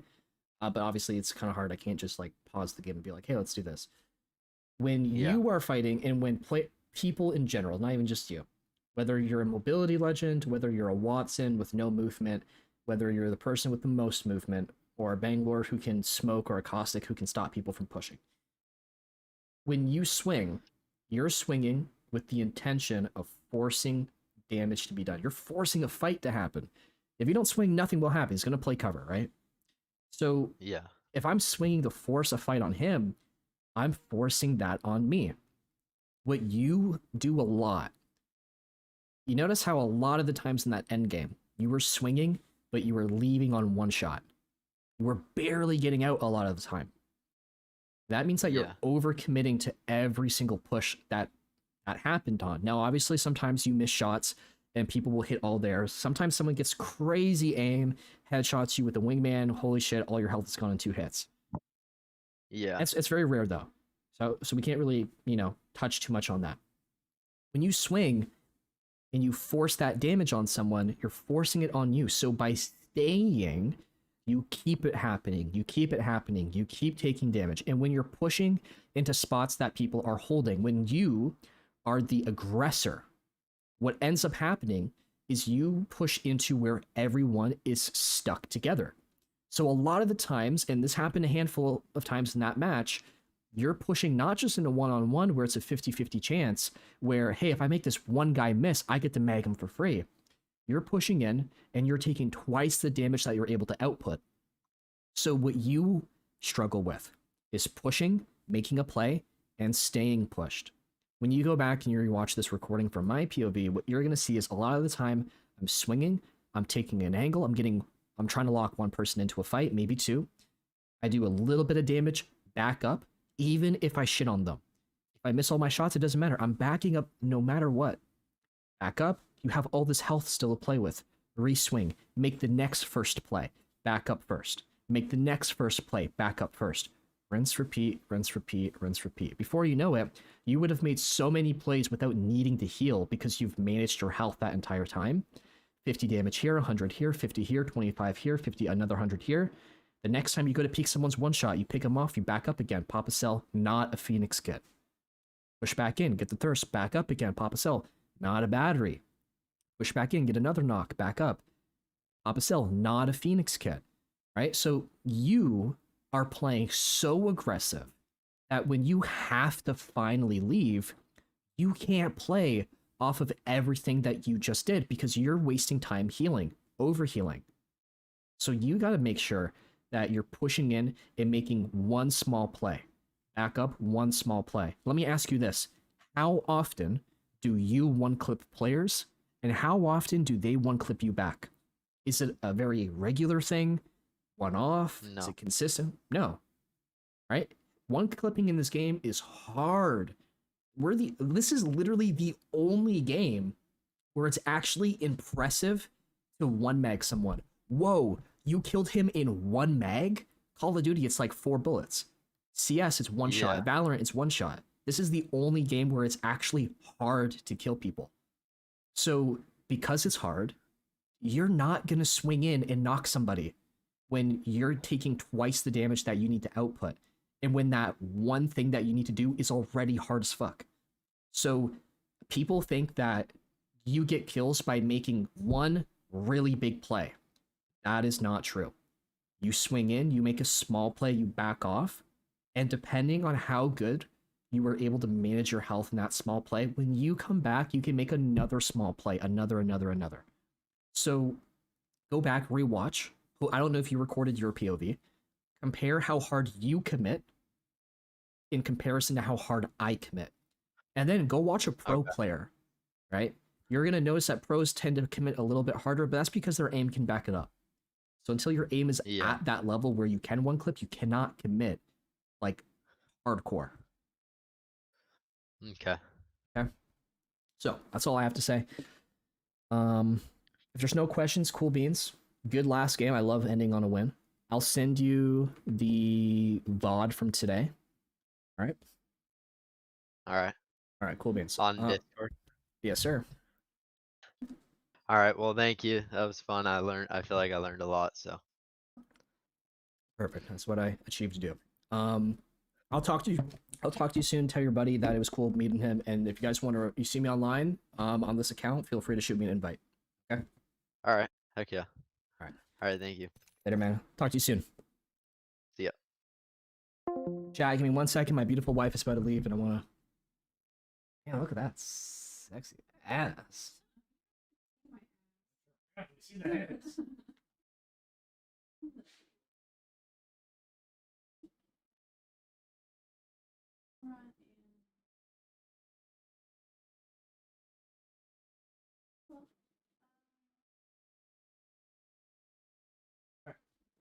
Love you. See you soon. All right, gang. Let's go hop on our main account. Let's go solo queue to Masters. No.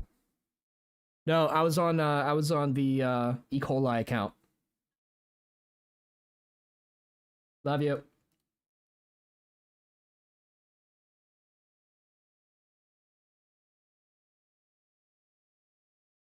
All right. Kane paid, bro. Thank you for the follow over on Twitch. Much love. Actually, hold on. We got so many. Kane paid. Thank you for the follow. Lock Dog. Espada Killer. Phantom. Ticha. Bonnie. Asen. Ogre. Sour Patch Kid. Little Tony. Papers. Solo DFS. Rambles on one hand. Danos. Art of the Abyss. Thank you guys so much. Oh, yo, Psych Duck, bro. Dude, thank you so much for the Prime sub. Didn't even hear that. For some reason, I don't get all the notifications. And everyone else who's dropping follows, much love, much love. Thank you guys for tuning on in, showing some love, showing your support. Hopefully you guys learned something from that coaching session. A little rough the first couple games, but finish on a good win. Good game.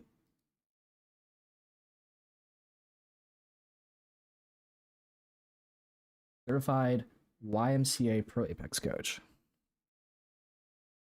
Background's peak. You like? You like? Like it too. I had another one, but I got in trouble for having it, so I had to take it down. Yeah, it's pretty solid. Juicy ass.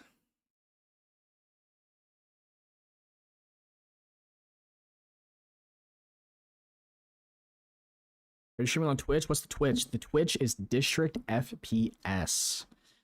Unfortunately, District, the real spelt with 3s, and pretty much every variation is taken. So actually, I think I'm gonna change my name to Dorkstrict, because on all the platforms where I can't get my name District, the District, or the real District, I just put it as Dorkstrict. Spam caller from Edmonton. Should we answer this, chat? Oui, bonjour, comment ça va aujourd'hui? Bonjour!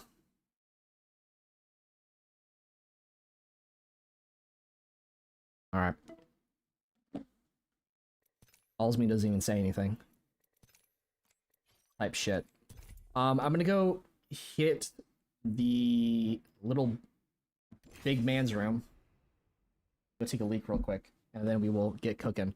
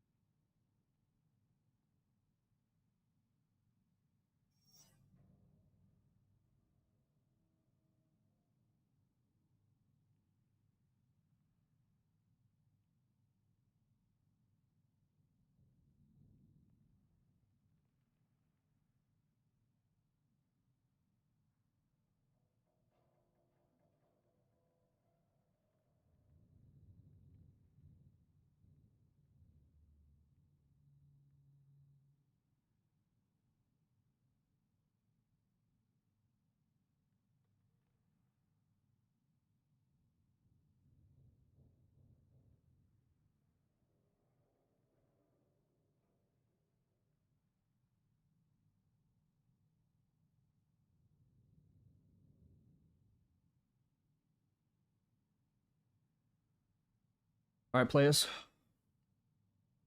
I'm gonna munch down on this banana real quick.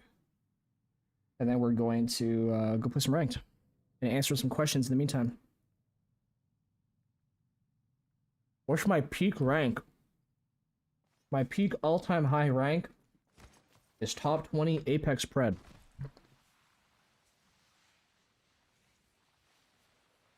When was the last time I was Pred?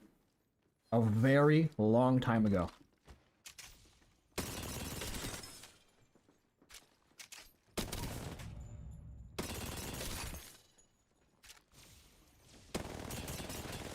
You know what? The reason why I couldn't super glide last time, or when I was in that coaching session, I was playing on a different server with higher ping, and the higher ping was making my movement really inconsistent. I don't know if you guys have been seeing all of the Gear Up videos, all the Gear Up sponsored videos that we've been doing recently. But reducing your ping with Gear Up can help you get more consistent movement because your connection isn't going to be as inconsistent, as fluctuating.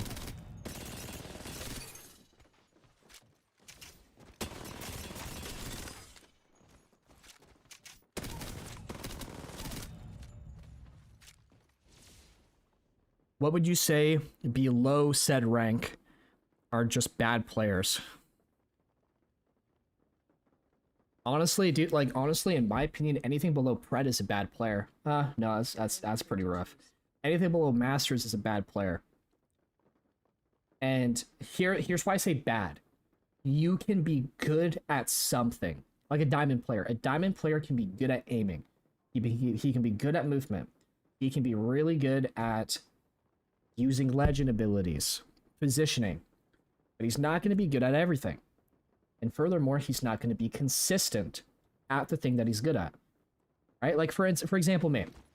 I can one mag this dummy. Cool. Can I one mag him back to back to back? Maybe. Can I one mag every dummy in this firing range back to back to back to back to back with above 75% accuracy? Probably not. Right? And it's that consistency that would qualify me as not a good player. Because a lot of people will be like, yeah, dude, like, I've killed Masters before. I've killed Diamonds. Diamonds are nothing, bro. I belong in Diamond. Dude, I'm hard-stuck gold because my teammates suck. I belong in Diamond. I've killed them before. I'm good. But a Diamond is just good at something. And you're going to catch him in that one spot he's inconsistent at. That one time he doesn't hit all his shots. And that is why he wouldn't be considered great, in my opinion. So, Diamond and below, realistically, Masters and below, I have a really high expectation. I don't consider myself to be the best.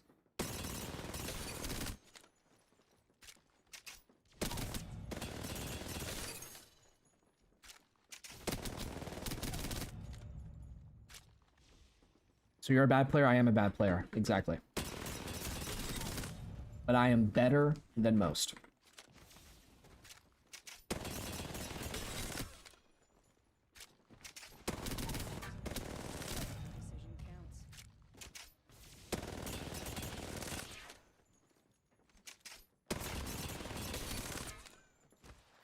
I feel like, right, like I'm not one magging all these dummies back to back to back.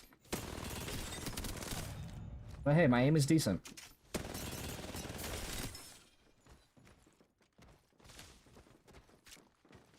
What the heck? How did I miss that wall jump?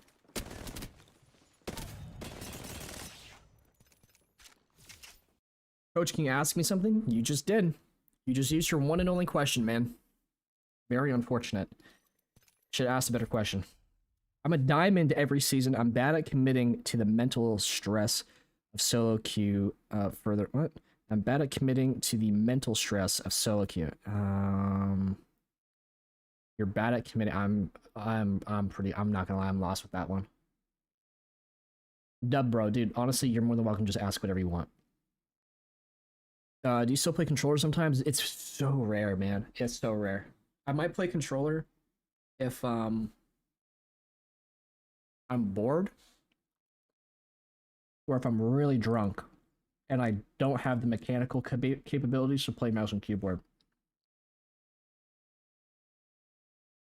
Someone earlier asked, what's the best warm-up? Scroll down on my channel. Probably like half a year to a year ago. I've made a lot of warm-up videos. The most recent videos are probably going to be the best ones. I think it's like the best 15-minute warm-up that will like change your aim forever, or some cringy title like that. And it's really good. It's like the best thing you can do.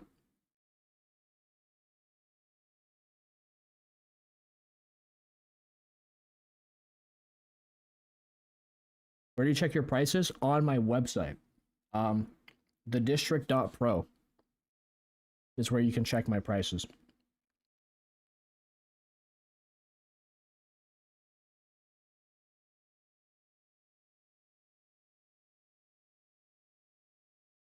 Should I hold crouch or toggle crouch for my main way to crouch? Hold. Hold gives you way more control over what you're actually doing with your body.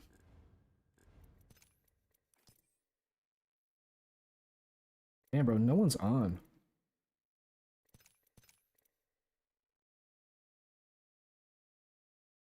Gouds, bro, thank you for the follow. Much love.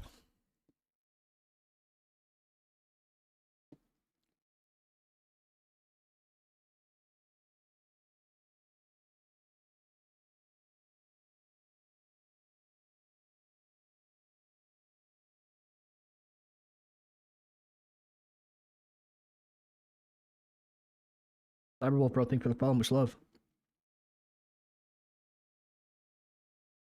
You think one should stop playing ranked games when they keep losing on a solo queue for 4 to 5 games? It depends. Are you going to lock in? Keep playing. Are you going to let it get to you? Hop off. Are you burnt out and you're just not playing good? You know, then I don't know, get off. Your title is bigoted and fat phobic. How dare you? You know what? You're fat? That's a you issue. It's a big you issue, you know? I can't help that you like shoving whoppers up your ass. Just drop my banana on my desk. Love you, mister. Much love, brother.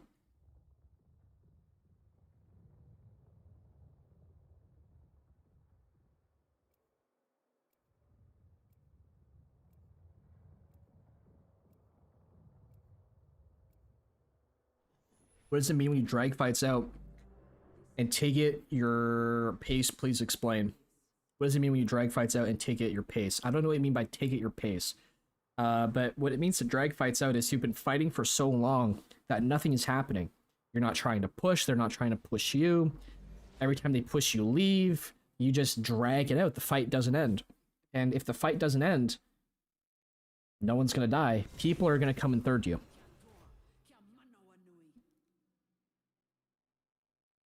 Damn, dude, you're kind of unlikable and full of yourself. Peace out. Bro, what? What are you talking about? I'm full of myself. That is, dude, that's actually insane. I don't think I've said a single thing this.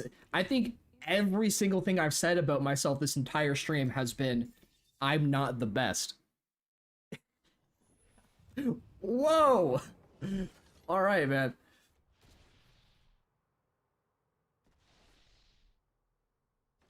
That's insane.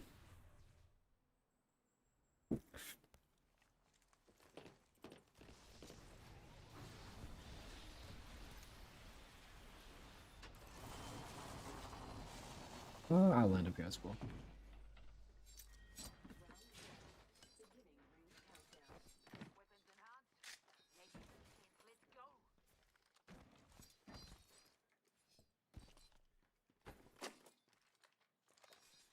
Rings nearby.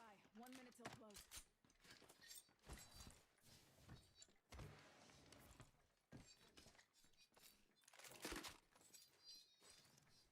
Oh, kids, because, dude, I dropped my Havoc, man.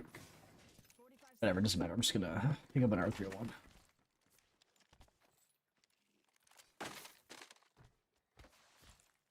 Ever play with viewers? Oh, I have. It's not necessarily something that I do too often, though.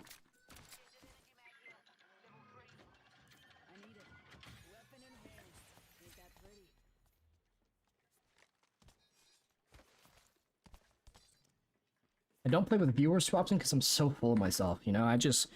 I could never play with someone who's not on my level because I'm literally the best fucking player in the world. No, I don't typically play with viewers too often because, unfortunately, I can't play with everybody. And then I get asked all the time if I can play with them, and I hate telling people no. And I'm also really busy.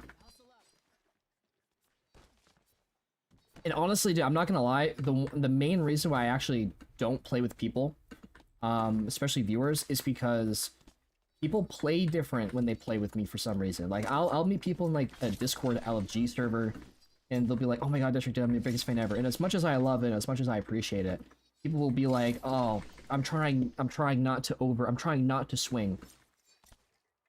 I'm trying not to swing because I don't wanna get knocked. Right? Like, I don't want to get knocked and then you lose points because of me.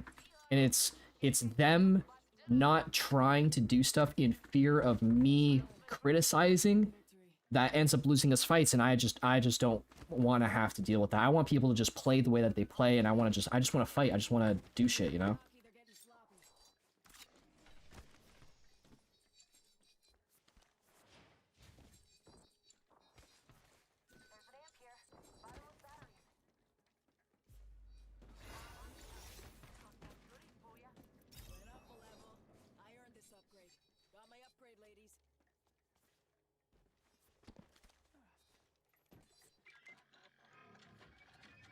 I'm sorry, I don't have keybinds, PC. I don't have all those binds set up. I used to, but I disabled a lot of them because a lot of them weren't working or they were just like being weird and shit.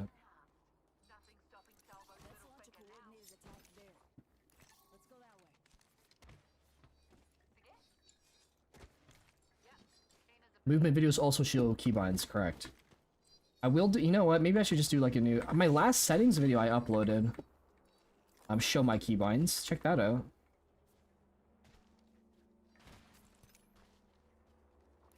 We need to be in terminal.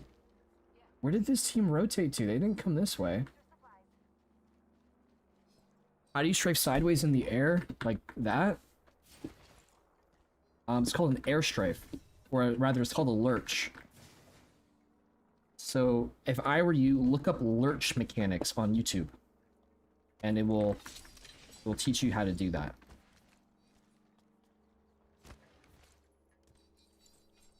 Yo, dude, what a Seraph.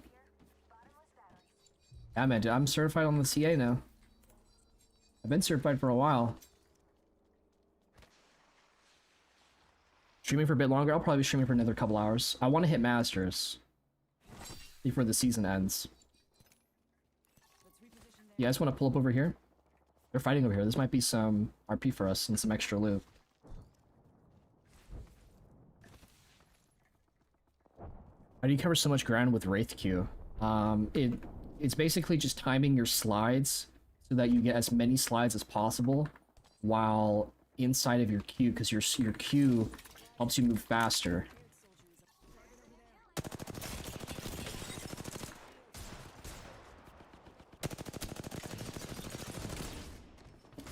They ran out this direction over here to his left side.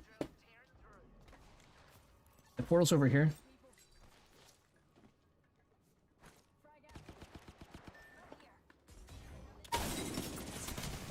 Knocked one.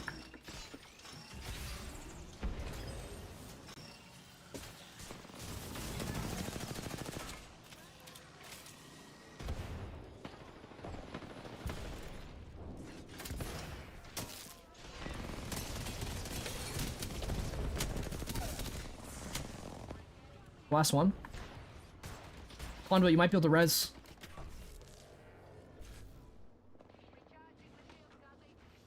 Conduit should have let that last guy step back and res. That way we can be a 3v in case another team pulls up. Another team's pulling up on us. In case another team pulls up. Conduit, you can res right here. Conduit's still fighting.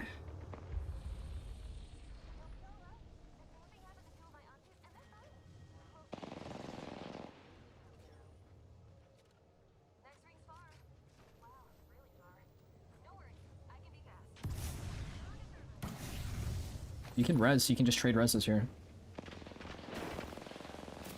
Dude, like I got the... on the back. I got settled. That's all good. It's all good. So, okay, so here's something a lot of people don't realize. When it's 1v1, or rather, when you have this huge advantage over a team, you want to get your knocked person back up. That way, if a team comes in thirds, which they're likely to do, it's been a pretty huge fight, you're going to be able to actually be able to take that third party, right? I called out, hey, there's another team here. Literally, like 10 seconds after I said he should rise in case we get thirded, right? It's going to happen. When you have a huge advantage, like 2 knocks on a team, it's one more person, even if that guy tries to res, it's perfectly fine. One, it takes time to do things. It takes time to reload. So if you force someone to reload, you can abuse them for the time that it takes to do that. It takes time to heal. You don't just instantly get healthy. It takes time to revive people, which means if I'm picking somebody off the ground, that whole time, you could be picking your teammate off the ground, right? You could be healing yourself. And then even if that guy gets up, he's still one shot. You swing, you focus the guy one shot. Now you can go and you can take that gunfight with the last person. So where that whole fight went wrong, the only reason why we lost that fight, one, obviously he got pushed, and instead of pushing the guy and he died because he was the being on defense for some reason. But that all could have been avoided if you had just revived. Right? It's one person and he's hurt. He's going to have to back off. Takes time. He's going to have to heal. Takes time. He's going to have to respawn or revive his teammate. 3 things that take a massive amount of time. You can get your teammate back in. He can get healthy. You can take a 3-on-1. There's zero way that guy clutches a 3-on-1 with 3 people shooting him at the same time. Apex is an easy game. People have egos and they force situations thinking that they're the shit, and then they're obviously not, and they kind of, you know, proof is in the pudding, get shit on like that. Coach, if you're reading this, how do I improve in ranked as someone who is stuck in gold and can get kills, but rarely lasts till top 5? I gotta reread that because I read it and I didn't even process what you said. Coach, if you're reading this, how do I improve in ranked as someone who is stuck in gold? You're stuck in gold and you can get kills, but you don't last till top 5. That sounds like to me, you're taking fights that you don't need to take, or you're taking fights that don't benefit you. Believe me, I can win a 1-on-1. I can go and I can eat, pause, I can kick ass. But if I'm kicking ass all the time, eventually, it's going to bite me back in my own ass. I'm going to take a fight that doesn't put me in a good position, a team comes in thirds and kills me. I take a fight I don't need to. Instead of rotating, a team holds me out. Ask yourself, why am I taking this fight? What value does it give me? Do I need this loot? Do I need this position? Do I need to move past them? Right? If it doesn't fit something that you need, you shouldn't be taking that fight, and that will help you hit top 5 easy.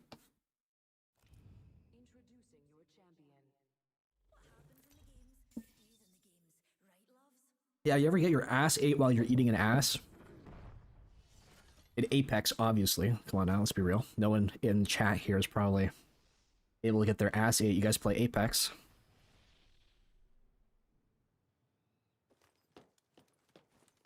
What's going on, Morgoth? That's a crazy name, man.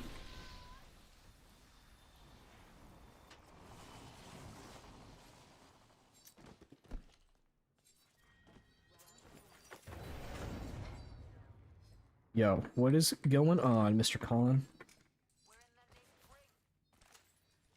You vibing out today or what, dog?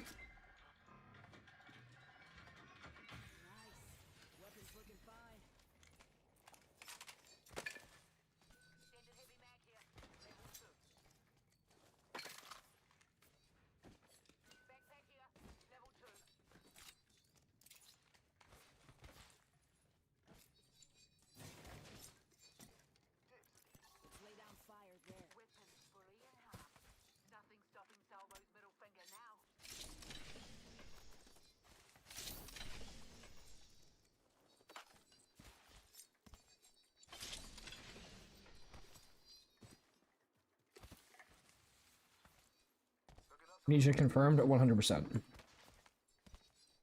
Isn't Coach controller? I haven't been controller for over 2 years, homie.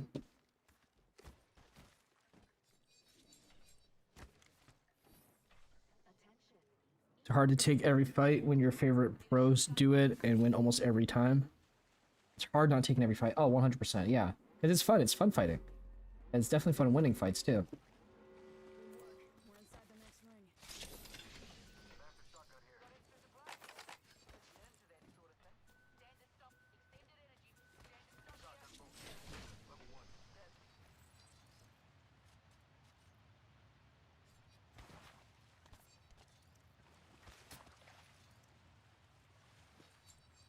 Ugh.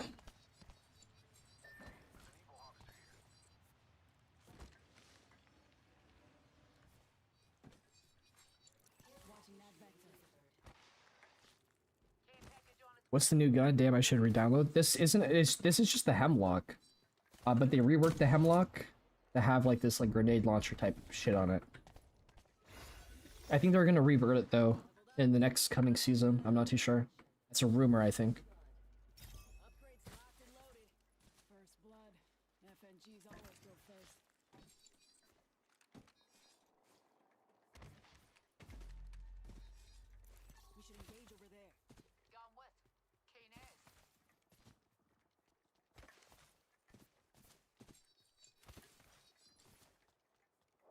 How patient must you be to take 1-on-3? You don't have to be very patient, to be honest.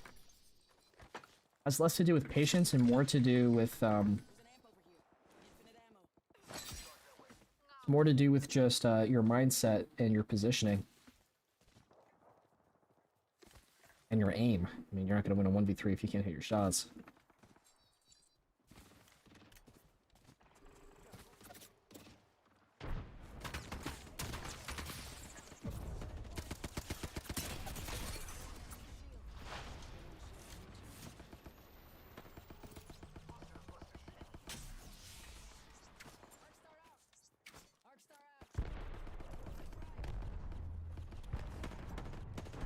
The next is TP.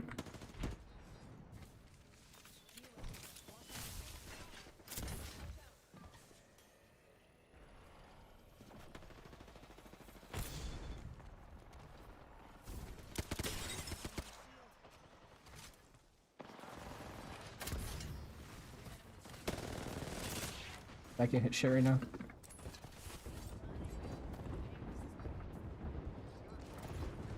Yeah, we should probably back up. We were getting, kind of like a lost situation. I just hit someone on— oh, knocked one, knocked one. Or thirsted one?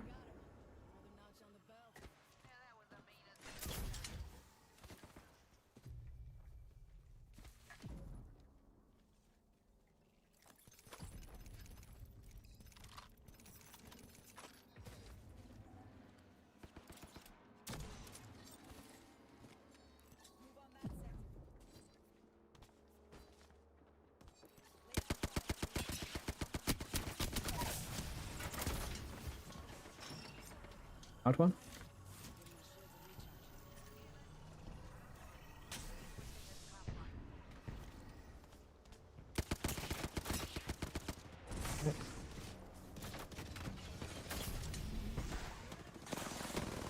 How is this guy still alive, bro? Like,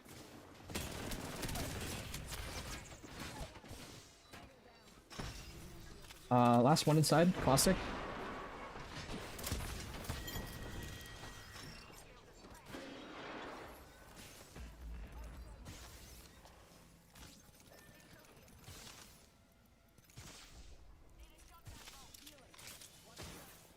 Huge.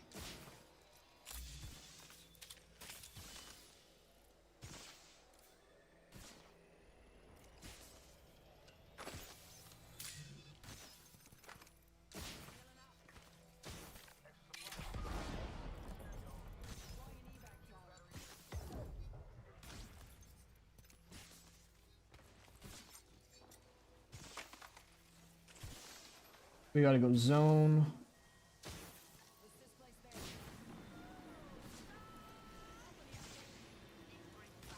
We can land here.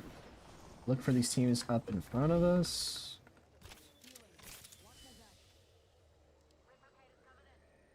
Thoughts on new Legend Baby release? I was talking a little bit about it earlier. When we started streaming, we were looking at the trailer. They look really cool. I don't know how useful they're going to be though.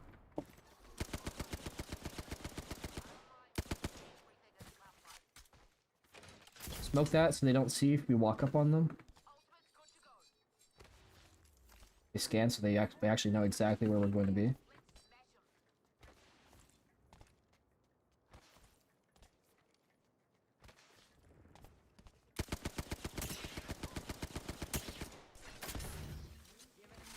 That's a really bad smoke.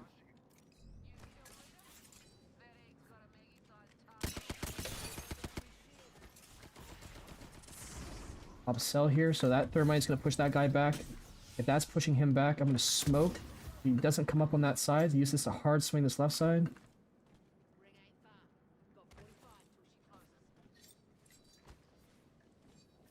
You went this way. The altar. So it's an altar. It could right here.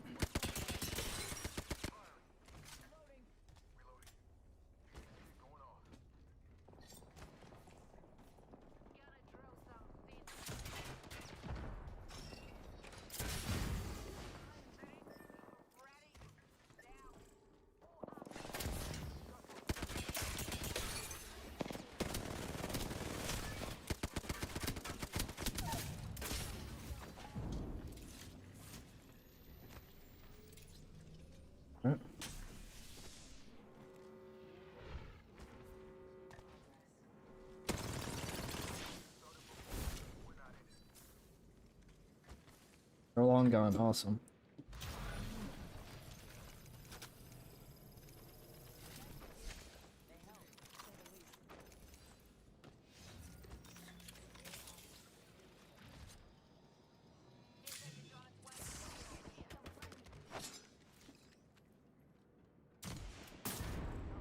Arc that corner to push him back off that.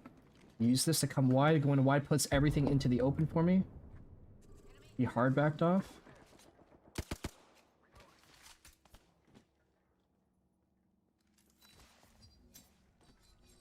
Let's go zone, Lucky. We stay here, they're gonna keep holding. That team's gonna come in our back.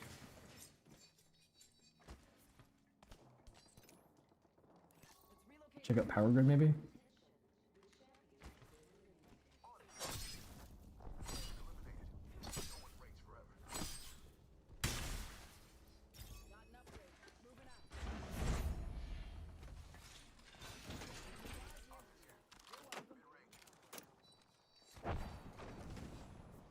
Go wipe this over here.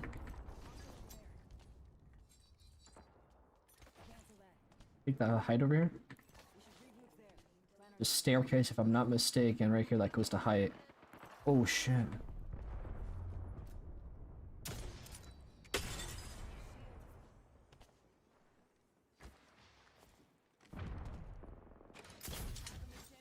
Smoke that off so they don't see while we rotate here.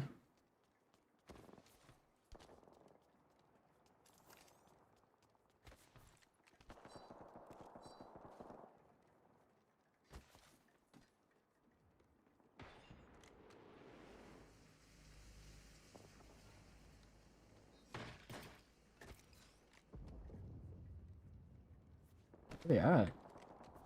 Keep moving away.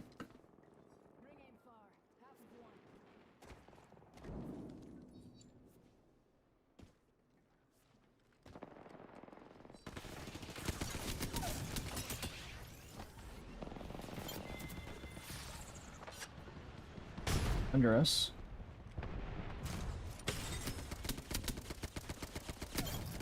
Okay. Huge, my teammate got a huge damage here.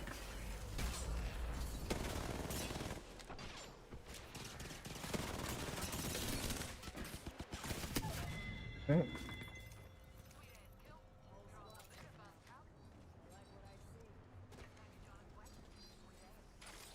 Team's right there. They might beat us to our rotation.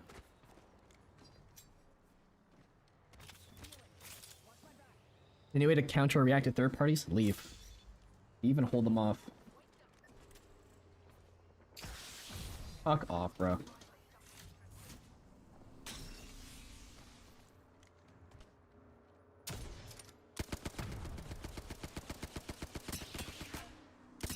Whoa, what the fuck?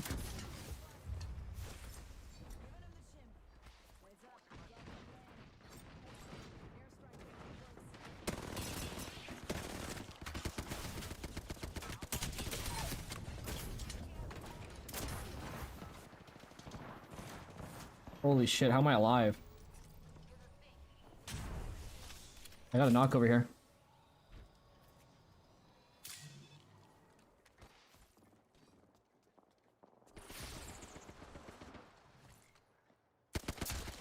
They're going for revive.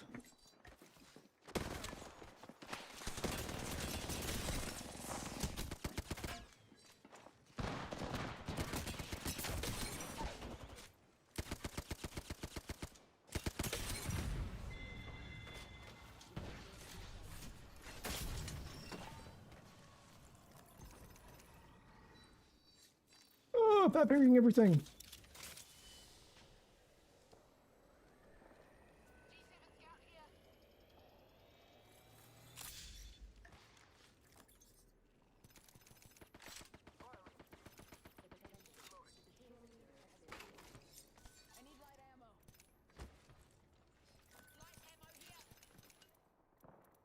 Thank you. Not bad on heals.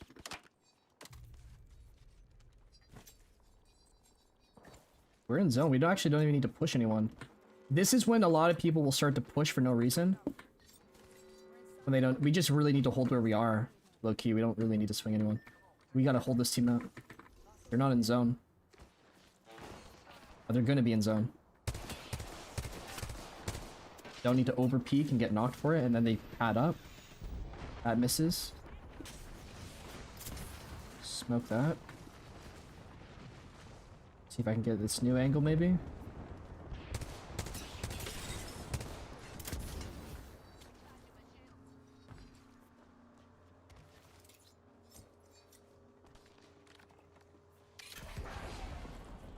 Playing a little close, I'm not gonna lie.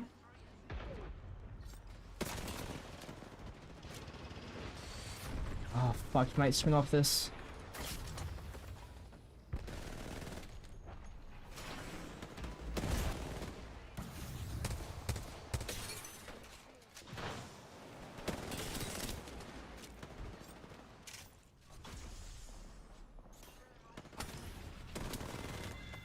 Yep.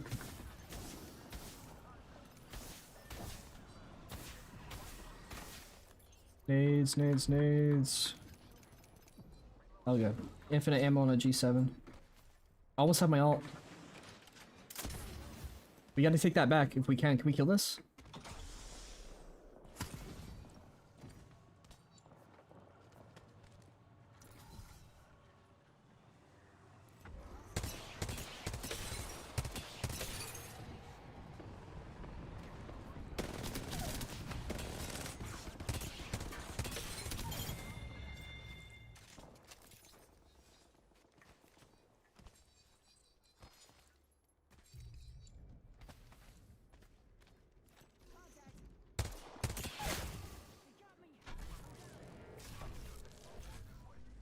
They're walking up.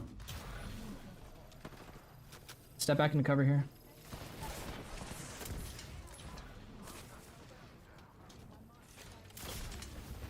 Ball should hold them off. Dude, your fucking wall, bro. Oh my god. Such a cock block wall.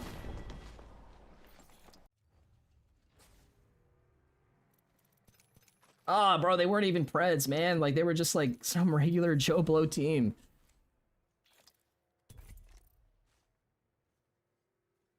Unfortunate.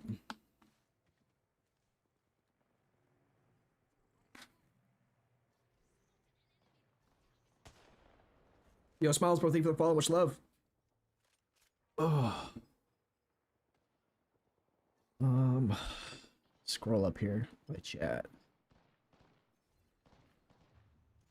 Damn, bro, we're getting close to 10k followers here on Twitch, huh? Holy.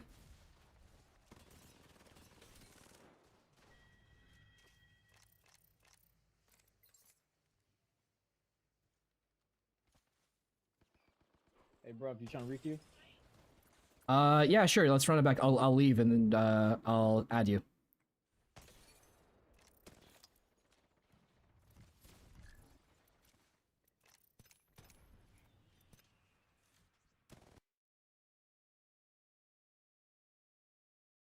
Yeah, dude, the wall of grace was in my path. It got locked me into the open right there.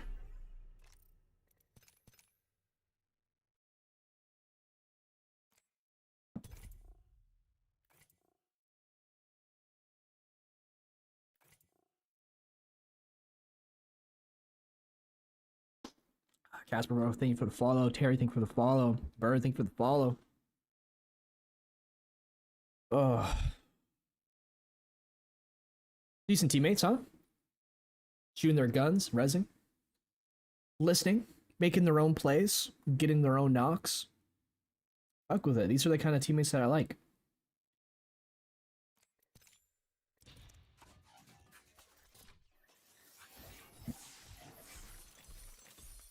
Oh shit, I'm not even recording, bro.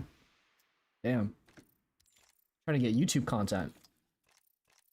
I'm not even recording. Alright, how close am I to finishing this battle pass? Oh, I'm finished. Nice. Nice, nice.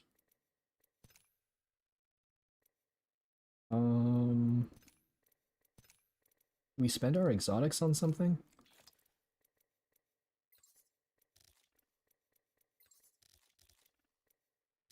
Where do you even find exotics? Here they are. I already have all the pay to win skins. Is there like heirloom exotics maybe? Oh, that's cool. I kind of wish I got this.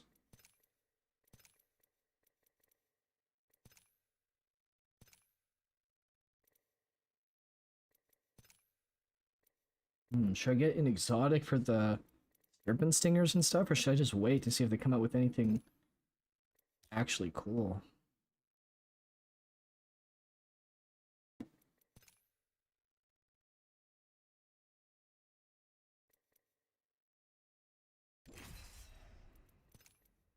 Huh.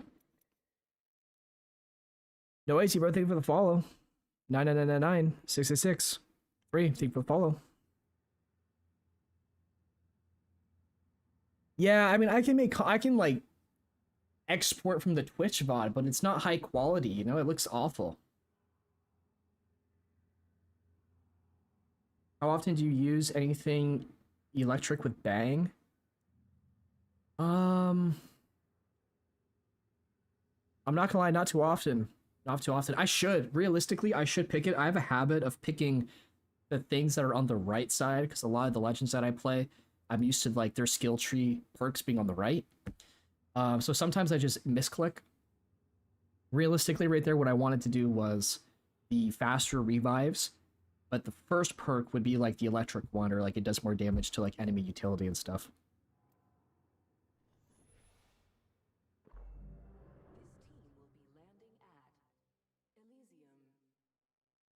On your own conditions made you a rank demon. That's what I'd love to hear, my man. Huge. What rank are you going for? Are you gonna hit masters before the split ends, or what?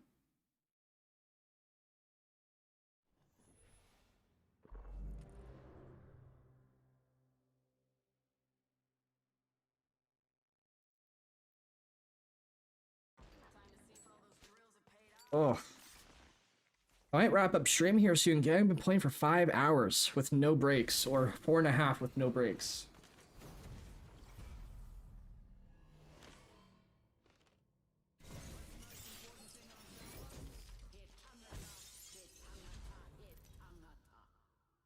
Oh.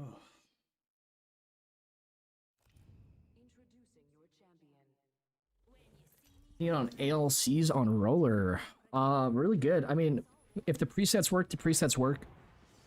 ALCs get a way to customize your settings to be more specific to what you're looking for. I don't think they're underrated. I don't think they're overrated. I think they're, you know, pretty decent.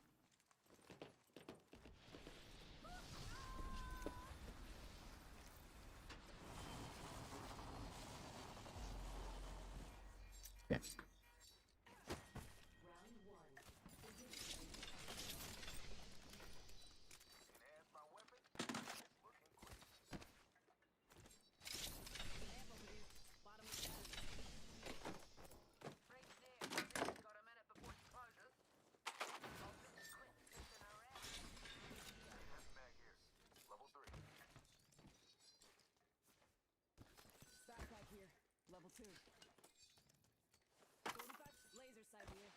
2.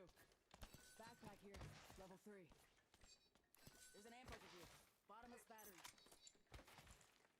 Barrel stabilizer here. Optics here. Close range. Always better than there and one close for 30. Big up, Pete. Have it here. Fisher, what would you do if you see a 3-stack running at you behind a Newcastle shield? I'd probably throw a grenade in front of the shield so that it would hold them back. And I would use them being slower as a chance to step back even more. Because the Newcastle shield is not a fast-moving ability. And it doesn't last forever. So if I can slow them down, it will drag out that tactical, and then I can use that as a way to basically let the tactical disappear, which I'll use to take a fight without them being behind a wall.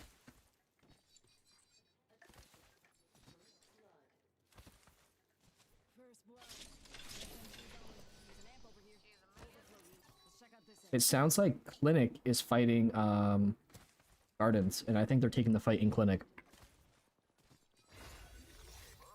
On my way. Leveled up. Better lock down an upgrade. Got an upgrade. Moving out. Are they on the backside rotating? Oh, they're running out this left side.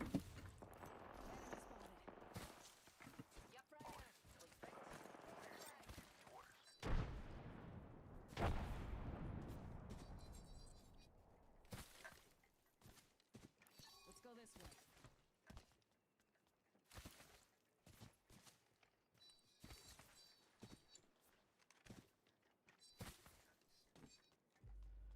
Not looking at us. I'm going to take this as a chance to step up.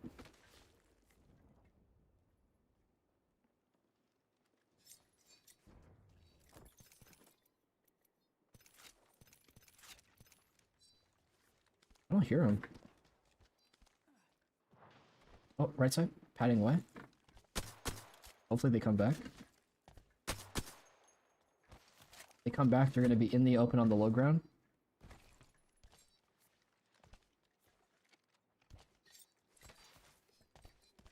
Oh, there's a Nexus alt right here. Oh, they're chasing, taking the fight down there. Okay, they're committed to this fight, they can't leave.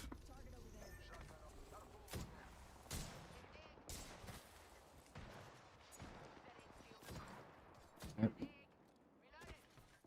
Stay on the height so I can look down on everyone.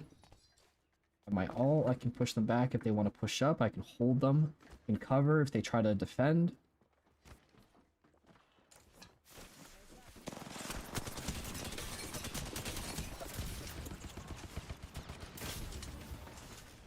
My ult's gonna cook my fried one. Broke 2.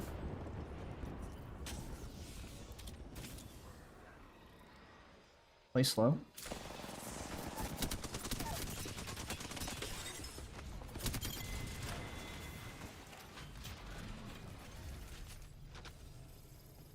Dropped you heal. Dropped you a shield.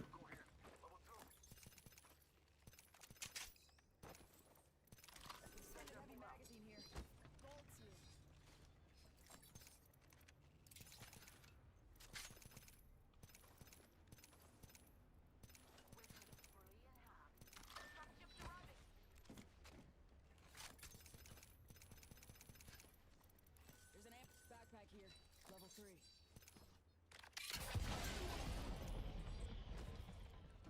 What's up, guys?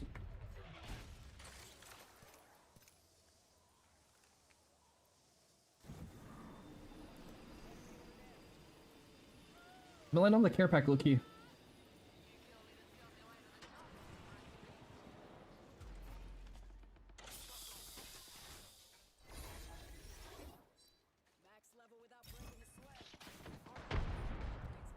He's gonna get knocked, isn't he?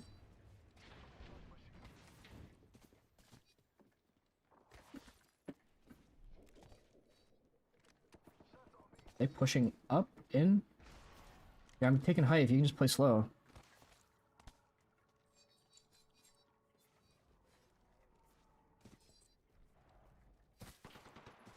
One height.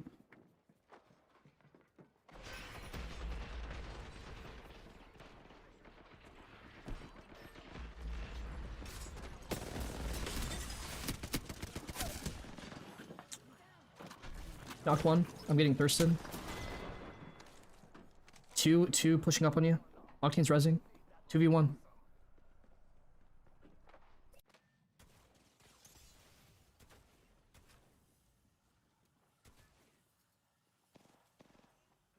He has no health. He can't take this fight. He's just gonna get swung and one tapped.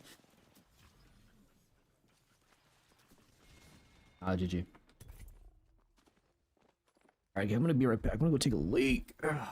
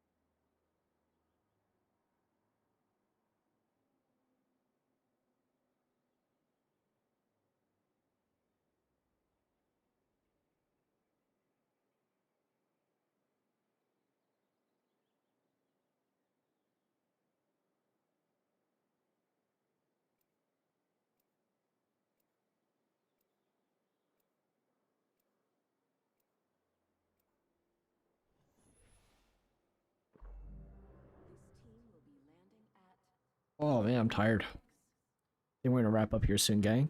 Wrap up at the 5-hour mark. A long 5-hour stream. You know, that's a good day. That's a good day for us.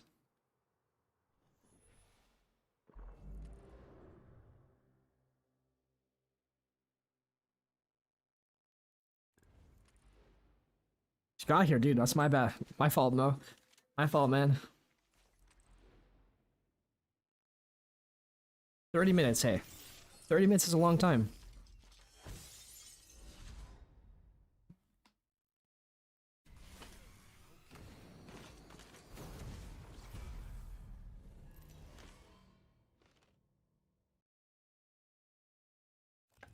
Introducing your champion.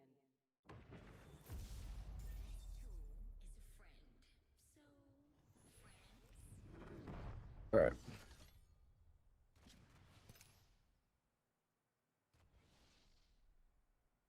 Oh.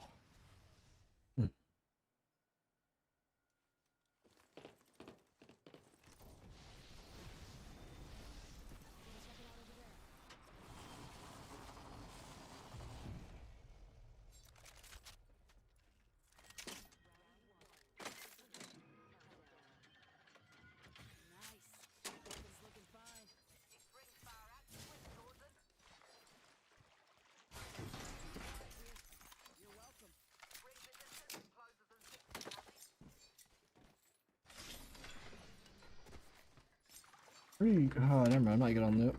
I was good on shields, but I'm pretty bad.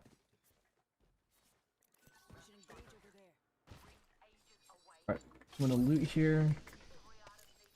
Look to see if I can take a fight with that team over there. Switch, bro. Thank you for the follow. Much love.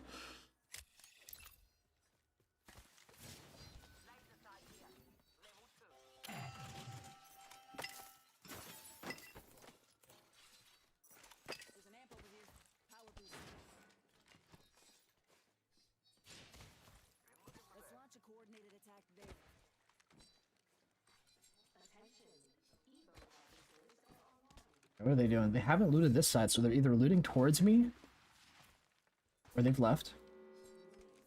Where are my teammates? Really far behind. Audio? Nope.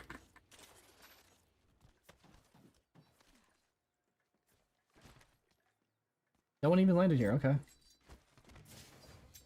I'm retarded.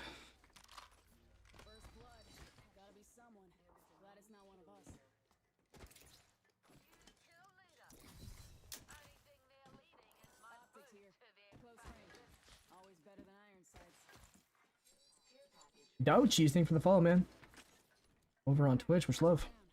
You still work out? I'm not gonna lie, dude. Haven't worked out in a while. I injured my back really bad. And even just like taking a shit was really hard. And then I kind of lost that rhythm. But I'm actually going to be going to the gym for the first time in a couple weeks. Right after the stream finishes. So I'm actually kind of anxious to wrap this stream up. I think I'm going to hit D1, which is like one more mediocre game, and then I'm going to wrap up, or I'm going to just wait until I hit the 5-hour mark on stream. But my second channel, the District Raw, I'm actually going to be taking that channel down, and I'm going to be converting it into a fitness channel here.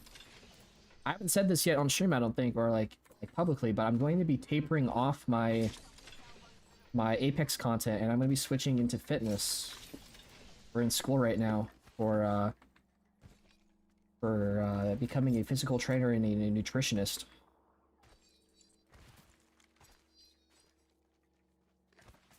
I'm feeling a lot better, yeah, which is why I'm going to be in the gym later today.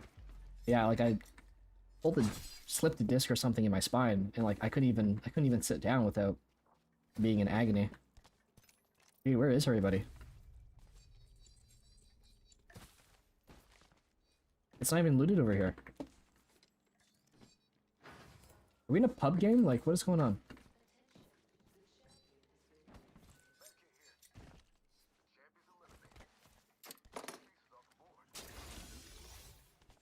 Got that promotion. Cheers, Amelia. Upgrade will be clutch. Upgrade secured.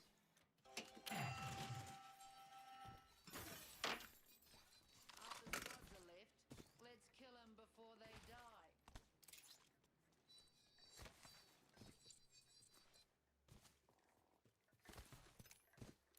Tangle spotted. Got my weapon in hands with some good old handiwork.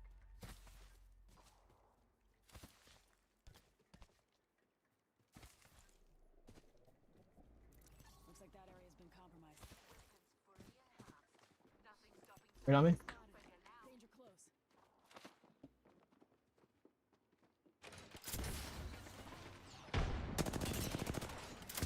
Smoke him so he can't see.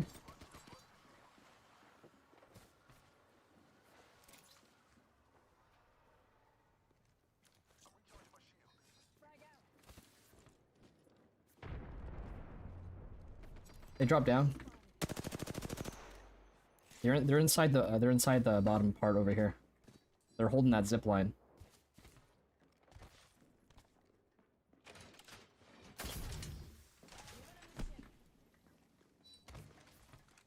Can't see shit.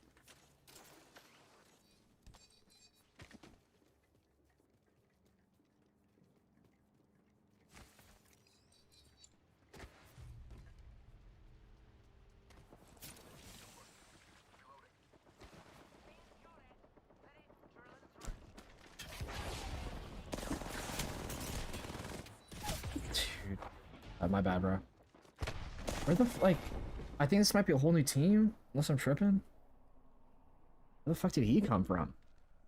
It's like he'd like dropped in on me or something. He was just there. Oh, what up, No Win? You killed us last game? GG, homie. Huge knock. They're gonna Nexus recall, bro. Nexus recall on a 2v1 is crazy.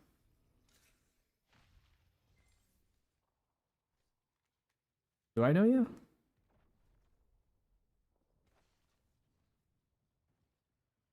The name is not familiar, man. My bad.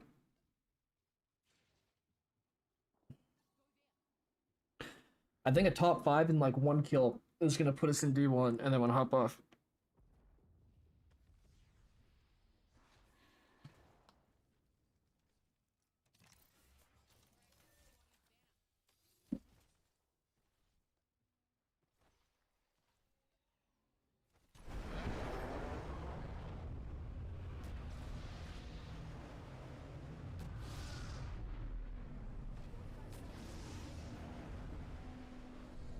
They just dropped off the height. They're running up on me right now.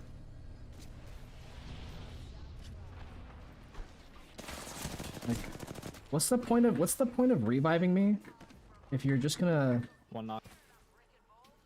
let him fuck me?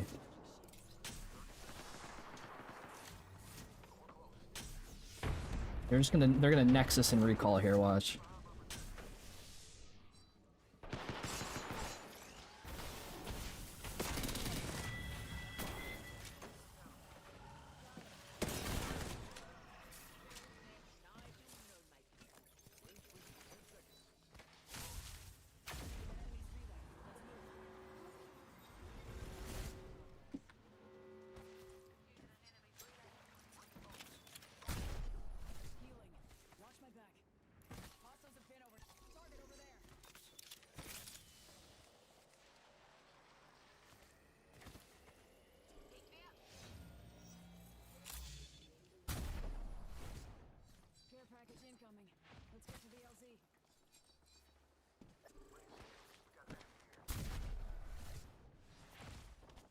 He just recalled again, bro. He just used his Nexus again.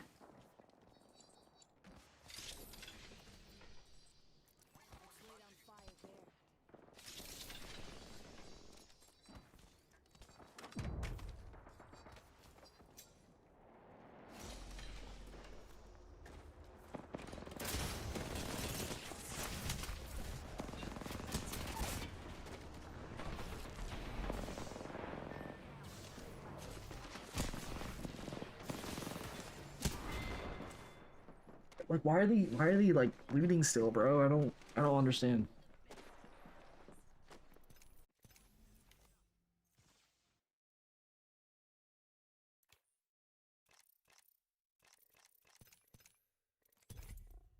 $71 RP. I'm one game off, bro.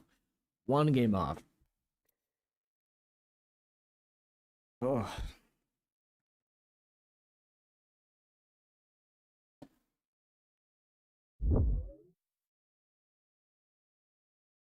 Live right now.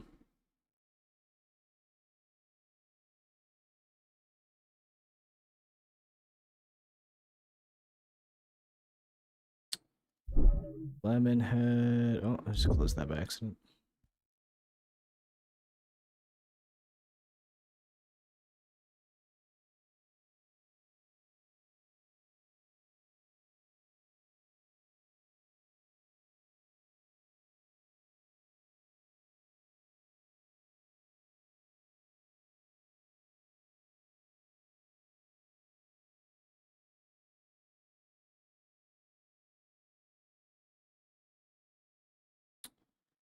Who are we gonna raid after this game?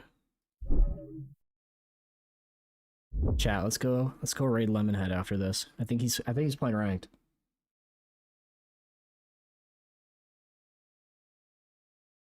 Trader dashboard.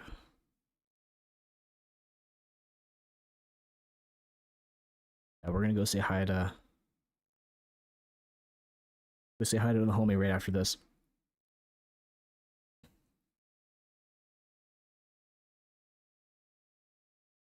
Alright.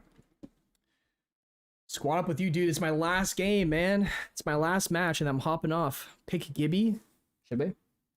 Last game for fun, pick Gibby.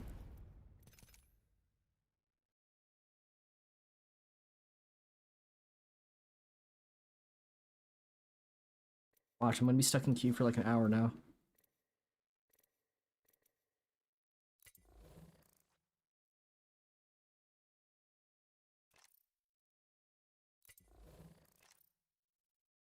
Oh, is Lemonhead playing with Pubert?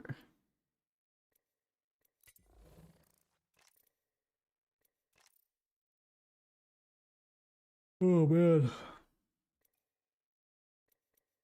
Now we're stuck in queue. This is typically how it goes. Trying to get your last game in, and Apex says, nope, no. They listen to your microphone. When you say you're gonna hop off, they make sure that you can't. Alright, if I don't get in the game in the next 30 seconds, then I'm gonna go play Fortnite. And I'm gonna go spend my money on Fortnite.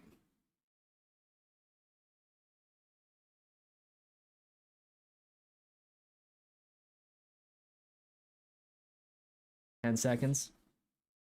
20 more.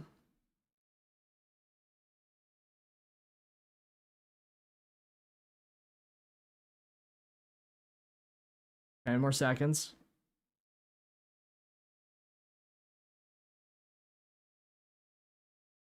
There it is, starting server. Never mind. Never mind. They want me to go play Fortnite.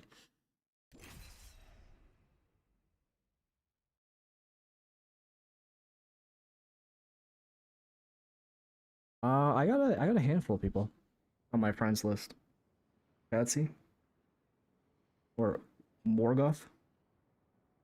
MK Ultra. I don't think that. I don't know. That name doesn't really ring a bell. Okay. These are any major tips for solo queue to master's journey? I'm D3 right now. Focus on making your own plays and communicating with your teammates what they are and how they can help you around the play that you intend to make. So if you're Gibby and you're gonna go, hey man, I'm gonna ult this team back, don't just throw your ult and then like go fight. Throw your ult and be like, hey man, my ult is gonna push them back. Let's use this to walk up. And now you're telling your team how you're planning on playing, and your team has a better understanding of, oh, he's not just throwing the ult to throw it, he's throwing it to like go and do something.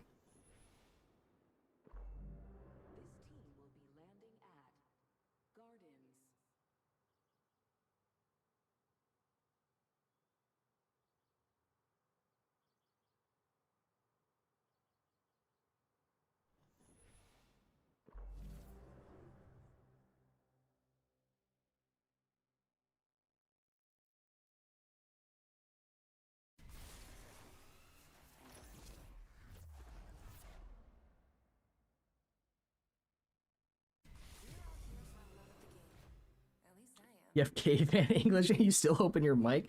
Dude, honestly, like, even the most basic comms are super clutch, man. Like, you don't have to be a fucking warlord on the mic, but at the very least, hey, I'm gonna do this. Cool, I know that my teammate's gonna go do this, I can help him, or I can avoid whatever it is that's about to happen. Oh, shit.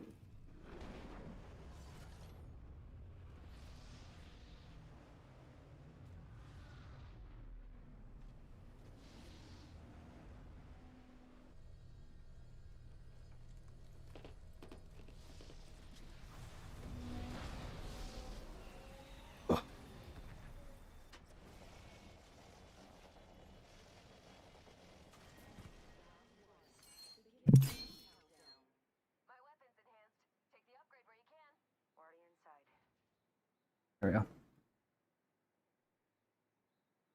go. I had like a banana. Well, I had like some weird thing stuck in my keyboard. It was holding down my enter key.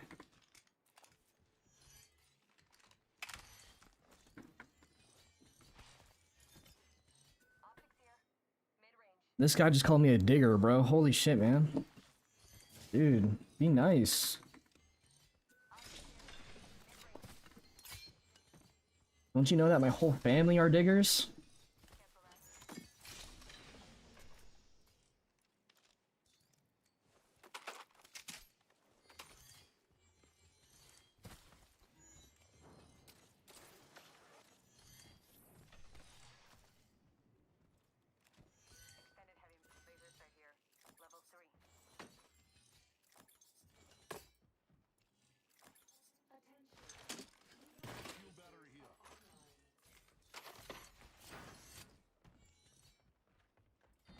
No 1080p on Twitch? Is 1080p not available on my stream? What does it mean to be a digger? Dude, I have no idea. I genuinely have no idea. Maybe you like to pick your nose?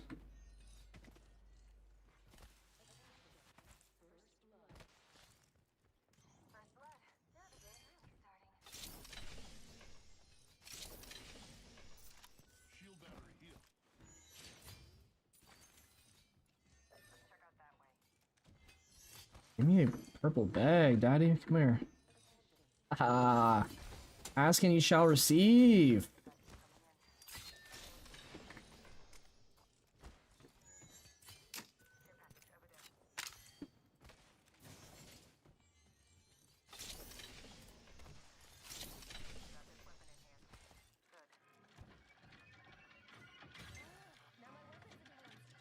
Only 720p max. Come over to YouTube. I have it on 1080p. I don't know why it's like that on Twitch.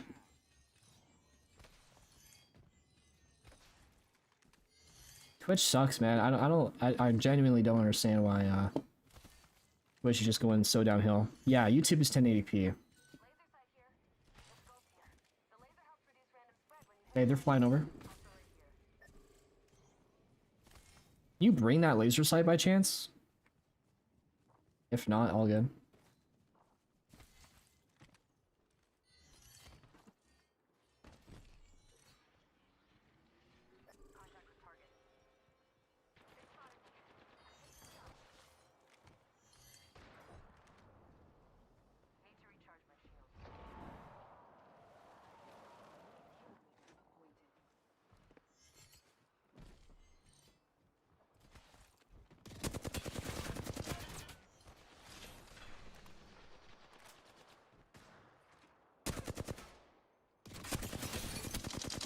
Okay, he cooked him. How is he already on blue?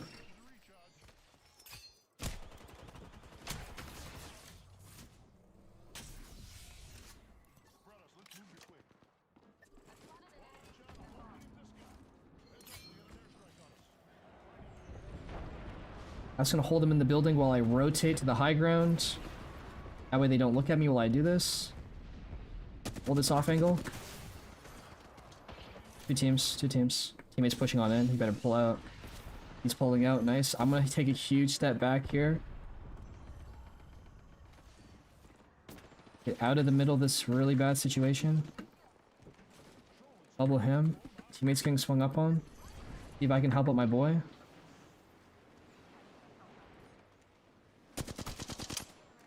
One underuse knocked. Oh, they're fighting each other.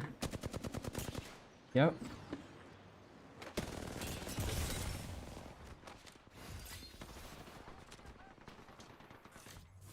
Yep.